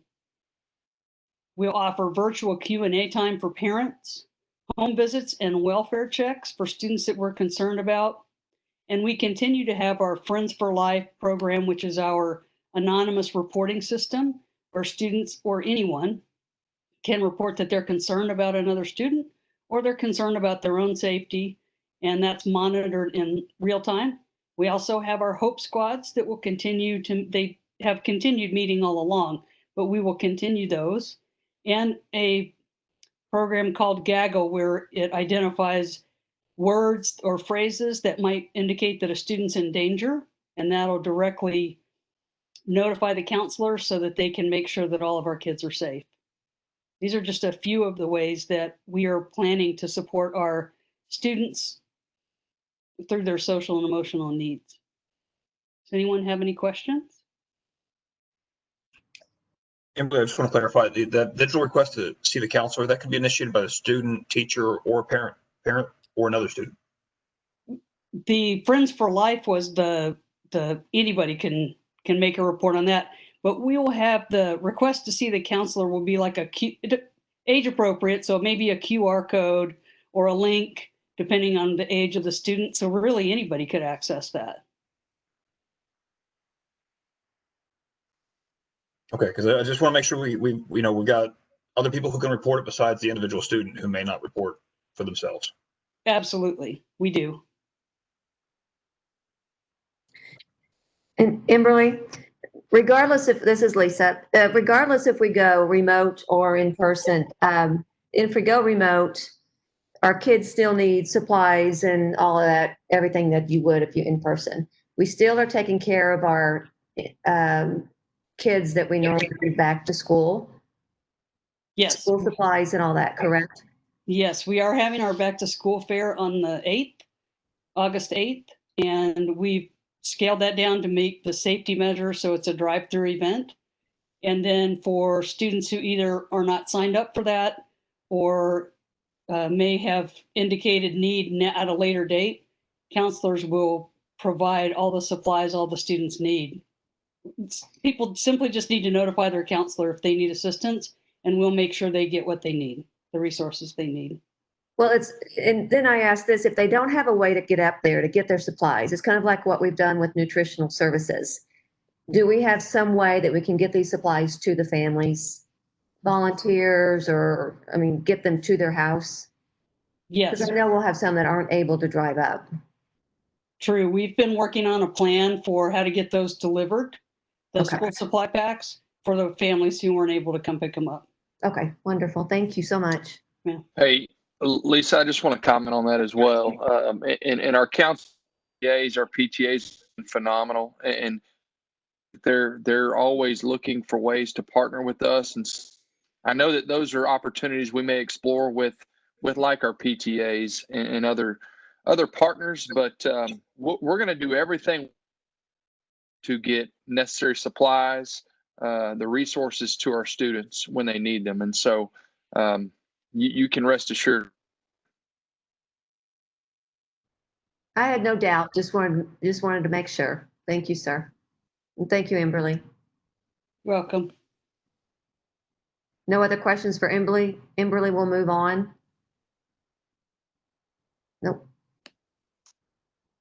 All right, I think our next one up is technology. So we visited a little bit on Monday, but we've updated since then as we've been working with our campus principals.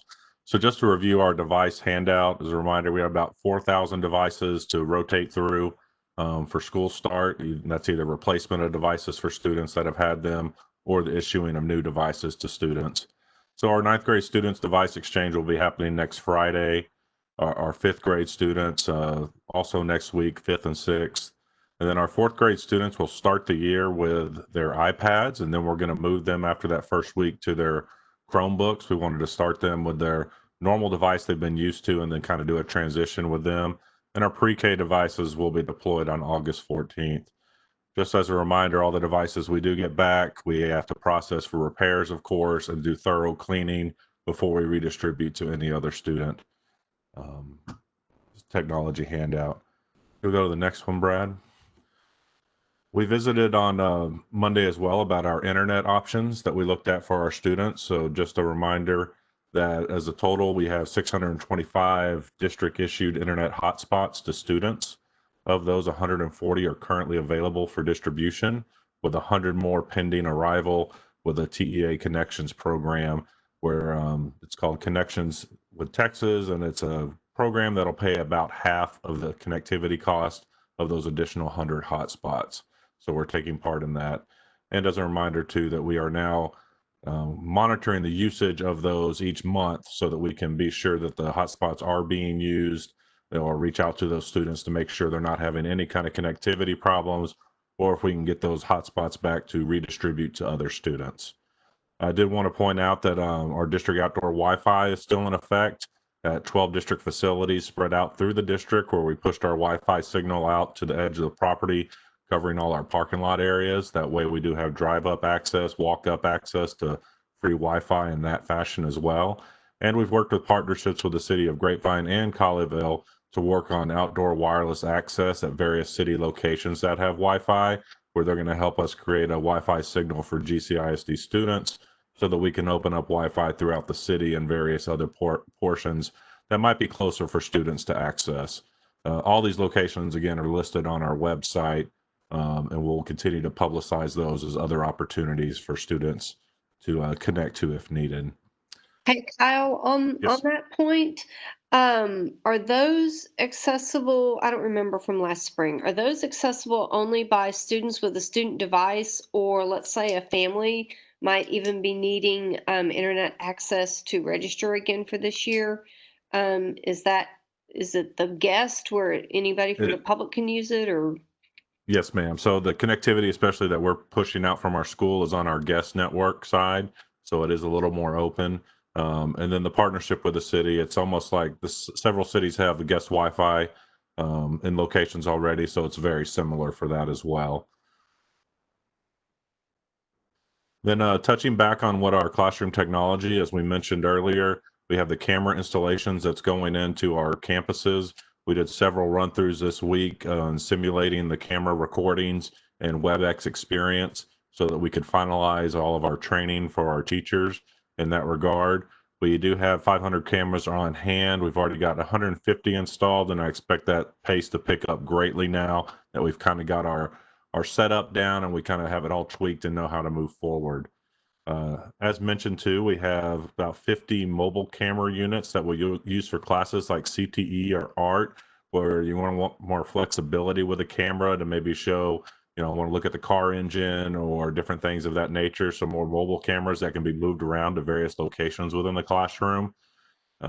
We also have expanded our portable interactive panels and repurposed a lot of the projectors that we had on hand from our transition to panels. So we have several items that we can turn spaces that maybe were not traditionally instructional spaces into instructional spaces in order to provide more social distancing if needed for our students throughout the district. And we are underway of our evaluation and of purchasing our first round of reinforced sound in the classroom.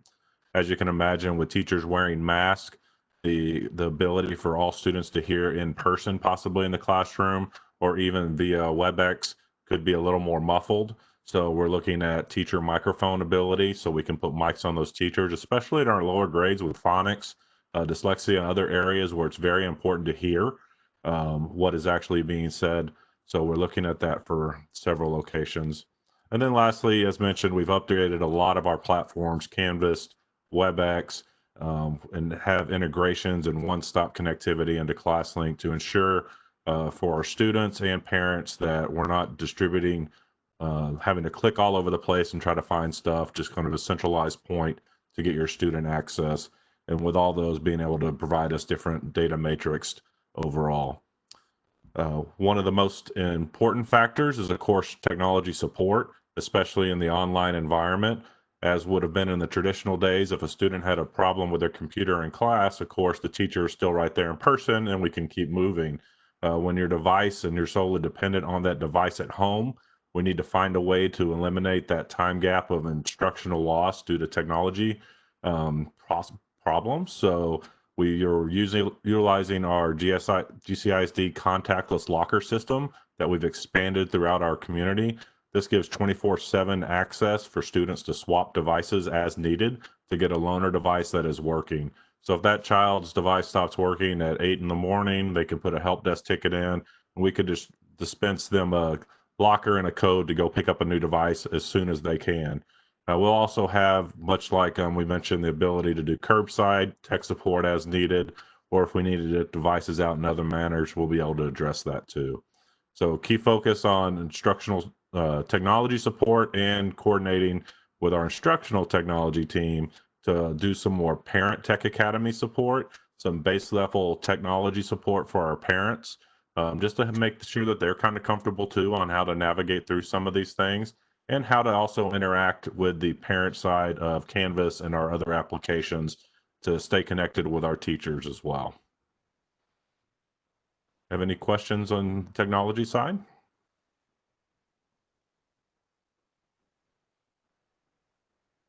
No questions? Kyle, thank you. I have a quick comment, Kyle. I just want to tell you those Parent Tech Academies, I hear wonderful things about those every time you do them. And I think that will be such an important part of making this a totally different experience than it was last spring. So thank you. Absolutely. Thank you.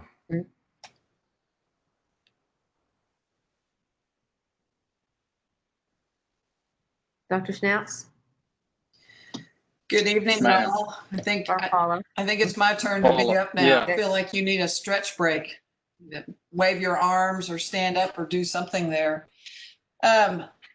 So the information that I'm going to cover is slightly different from what I covered with you on Monday, because now we're talking about what each of our departments is doing to prepare for face-to-face, for having students in our buildings and obviously on our buses. So parent decisions around the use of bus services are obviously going to determine the actual number of students that we have on our routes. We don't know until the registration process is done how many students we'll have coming from each area. Our plan is, of course, to still run all of the routes that we have, and hopefully the capacities will be lowered, but that is not a guarantee by any way means that you can socially distance on a bus, where that's not going to always be feasible. So for that very reason, we will require that all of our drivers and all students wear masks that cover the nose and mouth while they're on the school bus. When we published the fall guide on July 15th, it included specific information to make parents aware of this, and specifically make them aware that if their child or their student was not able to wear a face covering, they would need to make alternate transportation plans. This will be a requirement for the bus because of the inability to social distance. So I want to make sure that I mention that as a part of it. Certainly, we encourage most of our parents, if they can, to take advantage of other opportunities, maybe walking their child to school or what have you, to get them there, just to lower those capacities and get to school safely. Moving to the next slide.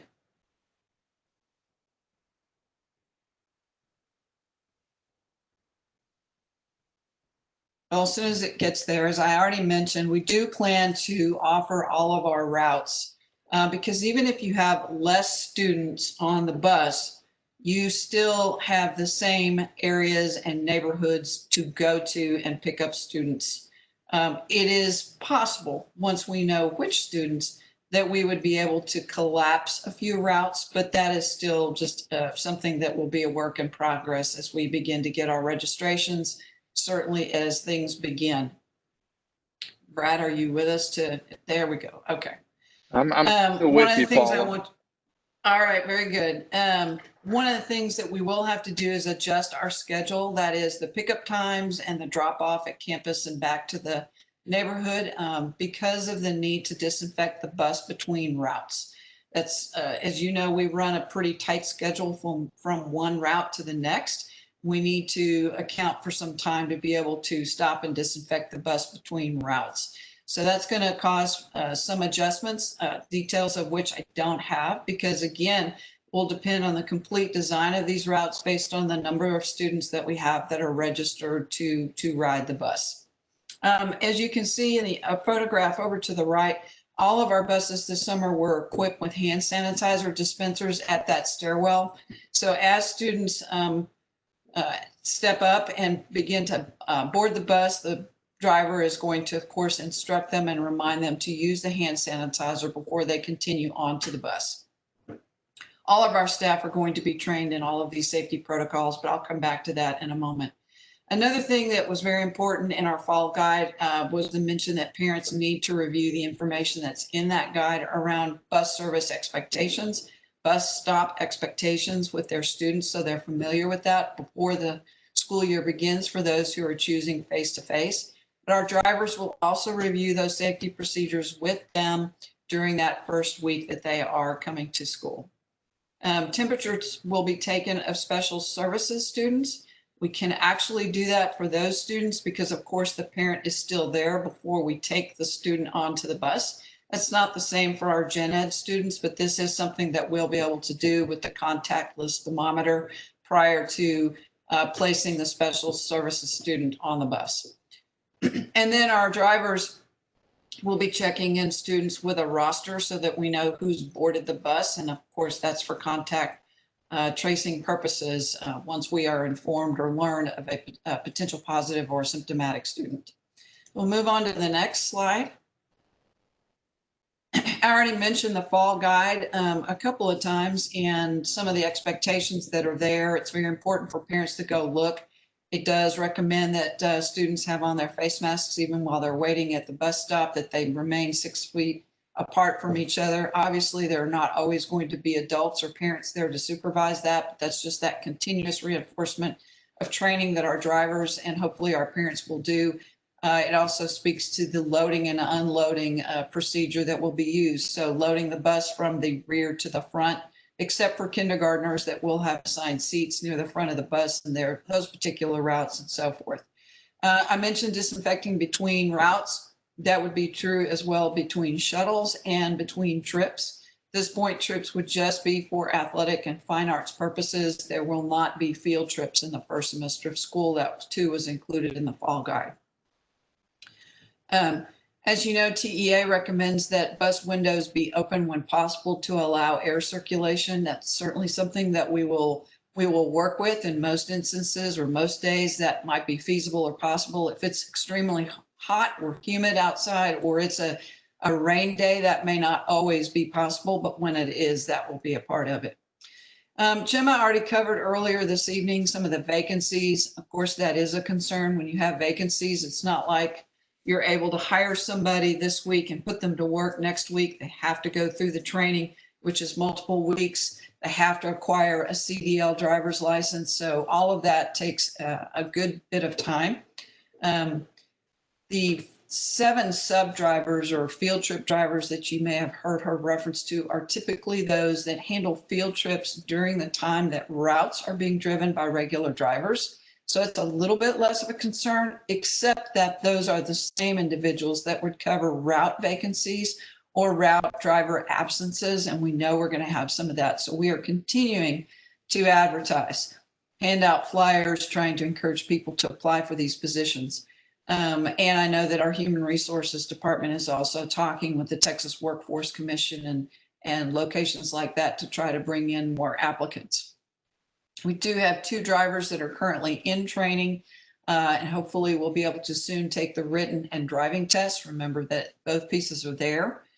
We have 2 monitors that are in training, but across the state of Texas, we are experiencing delays with being able to get fingerprinting done, and all DPS appointments to take those tests or go through the driving test have to be done by appointment. Some cases, they took somebody to Waco last week just to try to get the opportunity for the test. So those are some delays in the process that we'll have to work through as we're going through this. Well, Brad has advanced my slide now, so I'm going to move on there, which is good.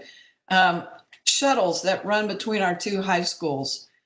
For those students who have access to a vehicle and can drive, we're going to allow them to take themselves between the high schools. That's not something that we've done in our district. We will in this case to lessen the number of students that would be on our shuttle buses, but we're prepared to deliver students back and forth to those high schools, sanitize between those routes, insist on the use of the hand sanitizer and the face mask as they are on board and as they enter and exit the bus. And as you know, our drivers go through an extensive amount of training prior to any school year.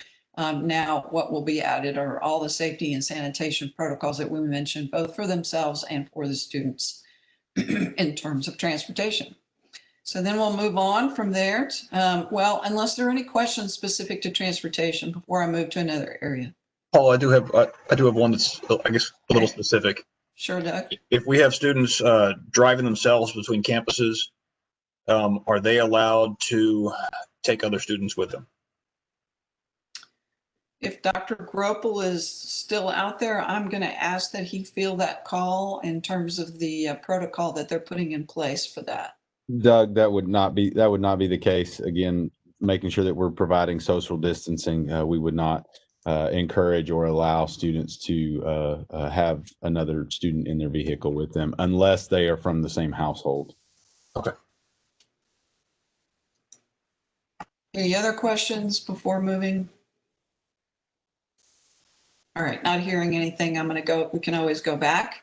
Facility services, where I'm really going to focus here is just on enhanced sanitation, not everything that goes on within the department. You heard Mr. York mention misting. That is the most effective tool that we have in our favor, and that's the electrostatic application of the germicidal mist. That is a detergent that is designed for the use of hospitals and healthcare settings, which has migrated over into the school setting. We've used it to kind of handle flu outbreaks that we've had at our campuses in past years. What's different now is that we've purchased a lot of misters. So we have several per campus and for some of our other sites, non-campus sites. So it will provide the ability to treat every single classroom, every single office and space in our schools every single night, and a mister for every single bus driver to be able to do that disinfecting between routes. Other staff members are going to also be trained in the ability to use that, whether it be a coach, a nurse, somebody in fine arts, something like that. Because we know we're going to have to get to certain things perhaps during the school day based on whatever kind of information Amy might have for us. Obviously, our custodial staff will be prepared to go into spaces where we're aware of a COVID positive situation and be able to clean and mist that space in a matter of time. Throughout the day, they're going to be misting the common touch points, door handles, light switches, you name it, those types of things. This is the quickest and fastest way we have to disinfect. And the thing about the electrostatic charge is it doesn't just cover the surface. It covers the sides, underneath, in between. We all know that students touch all kinds of things from every direction. And this is the best way to be able to provide the disinfectant measure in all of those areas. Our campuses will also have hand sanitizer stations, primarily located, at entrance points, common entrance points, at the vestibule. We'll talk a little bit about what's going to be available in the classroom. And then there are some portable hand washing stations that have been purchased to be located at the main entry point at the elementary school from a playground, and sanitizing stations coming in from the athletic fields in those areas. Back into the school building as those students approach. And we'll go to the next slide. And the next slide, as soon as we get there, one of the things that you've probably heard us mention before is that we will have hand sanitizer, gloves, and sanitizing wipes in every one of our classrooms. That's for the students and the teachers to be able to disinfect shared items and some of the commonly touched items, their surfaces that they're working on at the elementary, the barriers that they have, the three-sided barriers that they have, so that there's disinfecting going on within that space throughout the day, cleaning the keyboard, the iPad, what have you, even if it's only been touched by them. And that's in addition to the number of times that teachers will be taking students to wash their hands. And I heard Mr. York said a maniacal habit of constantly cleaning the hands. So that's the hand sanitizer break. That's the wash your hand break.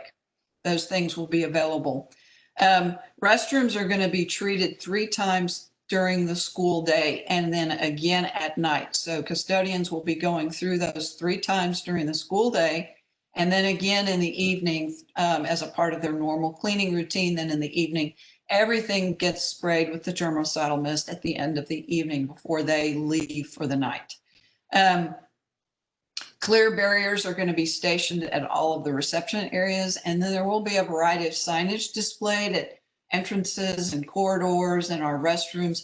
All of these as constant reminders for students and staff about the need to follow the safety protocols, just reinforcement and reminder about what to do.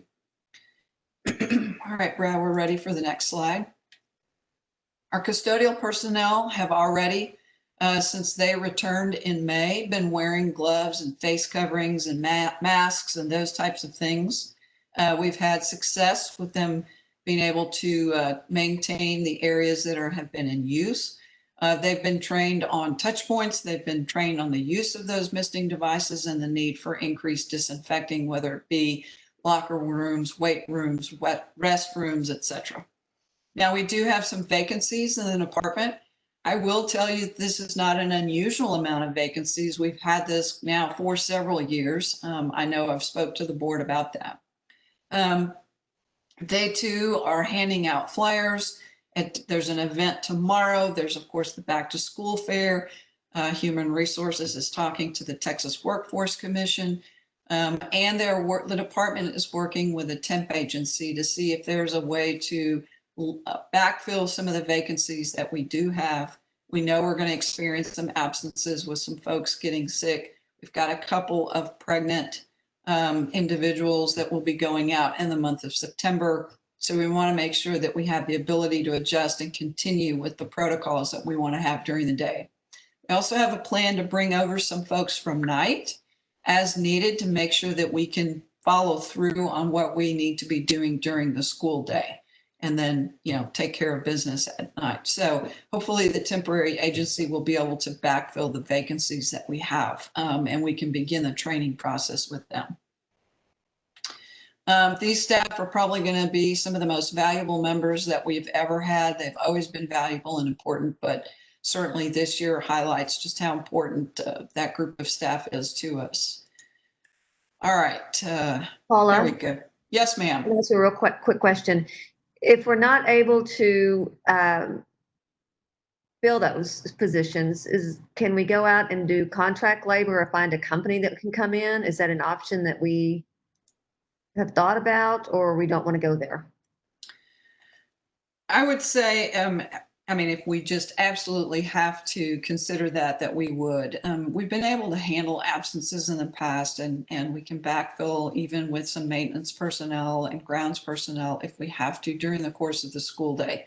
Our custodians are very, very willing to work overtime, which means if they're trying to do some work during the day, that they would also work at night. They're very dedicated in that way. Since we're going to have less events, outside events taking place, I think that we right now feel as though we will have the capacity to handle things, but certainly as things progress, that may be something that we have to look at. That's kind of the idea of looking at the temp agency, where we know we have all the background checks in place. We can have those people dedicated to us. We can spend the time doing the training with them so that we know what it is that they're doing and how they're doing it. Hey, Paula, this is Becky. You actually talking about the fewer events made me think of something. So, obviously, I think some of our employees were able to pick up overtime at our events, and so I guess in a way, the vacancies will give them that opportunity to still be able to pick up, that time that I know a lot of employees like to get overtime, right?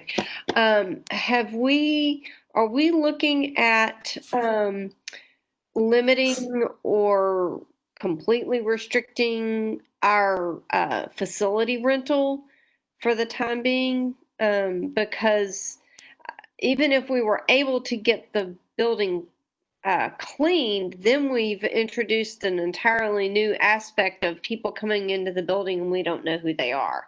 Yes, ma'am. When we were working in the frameworks as early as June, we knew that was something we were going to have to address and limit and restrict the outside use of our facilities, less so outdoor areas, but certainly inside, even though our custodians will be there in the evening and we have the opportunity to do that cleaning. It still just introduces another element that frankly, we don't need any more complications. And if we're going to be a little bit short-staffed and having them work more hours, we need to know that when we're taking care of the building, that's, and we're done with that building and we're clocking it up, that it is finished without concern for whether somebody was in an area that we had thought we had already cleaned and then somebody else went back into that. So our plan right now is not to have outside use of our facilities, at least through the first semester, and then we can revisit depending on what's happening with the pandemic.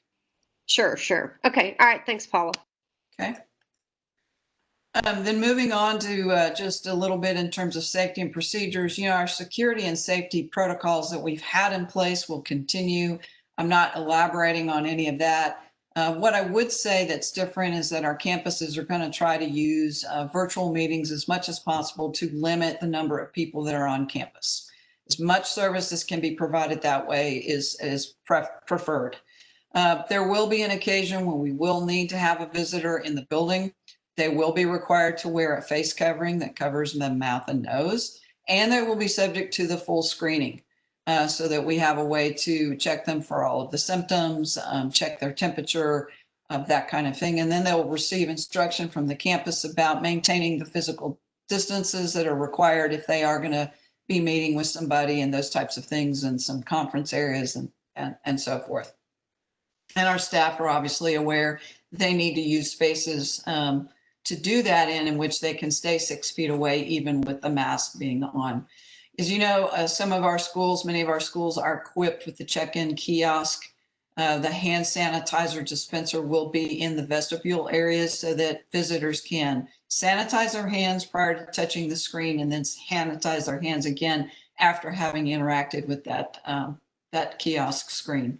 They are still working on the possibility of the kiosk asking all of the symptomatic questions as a part of that process as well for the visitor before they're allowed to proceed on to the office. Or not, depending on those answers. All right. No questions about that. Then we'll move into nutrition services. Of course, the department is prepared to serve students whether they're attending in school or whether they are taking their courses remotely. So both things. The department is setting up for both means of service. When it comes to in-person service, social distancing markers will be on the floor along the serving line. The goal here is to basically create or minimize the number of times that a student has to come in contact with anything. So they will not serve themselves. They will indicate what it is they want. Those items will be served for them, be prepackaged. Some items, it will be in those disposable containers and kind of a grab and go style. And then parents too will be encouraged to try to prepay their accounts and minimize the number of times that a student might actually want to interact with cash or change. Students will be able to give their PIN or ID number to the cashier. The cashier will be wearing a mask and a face shield. We are going to be removing those PIN pads so that we don't have students coming in contact with those repetitively. And then as of today, TDA issued some more guidance. We know that we will be allowed to issue a week's worth of meals to our remote learners. We're calling that the meal bundle. Parents will be able to pick that up 1 day a week. And once we are in a face-to-face situation, those meals will be provided basically on Wednesdays from 4 to 6 p.m., moving to the evening because all of our staff will be busy with the normal routine of serving during the school day and sanitizing the kitchens and all of that. So that would change. Now, of course, during any time that we're in a full remote situation, the meals would be available to them during the day, I guess, better said, on Wednesdays again, both from 9 a.m. to 11 and from 4 to 5:30. So if you'll go ahead and advance the slides there. Brad, as I'd mentioned to you on Monday, we're prepared to do the remote curbside service from 3 sites. That's Grapevine Middle, Cross Timbers Middle, and Grapevine Elementary School. We'll be prepared to begin that as of August 17th. Those meal bundles come with instructions. I think parents are familiar with that. What is a little bit different is that as of August 17th, we're under the rules of the National School Lunch Program, different than the Seamless Summer Program. So students must be enrolled in the district.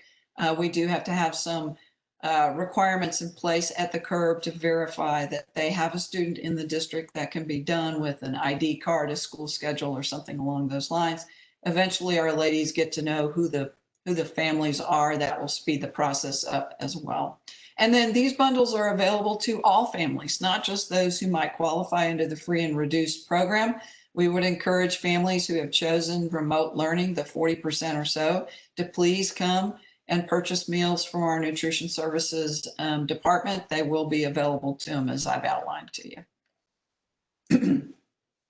Our staff obviously goes through a lot of professional development in the preparation of any school year, even more so this year. as we look at all of the sanitizing that needs to happen in the kitchen. The good news is if we have a strong core of individuals that have been doing it all summer successfully, we've not had any concerns or incidences. And so they'll be able to train the rest of our staff in the ability to do that and carry that out. They have PPE. They've been trained on how to use that. Like all GCISD staff, they're required to wear that and make use of it. And just a little final note, they are closing in on having prepared and served almost 350,000 curbside meals during the course of this time period. Are there any other questions that I could answer? You know, Paula, just a huge thank you to everyone involved in that department. I mean, that is a lot of meals and a lot of volunteer time. Yes. But that is just what a great. We have great teams all the way across the district, but man, every Wednesday they're out there serving those meals, and just thank you is not even enough, but just to make sure that all of our families are fed, that just outstanding. So pass that on to them, please. Thank you. I absolutely will do that. And yes, we've benefited also from a lot of fantastic volunteers that have helped to make sure everybody had what they needed.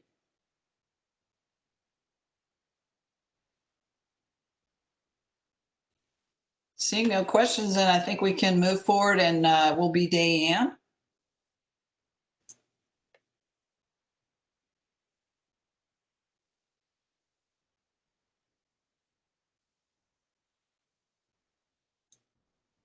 I think the You still slides. with us, Diane? You might be muted if you're trying to talk. I was trying to talk. Thank you, Kyle. There you go. We thought maybe you were stretching. We have worked really hard this summer to get the PPE in place for our students and staff. And what I was saying is that Paula has talked a little bit about it, but I will go into some more detail on some other things that we've done. One thing is that we received a allocation from TEA on some PPE items. We, of course, by the time we were notified of that, we were already well into purchasing PPE to make sure that we were ready for school. And we are going to be using the CARES Act funding. If you guys remember, that was the funding that replaced the state funding that we rolled into this year so that we would have it available for all of these expenditures. So I'm not gonna, here's listed out everything we have. I'm just gonna, you can read what's on the list, but just to let you know, we will have disposable masks and face shields for all staff. And we also will have KN95 masks for staff upon request.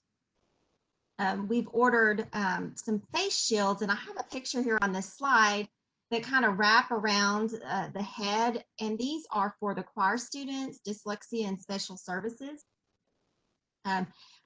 David Zarn's been doing a lot of research on what to use for choir. And so this is one thing that we found here recently. So we'll be purchasing those for the choir students. We have desk shields for all elementary students and teachers. And what we've done is there's a picture of them right there, what they look like. And so they're portable. So if they needed to go down and have, a small group with reading, they can take them with them. And we bought them tote bags that they can put their shields in so that they can easily transport them wherever they need to be. We have purchased net gaiters, and there's a picture there for all of our secondary students. And so the net gaiter will have the school's logo on it and will be school colors. We will have hand sanitizer in every classroom, in addition to the standing hand sanitizers that Paula mentioned that will be throughout the campus and by the kiosk area. We will have sanitizing wipes in every classroom, and we will also have signage throughout the building, just reminding students about the safety protocols, washing hands, staying 6 feet apart, signage that notates our mask zones, which will be in the hallways. We have acrylic barriers for all of the open and common areas, including the vestibules where the visitor kiosks are. And then we've also purchased the acrylic barriers on wheels, medical gowns, and face shields. And Dr. Wishman mentioned that for our special services staff. And we've also bought the misters. And so Paula mentioned about the misters for every campus. You know, we had a few before COVID. If you guys remember Ebola, that's the first time we had purchased some of those misters, but we have significantly increased our inventory of those to be able to handle every single campus and location within the district. Are there any questions?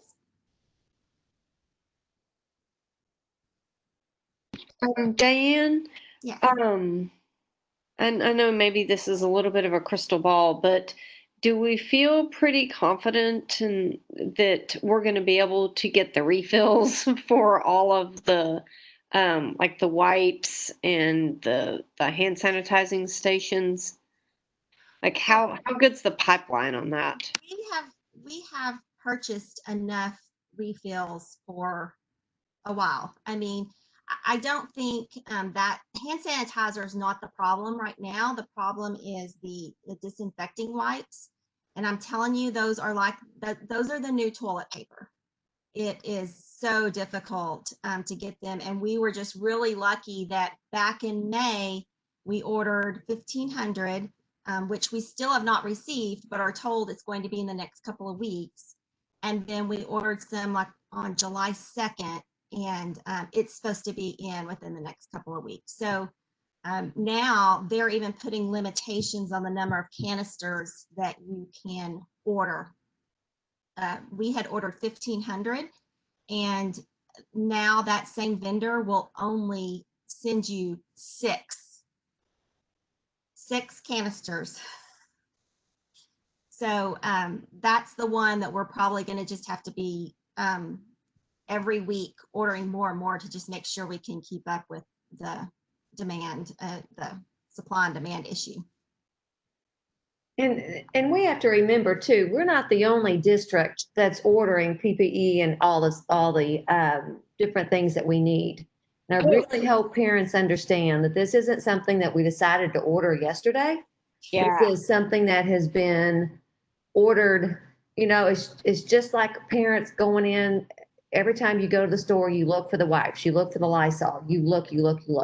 It's not like the district decided last week or the week before, oh, we need this or we need that. This stuff has been ordered months and months ago.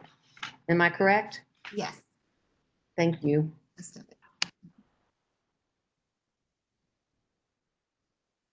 Any other questions? Thank you. Thank you, Dan. All right. Hey, thank you so much, Debbie. All right, next up, extracurriculars with Brian Gerlich and David Czar. Yes, sir. Trustees, good evening. Just so you know, there's a couple of things with tonight's proposal that would affect our athletic programs. And the first of which deals with our strength and conditioning and our sports skills programs that have been going on since June anyway. But last week, all of those programs were forced outside, and all of our workouts have been taking place outside for a little over a week now.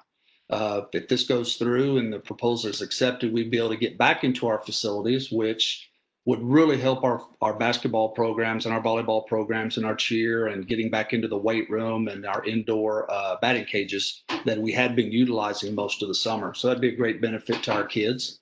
The other piece that is really interesting for us and is really going to help with scheduling is it will align us with the UIO calendar. So on July 21st, the UIO came in and they made an adjustment to the entire state and the UIO calendar now for uniform across the state. But we're in so many different districts. We have 2 different football districts, and then our other sports are also in a different district, and everybody being in different counties. It has been a real challenge trying to get everybody together on starting dates of when we're starting district and when we're starting the season. So this will be a huge benefit for us that will now align us with our neighboring districts and the teams that we compete against. We're still working on our plan for the dressing room use. Each campus looks so different. The dressing rooms are different sizes. We have different number of kids and programs. So working on that 50% occupancy, as well as making sure all of our entry and exit procedures are in line and that we're taking care of all the sanitary needs as well.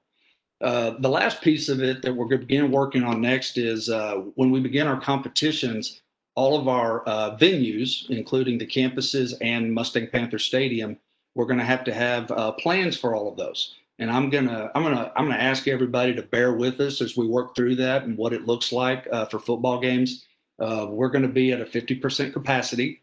Exactly what that looks like, we don't know, but it was very helpful when we did graduations because we got an idea of what it kind of look like with people in the stands and getting people into the stadium and out of the stadium. So we're going to work on those plans over the next week or so and hope to get something out very soon. But I just really want to encourage everybody to help us as we begin having these contests and games to encourage everybody about following the proper procedures and guidelines so that we can continue with our programs.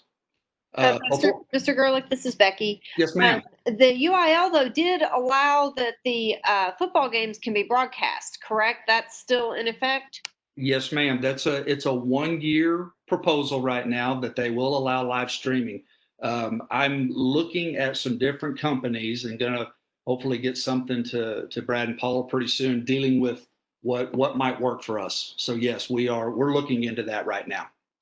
Is that only for football or I know the basketball games were streamed, I think. But is that only for football or is this something that we're going to be able to do for the rest of our sports? What I'm hoping, here's what I'm hoping will happen. One of the companies we're looking at is willing to work a deal where we can get a camera at Mustang Panther Stadium and one in each of our gyms. So we would be able to televise the volleyball games. I'm hoping all that works out the way I'm envisioning. But yes, there's no UIL rule on televising volleyball, basketball, baseball, any of the other sports. The only rule that they had was no Friday night games could be televised live. Would the live streaming include the middle school competitions? Well, we'd have to have a camera in there then. So I guess it's really going to depend upon the cost of these cameras and getting them installed at our different venues. Okay. I mean, luckily, the middle school events, the attendance is a little lighter than, say, Friday Night Lights. So possibly we might be able to meet the 50% occupancy even, as is. Right. And I would assume that, if we're going to be able to, if we're looking at cameras, we just finished the renovations on the swim center. So I think a lot of people would want to be able to see what that's going to look like as well. Right. Right. While I have you on here and you have the part up about the strength and conditioning camps, I'm going to ask a tough question here because I really want the answer to this. How many times did we have those camps interrupted this summer for COVID issues? Well, we had 2 positive at Colleyville Heritage and we had 2 positive at Grapevine High School. So, and I say we both situations were very different because we've had the kids in these little cohorts or the groups. And when we had a positive test come up, first thing we did, to be quite honest, is we got a hold of Amy Taldo to help walk us through, the things that we needed to do and followed her guidance as we went through there. So it really revolved around how the sport was designed and where the kids in their cohorts or their workout groups like they needed to be. But we did at Colleyville Heritage closed the indoor facility down for a week and moved all workouts outside at one time. Were we able to determine some contact tracing with all 4 of those? And then So what was the protocol? I know some of this was developing, right? Because this Yes, is ma'am. progressing through the summer. So it's not necessarily going to be, that, hey, it looked exactly like what we're planning to do for the fall with any of our classrooms, any of our sports. But were we able to determine, where those came from and, how long? You mentioned the one was moved outside. What were the ramifications of the other ones? Well, I mean, this is just from speaking with our coaches and some of the parents of the kids who were positive and where they had been. A lot of them had been attending these outside events like, AAU basketball tournaments or baseball or some things that they were not here at school when they contracted it. It was they were away from school and happened to be at a game or somebody's house or in the same car and then brought it back to school with us. As far as like how any other tracing that went on, that's about as far as we got as far as where they actually contracted it. And we felt pretty good that that these kids were being exposed to these things outside of our school programs. Okay, thank you. That probably kind of goes back to some of the stuff Chris York was telling us earlier about, Yes. what it's going to take from the community. So, all right, thank you, Coach. You're welcome. This Are there is any- me. I have Yeah. one question. Now, streaming services, is that something that we would have to be paying for as a district, or how exactly does that work? And again, we're looking at a few different ones, but there's a couple of different ones where there is a little upfront cost with some installation. Some of them are obviously more than others, but yeah, there's going to be a small cost in order to get this up and running. Yes. Mindy, I don't mean to interrupt. Would there be a cost? I think kind of maybe this is where Mindy was going. Is there a cost to the viewers as well? Or would this be free for people to be able to log in and see their grandkid or their best friend or whatever? And again, some of these companies offer different platforms. There is most of them, there's an annual prescription or a single game cost to be able to view those events. So I think we can tailor that to what we want it to be. Okay, I mean, it's kind of a double-edged sword, right? If you come to the game, you're buying a ticket. So I don't think it's necessarily unreasonable or out of line for there to be a fee, but maybe it could be created in terms of, here's your season ticket, or here's your one-time game day pass, right? Rather than it just being, now I've signed up for another streaming service. Right.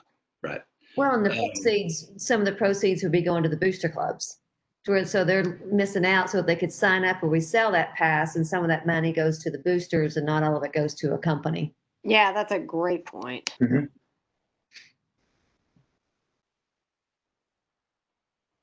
Any other questions? Or were you finished? I'm so sorry. I thought no, ma'am, you're fine. Extracurricular on the band. Okay, I'll go ahead and jump in. Good evening. So thank you, Brian. You're welcome. We have two student groups that are currently active in fine arts. That's our high school bands and our high school drill teams, and they've been working remotely. We did get pushed completely outside. Our hope is moving forward that we can start to rehearse in person and have those practices in utilizing both the indoor facilities as well as outdoor spaces. Our indoor spaces, we would be working in the small groups, the cohort model that athletics has been using for most of the summer. And then if we need to have larger rehearsals, we'll move outside where we can maintain social distancing and continue to be safe. Moving forward, we're going to fall in line with the current TEA guidelines as well as the newest round of UIL guidelines that will become effective for us on August 1st. And they are a little bit different than the summer strength and conditioning and the summer music UIL guidelines that are out. And TEA is also instructing UIL to put out a non-UIL activity list, and that's where items like drill team would fall. So they basically parallel what our music groups are doing. So that helps us because the procedures will be the same. You've heard two kind of recurring themes all night long. One is that we're going to have to reteach kids how to do school, and the other is about procedures and protocols. And in fine arts, because we have a lot of large student groups, we're going to be dealing with both of those right out of the gate. And we've got those procedures ready to go. We've been talking with our staff members over the course of the summer and updating them as the guidance has been updated. So as our kids start to come back in, we're going to be working to train them in the proper procedures to keep them safe. And examples of that would be we're going to stagger our arrivals and dismissals to not have, large groups of kids coming in at the building or leaving the building at the same time. We're going to foam in and foam out. Every kid hand sanitizes when they get there, and they sanitize again before they leave.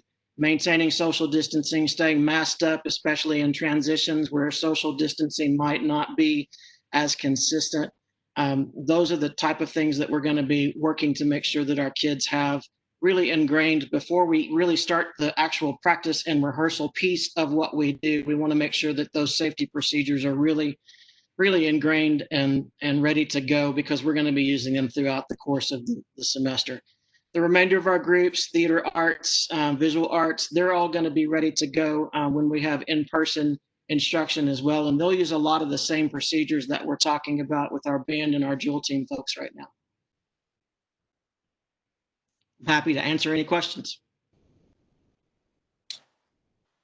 This is Jorge. Do we have, I heard there were some tryouts that will happen next week. Is that still the plan? For our band and folks, most of what we've got scheduled for next week is still virtual. Obviously, if things are to change, we may try to shift some of that into in-person. But if we do that, we'll be following those procedures. It'll be small groups, plenty of social distancing, masking up, those type of things. What about in sports? Do we have any tryouts? And is that going to continue? I'll refer to Brian on that. Do we have any sports tryouts up this week? No, not this week. Well, we do. Well, let me go back here a little bit. With the UIL calendar, if everything goes through tonight, our individual sports, as UIL calls them, cross country, tennis, golf, things of that nature, they can begin doing their workouts as long as they follow all the UIL and health guidelines. So yes, there could be some coming up this week. Thank you. Welcome.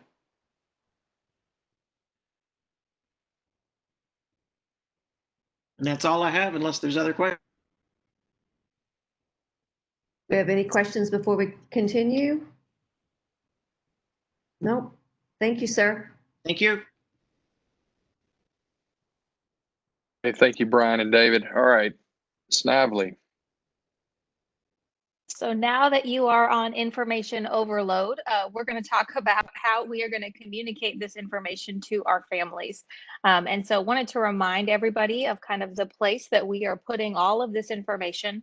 The first is through a GCISD update. That's the newsletter that we launched in March that has contained all of our information on learning at home, the meal service that we're providing, as well as where we're putting information about the fall guide.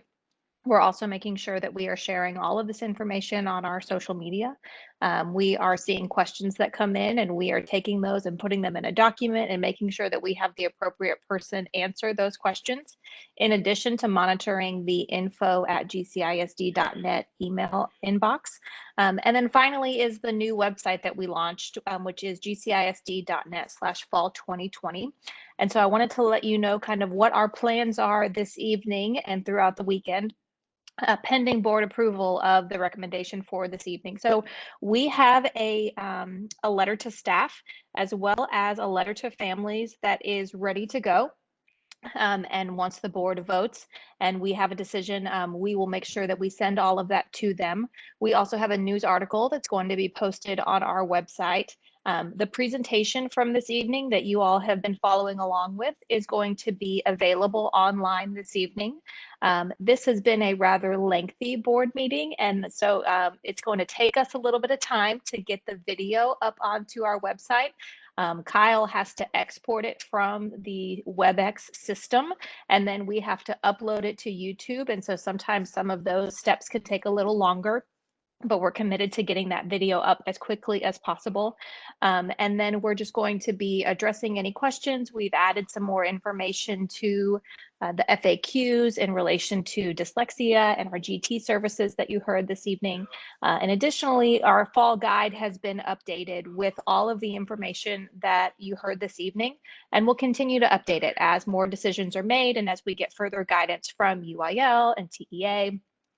Tarrant County, CDC, any of those organizations.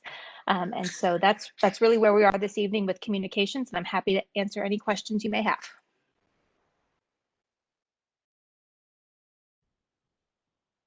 Any questions for Kristen? And Kristen, the same with you and your team, changing daily, you're keeping up with it, getting it out to the parents. So really appreciate you and your team trying to keep up and along with answering all the questions that come to you. So thank y'all very much. Absolutely. I'd also like to mention kind of an honorary member of our team, and that is Jody Cox, who has been translating everything for us since March, including the fall guide in its entirety. And so every time that we make an update to the English version, we send it over to her, and she makes an update to the Spanish version so that we can make sure that that information is available in English and in Spanish. And so she has requested that she be an honorary member. So I want to certainly give her a shout out, because that's been a lot of work that she has helped us with. Yeah, that is wonderful. So thank you to Jody. Thank you for letting us know that. Dr. Snouts, I'm looking for you. That is the end of our presentation.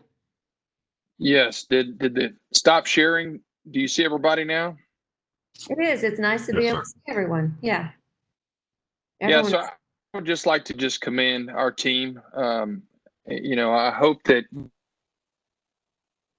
just the forethought that went into the hours. We've been committed. We're committed to serve staff, to being the best and staying the best. And so we're going to do that. I hope you saw that tonight. I hope our community sees that. And we're just so appreciative of our staff, our leaders here, but our teachers and staff across the district. So can't thank them enough. And it's so nice now being able to see everyone's face, that everyone that's on this call or is in this meeting, and then all the others, is that our number one priority here, and everyone involved in this call and putting this together, are our students. And I'm truly hoping the community understands that too. I know I've heard some things that we're not putting kids first. And the only reason we're here is for our students. And our students do come first, and our teachers also. But our priority here is to making sure that each one of our students receive the best education, be it in person or remotely. And thank you to you guys, teachers, leadership, staff. Our word is be flexible, and we've asked our parents to be flexible, but man, talk about being flexible, and that is y'all. To have this change daily on you. We think we get a plan, and nope, it's a new plan. Then we get a new plan, and nope, here's another new plan. So, my goodness. I said there's a couple of jobs I would not want to have, and that's our governor's job, and that is a superintendent leadership team or a teacher's job right now. So thank y'all. I appreciate it very much. Does anyone have any questions? I know we have a recommendation, and I'm going to ask that recommendation be repeated.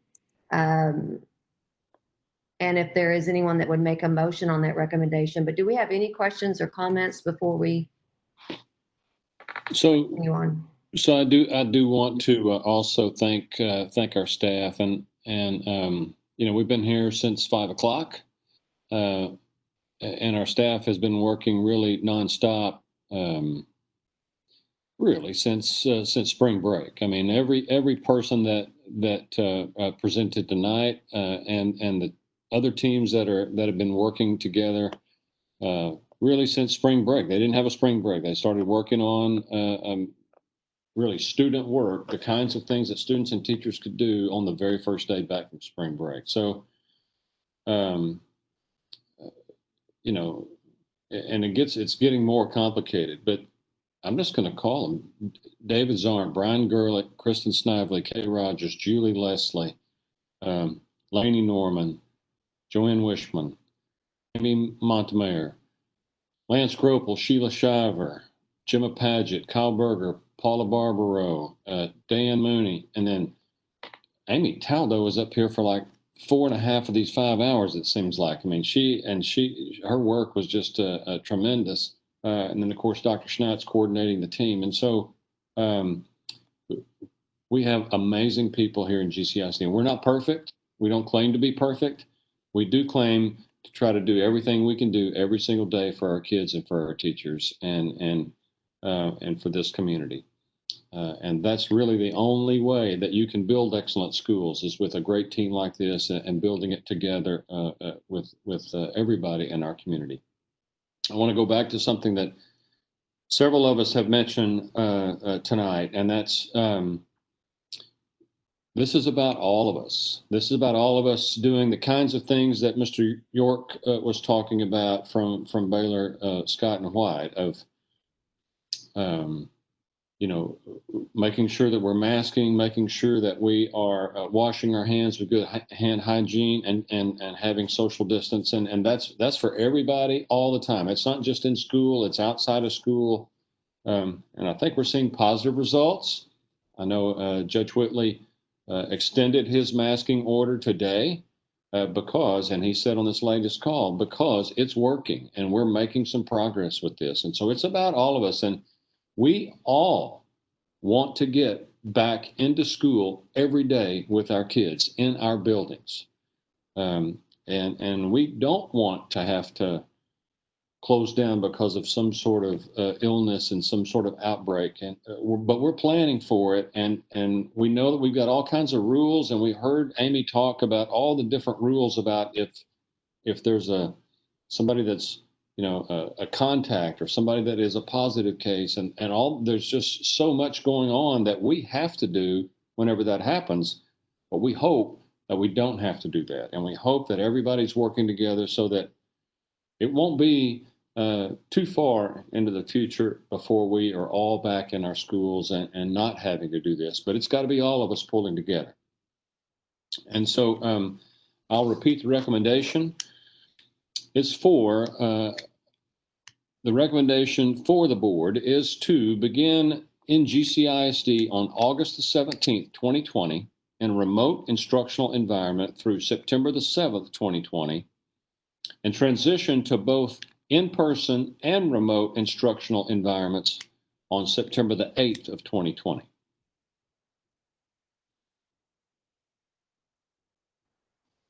Thank you, Dr. Thank you, Dr. Ryan.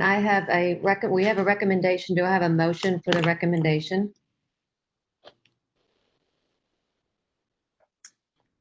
Mindy, I move that we accept Dr. Ryan's recommendation. and do I have a second? I'll second Louis. Thank you, Louis. I was just fixing to ask Kyle. I saw that you were on, and I know we're not seeing your face, but I did see that you're on. So I'm glad to hear your voice. Thank you. We have a second. Do I have further questions, comments before I do take a vote? So, Lisa, I have one quick maybe comment to Dr. Ryan, and by way of that, then also staff, and that includes all the way down to each of our classroom teachers, all of Paula's support staff, everybody.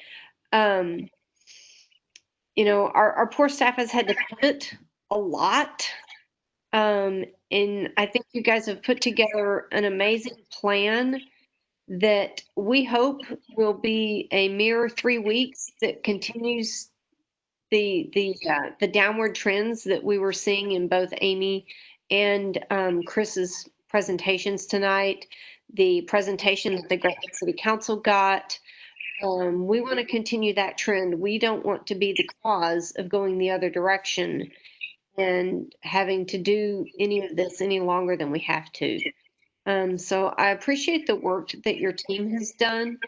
And I think we're landing in a position that will set our community up for success without excessive hardship for our families and for our teachers too. And so again, I really appreciate the significant amount of time and effort that your team has put in to get us to this point tonight to be able to make a decision like this. Thank you.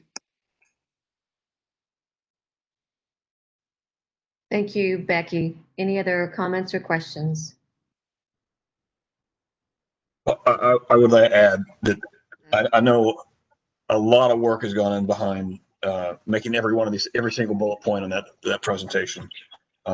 It's not just something that was thrown together today or this week. It's been months and work. And I know there's lots of things that were considered that didn't make the bullet points too. Going through details of other options of how we could possibly do this. But well, so I just want to thank everybody on the staff for putting all that enormous workload together. It's been an unusual summer, unusual spring, and I'm confident that what we're able to deliver this fall, whether it's virtual or in person, is going to be up to the standards that we all expect for our students and community. And last spring we did what we could with a real quick change, and I think we'll be ready for this fall. That being said, I want in-person learning too. Just like everybody else does. It's more effective. We've got family structures built around it. There are lots of complicating factors though, from the PPE not being ready, the health department's advice saying don't open it. The forecast is that we're going to continue with a high rate for several weeks. And there's not a downward trend yet. We've had a downward blip, but it's not a trend yet. I think that makes the direction pretty clear that we need to hold off for a bit. And I know that we're looking at 3 weeks right now, and hopefully that's all it's going to be. But I think we've got to prepare ourselves that there's a chance we might have to reevaluate this in a few weeks and see what the data shows then. Thank you, Doug. Anyone else? And I would just like to thank, y'all at the beginning of the meeting, Dr. Ryan and both you, Lisa, commented, for all the emails that we got, people pouring out their heart and speaking emotionally and telling us about their situation. It's very important that we took the time to listen to everybody, and because this is a community effort, and also to our staff. They have been working tirelessly since March with this. I'm just grateful for the team that Dr. Ryan has put together during his time here with the administration office, our principals, and especially our teachers, because they're in the trenches and the ones having to face this every day. And I just couldn't be more proud of staff and everybody that is involved with this organization known as GCISD, because we are the best building excellent schools together, and that takes opinions and voices from all the stakeholders within our community, as parents, as students, as business owners. So I just want to thank everybody for their time and efforts and all that they have done. So thank you. Thank you, Louie. Any other comments? Since I cannot see Louie, I am going to have to go one by one and ask for your vote. So I will start with who I see. I will start with Mindy. Yes. Becky. Aye. Jesse. Yes. Jorge. You're on mute. Yes. Thank you, Jorge. And Doug. You're on Yes. mute. Thank you. And Louie. Yes. And then myself, my vote is a yes. So the motion carries 7-0. So at this point, We will again state, school does begin August 17th remotely through September 7th, and then September 8th, we will have a choice of in-person or remote. So at this time, we have announcements. Dr. Ryan, or any trustee have an announcement? Seeing none, at this point, I need a motion to adjourn. Jesse. Yeah, I'd like to make a motion that we adjourn. And I need a second. I'll second. Mindy, thank you. All those in favor? And Louis, yes or no? Aye. Louis, yes. Motion carries 7-0. We are adjourned at 10:33. Thank you all for your Friday night. Thank you all for the time, and have a great weekend. Stay well and stay